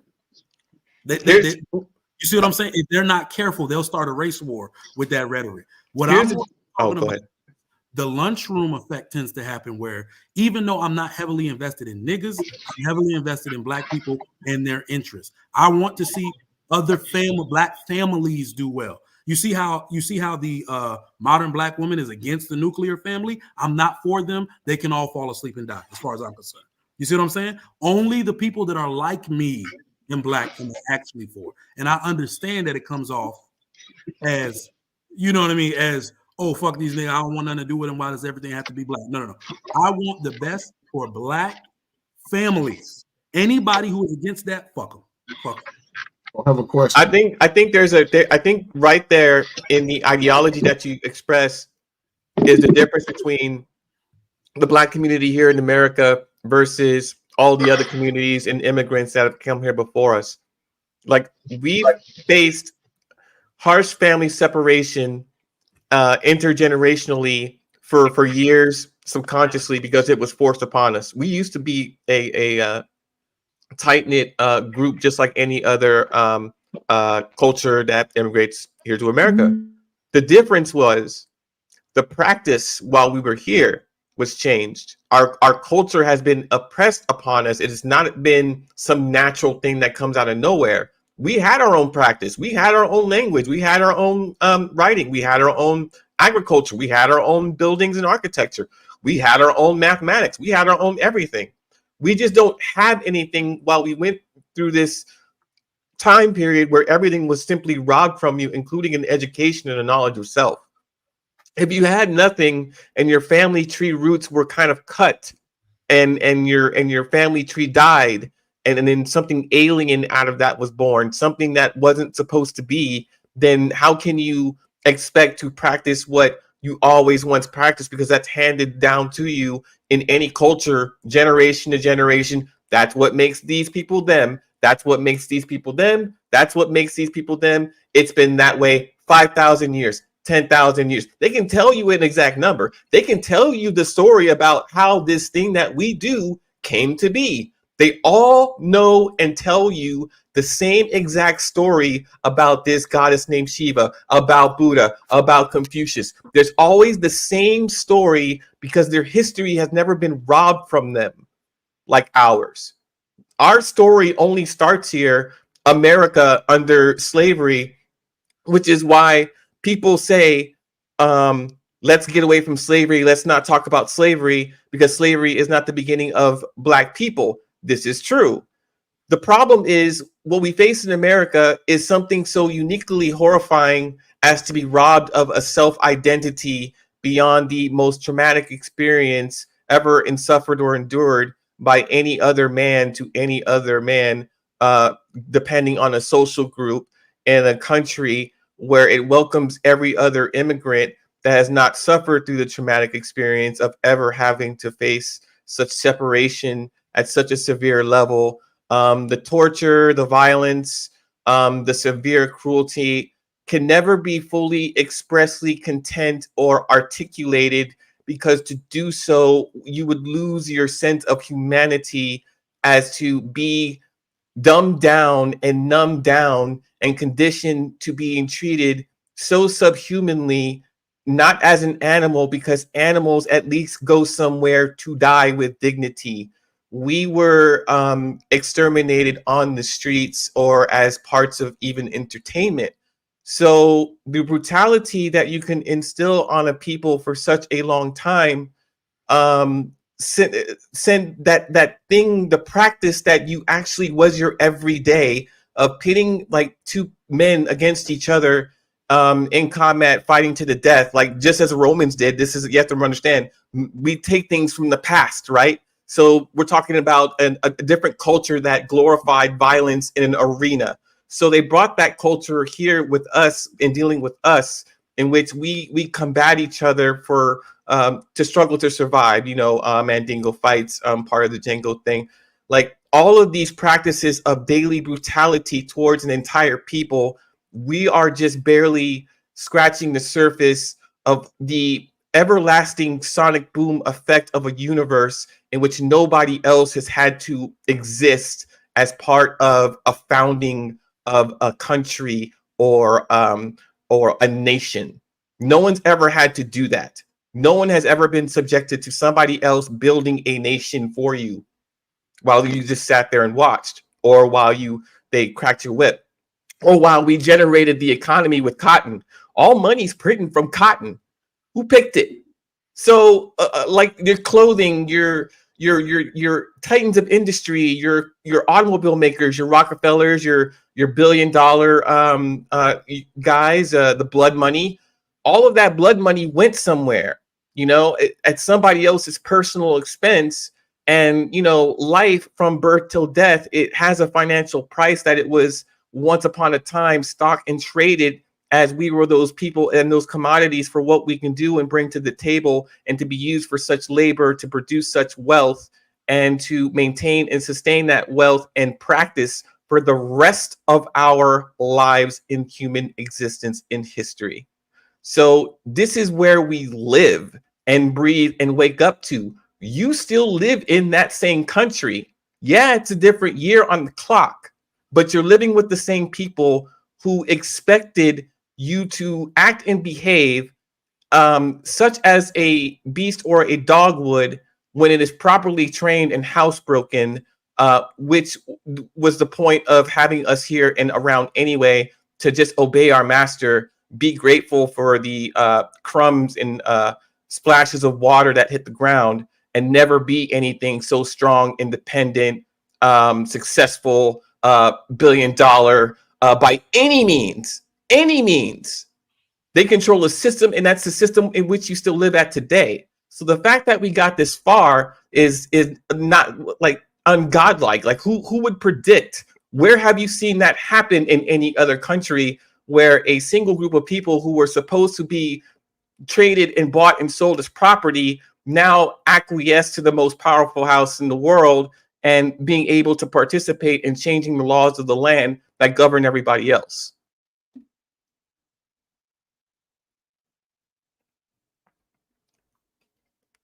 So I thought of that just a minute ago. I can dig.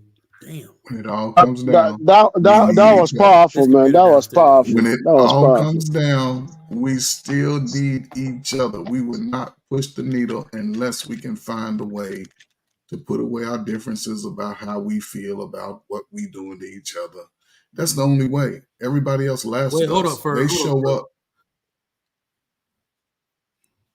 Hold up first. So are you telling black women that they need black men?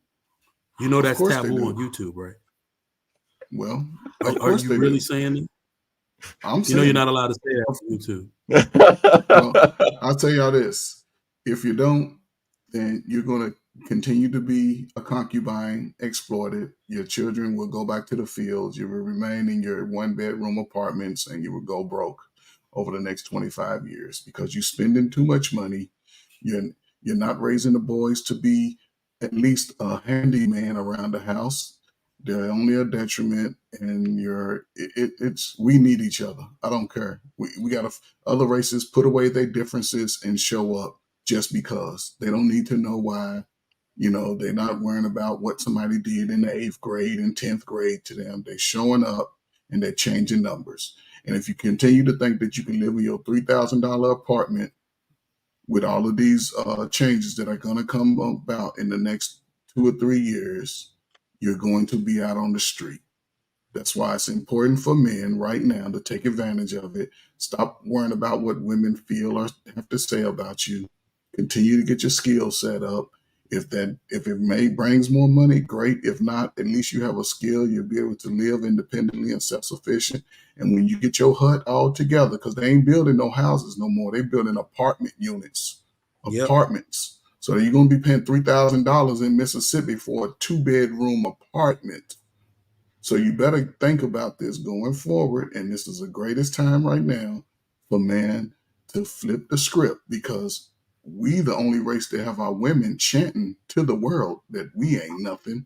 We've always been second class in America. That's why they wanted to separate the women, because they know the women are the biggest spenders and will not look for the future. They only look for themselves. That's why they train their daughters to be the same. So if we go about this the next 10 years, all of you 30-something-year-olds, you all will be definitely out on the streets. You will be poor. And my man Trigger Mike, you've seen his meme on this thing. If you come up into his house, like mine, you have 4 ways to leave. You can walk out, you can crawl out, you can get carried out, and I'm going to add some more.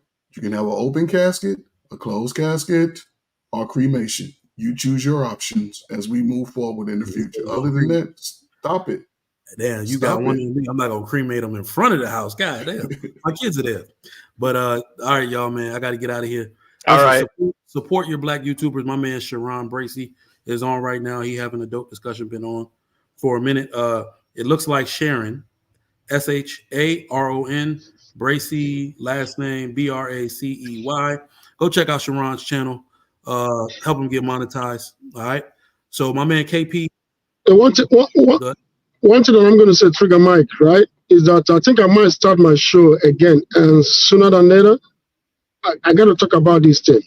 I want all of us to come together. We got to talk about black business, how to further black business, how to vote. Now we're going to discuss about voting, black business, all these things. That's what I'm going to talk about. You know I'm down to collab, bro. And we could do a multi-stream or a simul. Yeah, we can do that. Yes, I would like us to do. In fact, I want us to do that instead. Yeah. I want to let's do that. Talk about some more controversial stuff, but I'm not gonna put my man JR's channel at risk. If I talk about the shit I really want to talk about, y'all know my mouth can get a little wicked. So I'm but let me get this KP chat. If it's not black male interest, I'm out. I'm on that same shit, man. Remember, if y'all want to build families back, y'all got to be all about black men. Stop trying to get in black women's pants by providing them opportunity that should have went to your brothers. When you provide opportunity for black men, somehow we build families. Well, obviously, when you give too many unearned opportunities to black women, they'll destroy our fucking family. I'm sorry to say it like that, but cannot one of y'all prove me wrong. Give opportunity to your brothers, and this community will come back flourish. All right, y'all, I'm out of here. Catch y'all later. Yeah. Gotta go get my daughter, man. This has been a great show. Thank to everybody that super chatted and supported the show. I usually don't do Tuesday. I might be back on Thursday or whatever, but I got in fact, I got a lot of stuff going on this week. But thank y'all for coming through to the Trigger Mike Show. We're gonna get this rolling more. A lot of things coming down the pipeline. If I can ever get some time to make them happen. We got a Monday night show called Married in Real Life. I want to get real live accounts of people that are married on here so we can stop talking with YouTube talking points all the time and let you know what actually goes on in the house. I'm really doing that for you ladies. I know I've been a terrorist a little bit on the male end. I want to be a big brother to y'all and get y'all the information. You need to start having successful, meaningful relationships because it's what's better for you in the future. I don't give a damn what you say. I see right through all that bullshit. I know you want to be married to the right man who will treat you right. I know that if he's doing what he's supposed to be doing, you will serve him appropriately the way you need to so your family can flourish. That's what this is all about. And I promise you, before my time is done on YouTube, I will put that on your brain and you will be thinking about it in the capacity, same capacity of which I think about it. Princella the Queenmaker is not your friend. I am. All of these terrorists, Shira, whatever the fuck their name is, they're not your friend. They don't want the best for you. I do. They want you to be independent, which means they want you to be alone. There is no more vulnerable object on this world other than a child and a woman alone. Okay? So they don't want what's best for you. I do. All right, y'all. I'm out of here. And y'all can tell them I said I don't give a fuck. I'll debate all they ass. They ain't got nothing on me. Morally, operationally, they ain't got shit on me. I'm out, y'all.